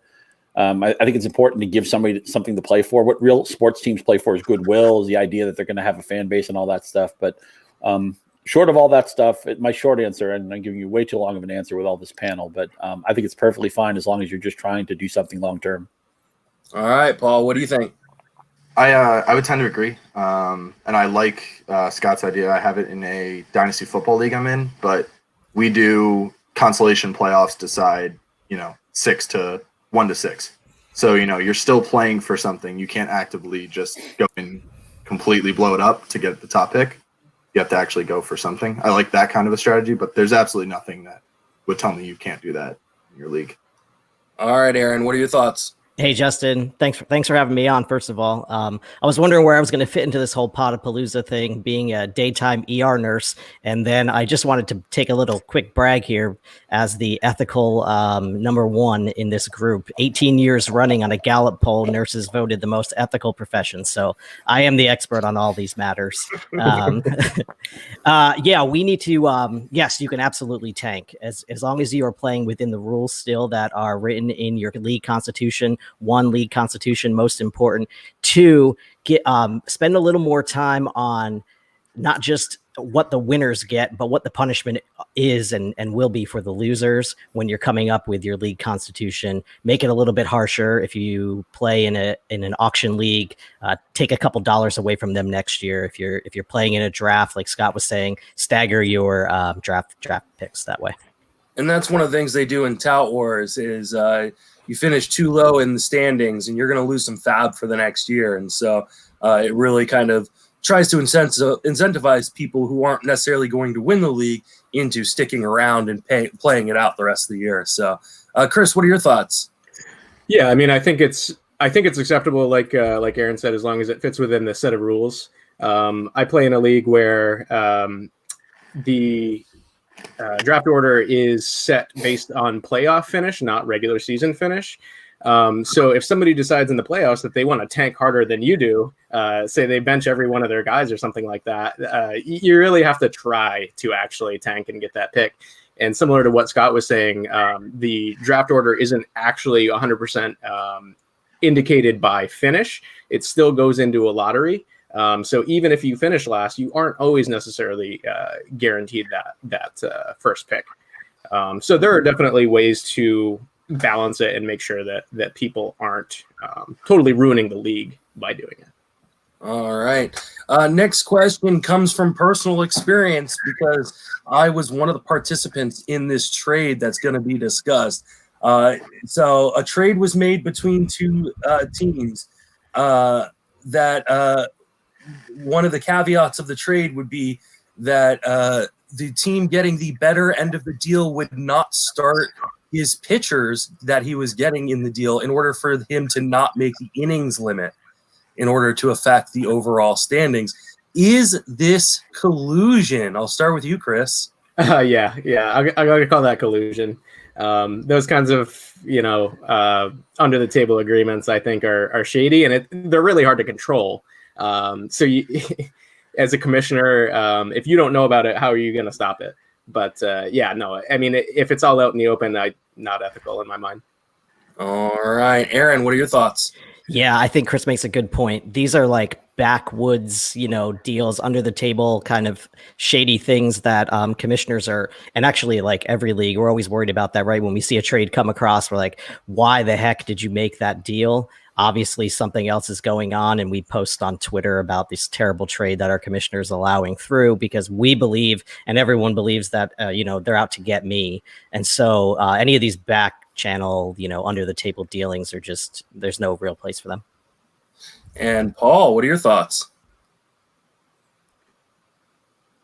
Paul, are you on mute? All right. Well, Scott, what are your thoughts? Yeah, I agree with what Chris and what Aaron were saying. I mean, the idea is that everybody is trying their best, whether it's the short term or the long term goal, whether they're trying to put their best product on the field, their best team together. And it's hard to know. It's hard to have perfect knowledge of when collusion exists like this. But in a situation where you outlined, that's what the type of thing that ruins leagues. And it really comes down to, for me, to have the best experience possible. You want a good set of rules. You don't want it so stringent that nobody can do anything, but you want a good set of rules and you want a good set of people. And a lot of times the success of a league or the enjoyment of a league or the experience of a league is going to come down to, did we get, are we all friends? Are we all invested in each other? Do we all care about this league collectively in addition to our individual goals? So, in this case, if you have leagues that are fighting with each other, maybe you just need to be with better groups of people, or just people who line up more with what your fantasy experience is aiming to be. And I will say that I was part of this trade, and I was trying to get the worse end to make sure the other guy didn't make the pitching limits. Everything was done out on the open. It was a poor choice of words that I used to try, and I told the whole league what I was trying to do. It was not allowed, and what I ended up doing was giving him a little bit more to take more of his pitchers off of his roster, so that way he wouldn't make the innings limit. And I would not have done it. I would not today do that same kind of move. So, but we all make mistakes. We all learn. Was good. Did you win, Justin? I did not actually. I lost the league on the last day because the guy I traded with picked up Gregor Blanco and put him into his lineup. And he scored 5 runs on the last day of the season. And I lost by 1 run. Isn't that the great thing about fantasy? I mean, it's not about having Mike Trout or Christian Yelich. It's about Gregor Blanco scoring 5 runs in the final game of the season to beat you out. I thought when you asked the question, you started smoking. I assumed that must be a victory cigarette.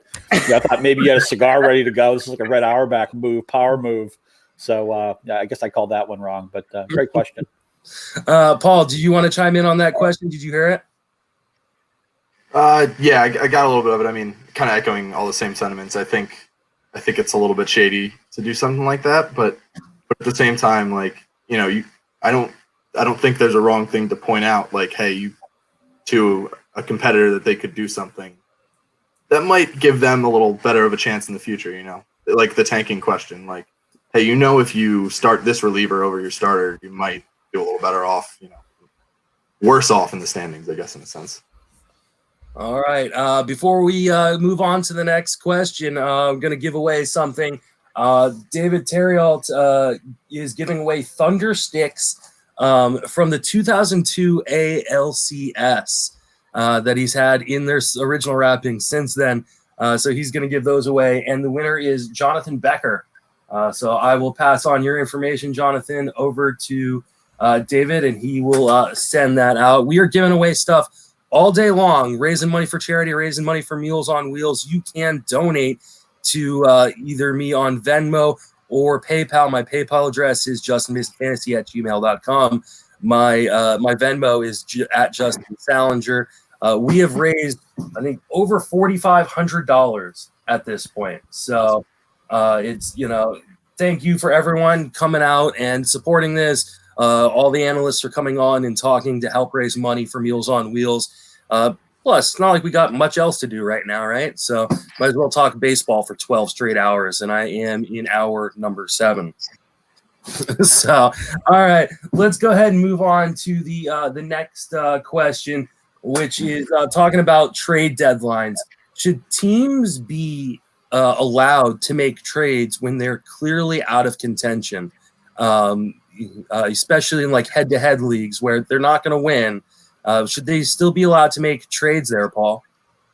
Yeah, I think so. I mean, I don't, even though if there's no keeper component or anything like that, I think they're still able to make trades because they're not, limited to just the top team. They could trade with anybody. So there might be a position where they might see, it could be a keeper league or it could be something where they're able to trade and help themselves in their position for the future, might be the next draft pick, even though it's not, players don't carry over, the next season might be impacted on how you did the year before. So I definitely think, like you were saying in tout with Fab and things like that, if there is some sort of negative component, you should definitely be able to better your team no matter where you stand. All right, Scott, what do you think? Yeah, as long as it's in good faith, I have no problem with it. And maybe to me, the key to this, based on your league construction, is where do you put the deadline? If you're in a head-to-head league, maybe you just need to have an earlier deadline or a deadline that wouldn't upset the competitive balance. But as long as the trades are in good faith, I have no problem with them. Chris?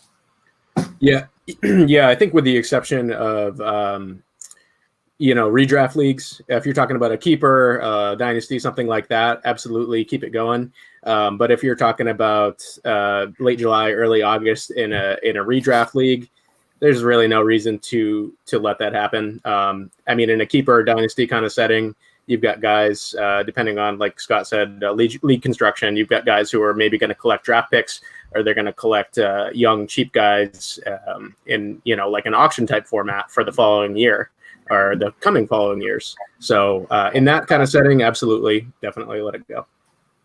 And Aaron?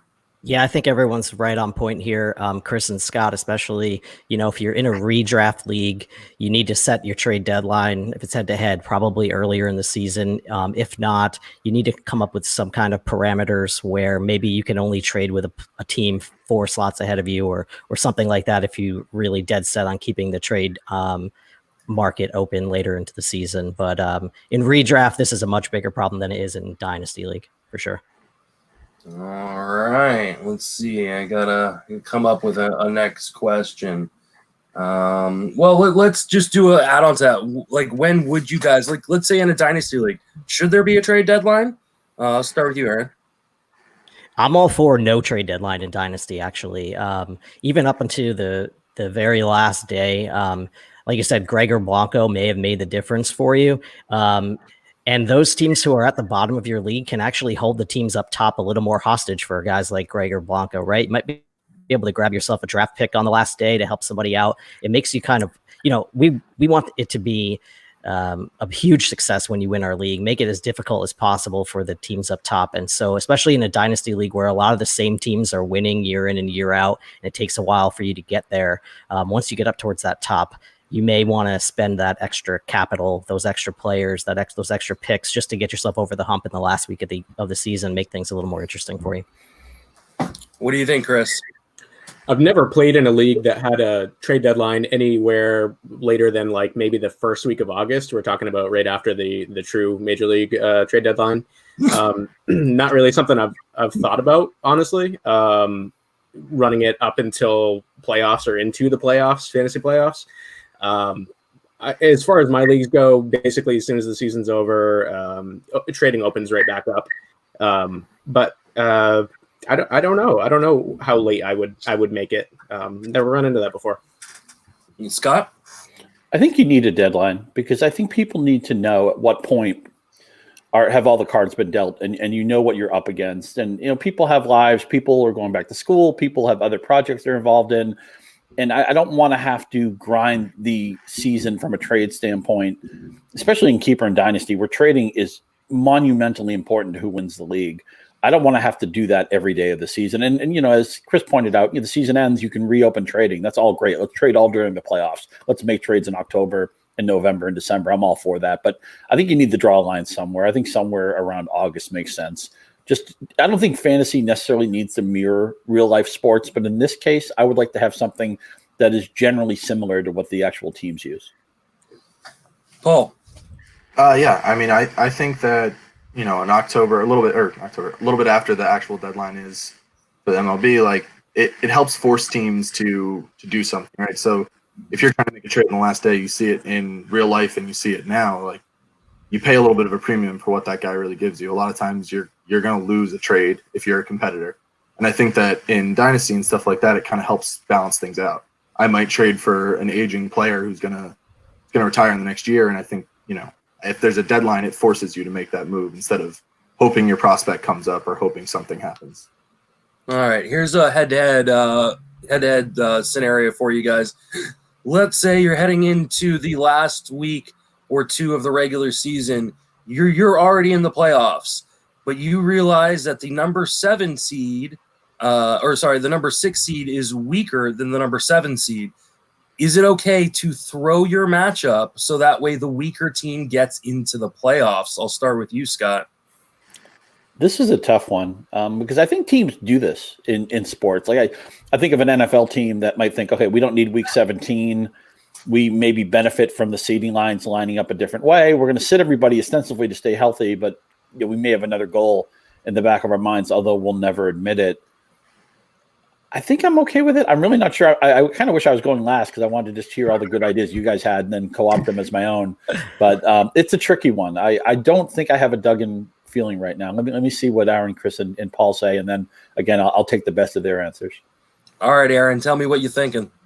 I think you absolutely can. I mean, you're playing to win, right? I'm not saying win at all costs, but if you're going to be able to set yourself up for success in your fantasy playoffs by helping get a little bit of a weaker team in by playing a subpar lineup, or I won't go as far as saying throw your week, but playing within the rules, rostering the exact number of players you need to roster and things like that, but making sure that it's a little bit easier for your opponent to beat you so that the weaker team gets into the playoffs. I think I'm perfectly okay with that. It's gamesmanship. All right, Paul, what do you think?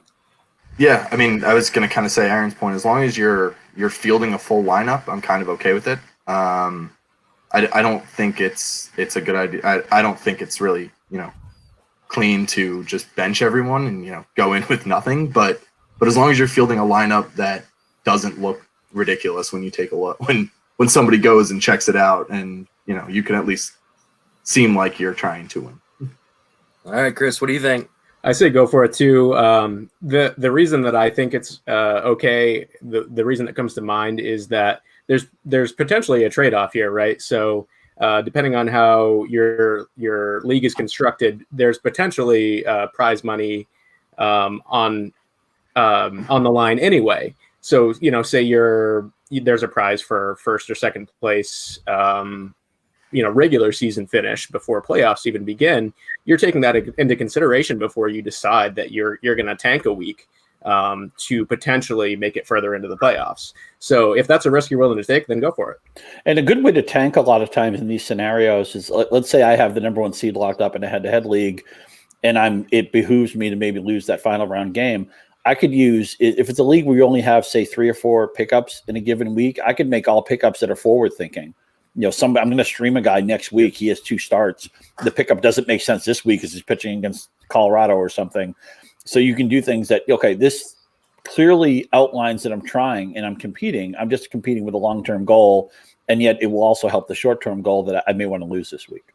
Yeah, it actually reminds me, I was going to start a new article series over on Fangraphs this year that may have been kind of blown out of the water with how things are going. But the idea was looking forward into the week after. So 2 weeks in the future, like kind of a forecaster for 2 weeks for people who wanted to make those kind of pickups that weren't going to help them this week, but might be the trendier guy for the following week. But who knows with the new scheduling if that's going to be a really well played out article. That's a huge skill set to have in fantasy, right? To pick up a guy when he's a $0 pickup, a $1 pickup, to be a week ahead of the waiver wire, whether it's so you don't have to pay the most, or maybe you don't have any fab anymore or any leverage anymore. You have no more waiver priority. So you need to be a week or two early. You need to look in fantasy football. What player could I see plausibly could be really hot pickup in a week with just one tiny thing changing? What reliever in fantasy baseball is pitching great right now, but not getting saves, but maybe is one outing away from that changing.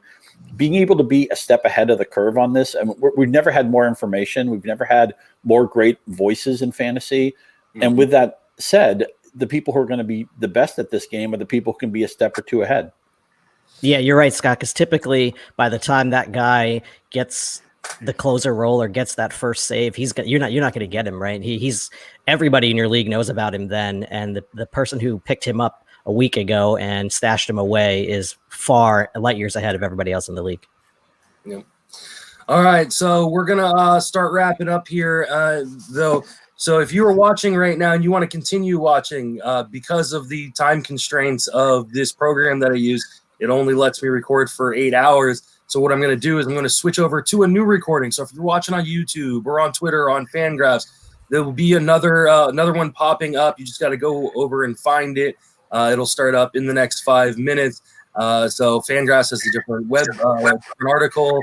YouTube has a different video. Twitter will have a different tweet that comes out. Facebook, same thing. So just definitely go and find that. But before we go, I want to give everybody a chance to, again, remind people where you can reach on social media and then plug all your work. Chris, go ahead. Yeah, so you can find my work on Friends of Fantasy Benefits. I'm on Twitter at Chris J. Woodard. I've used this offseason to put a little bit of work into a podcast I've been doing called Beers from Last Night, where I do a little bit of craft beer stuff and talk about how much I miss baseball. But look forward to having some real baseball so I can get it back into some writing and jump on that FWFB pod as well. Definitely. Aaron, tell us where you can be reached, what you're working on. Thanks, Justin. You guys can find me on Twitter at Fantasy Triage. You can find everything we do at fantasyinframes.com. We are new to the baseball world, initially a football site, but taking on baseball in 2020. Also podcasting at Perfectly Framed. All right. Scott, tell everybody where you can be reached, what you're working on. Yeah, Scott_Pianowski on Twitter, which I'll link to all my work. I do work on the Yahoo Fantasy Baseball podcast, which comes out on Mondays. And we're also doing a lot of non-baseball stuff now because, of course, this is just a unusual space that we're in 2020. So I've been writing a lot of music lately, a lot of pop culture. If that stuff interests you, and just props to you, Justin, and the community for rallying. And, we're all in this together. We can try to raise some money for a good cause. I appreciate what the effort is here and what the response has been. Well, thank you so much, Scott, for coming on. Paul, tell people where you can reach, what you're working on. Yep. You can find some of my work at Fantrax and at Friends of Fantasy Benefits, and you can find me on Twitter at PMamino Fantasy. I just want to thank you again, Justin, for organizing this, having me on, and all the amazing thing you do. Giving a lot of people, Chris and myself, a chance with Friends of Fantasy Benefits too, just somewhere to put our work down. Well, I appreciate having you guys, and we will definitely talk soon in our staff chat. And once our podcasts start rolling back out again, we'll definitely have you guys back on. So thank you guys all for joining me. Again, this is changing. This is like when the draft goes from ESPN to ESPN2. Go and whatever platform you're using to watch this, whether it be Twitter, Facebook, Fangraphs, YouTube. There should be another link on those platforms to go watch. So I'm going to sign this one off and start the next one up. Thank you guys so much for joining. Wash your hands, Thanks, everybody. 20 seconds. Justin. Wash Thank your you, hands. guys. Wash those hands.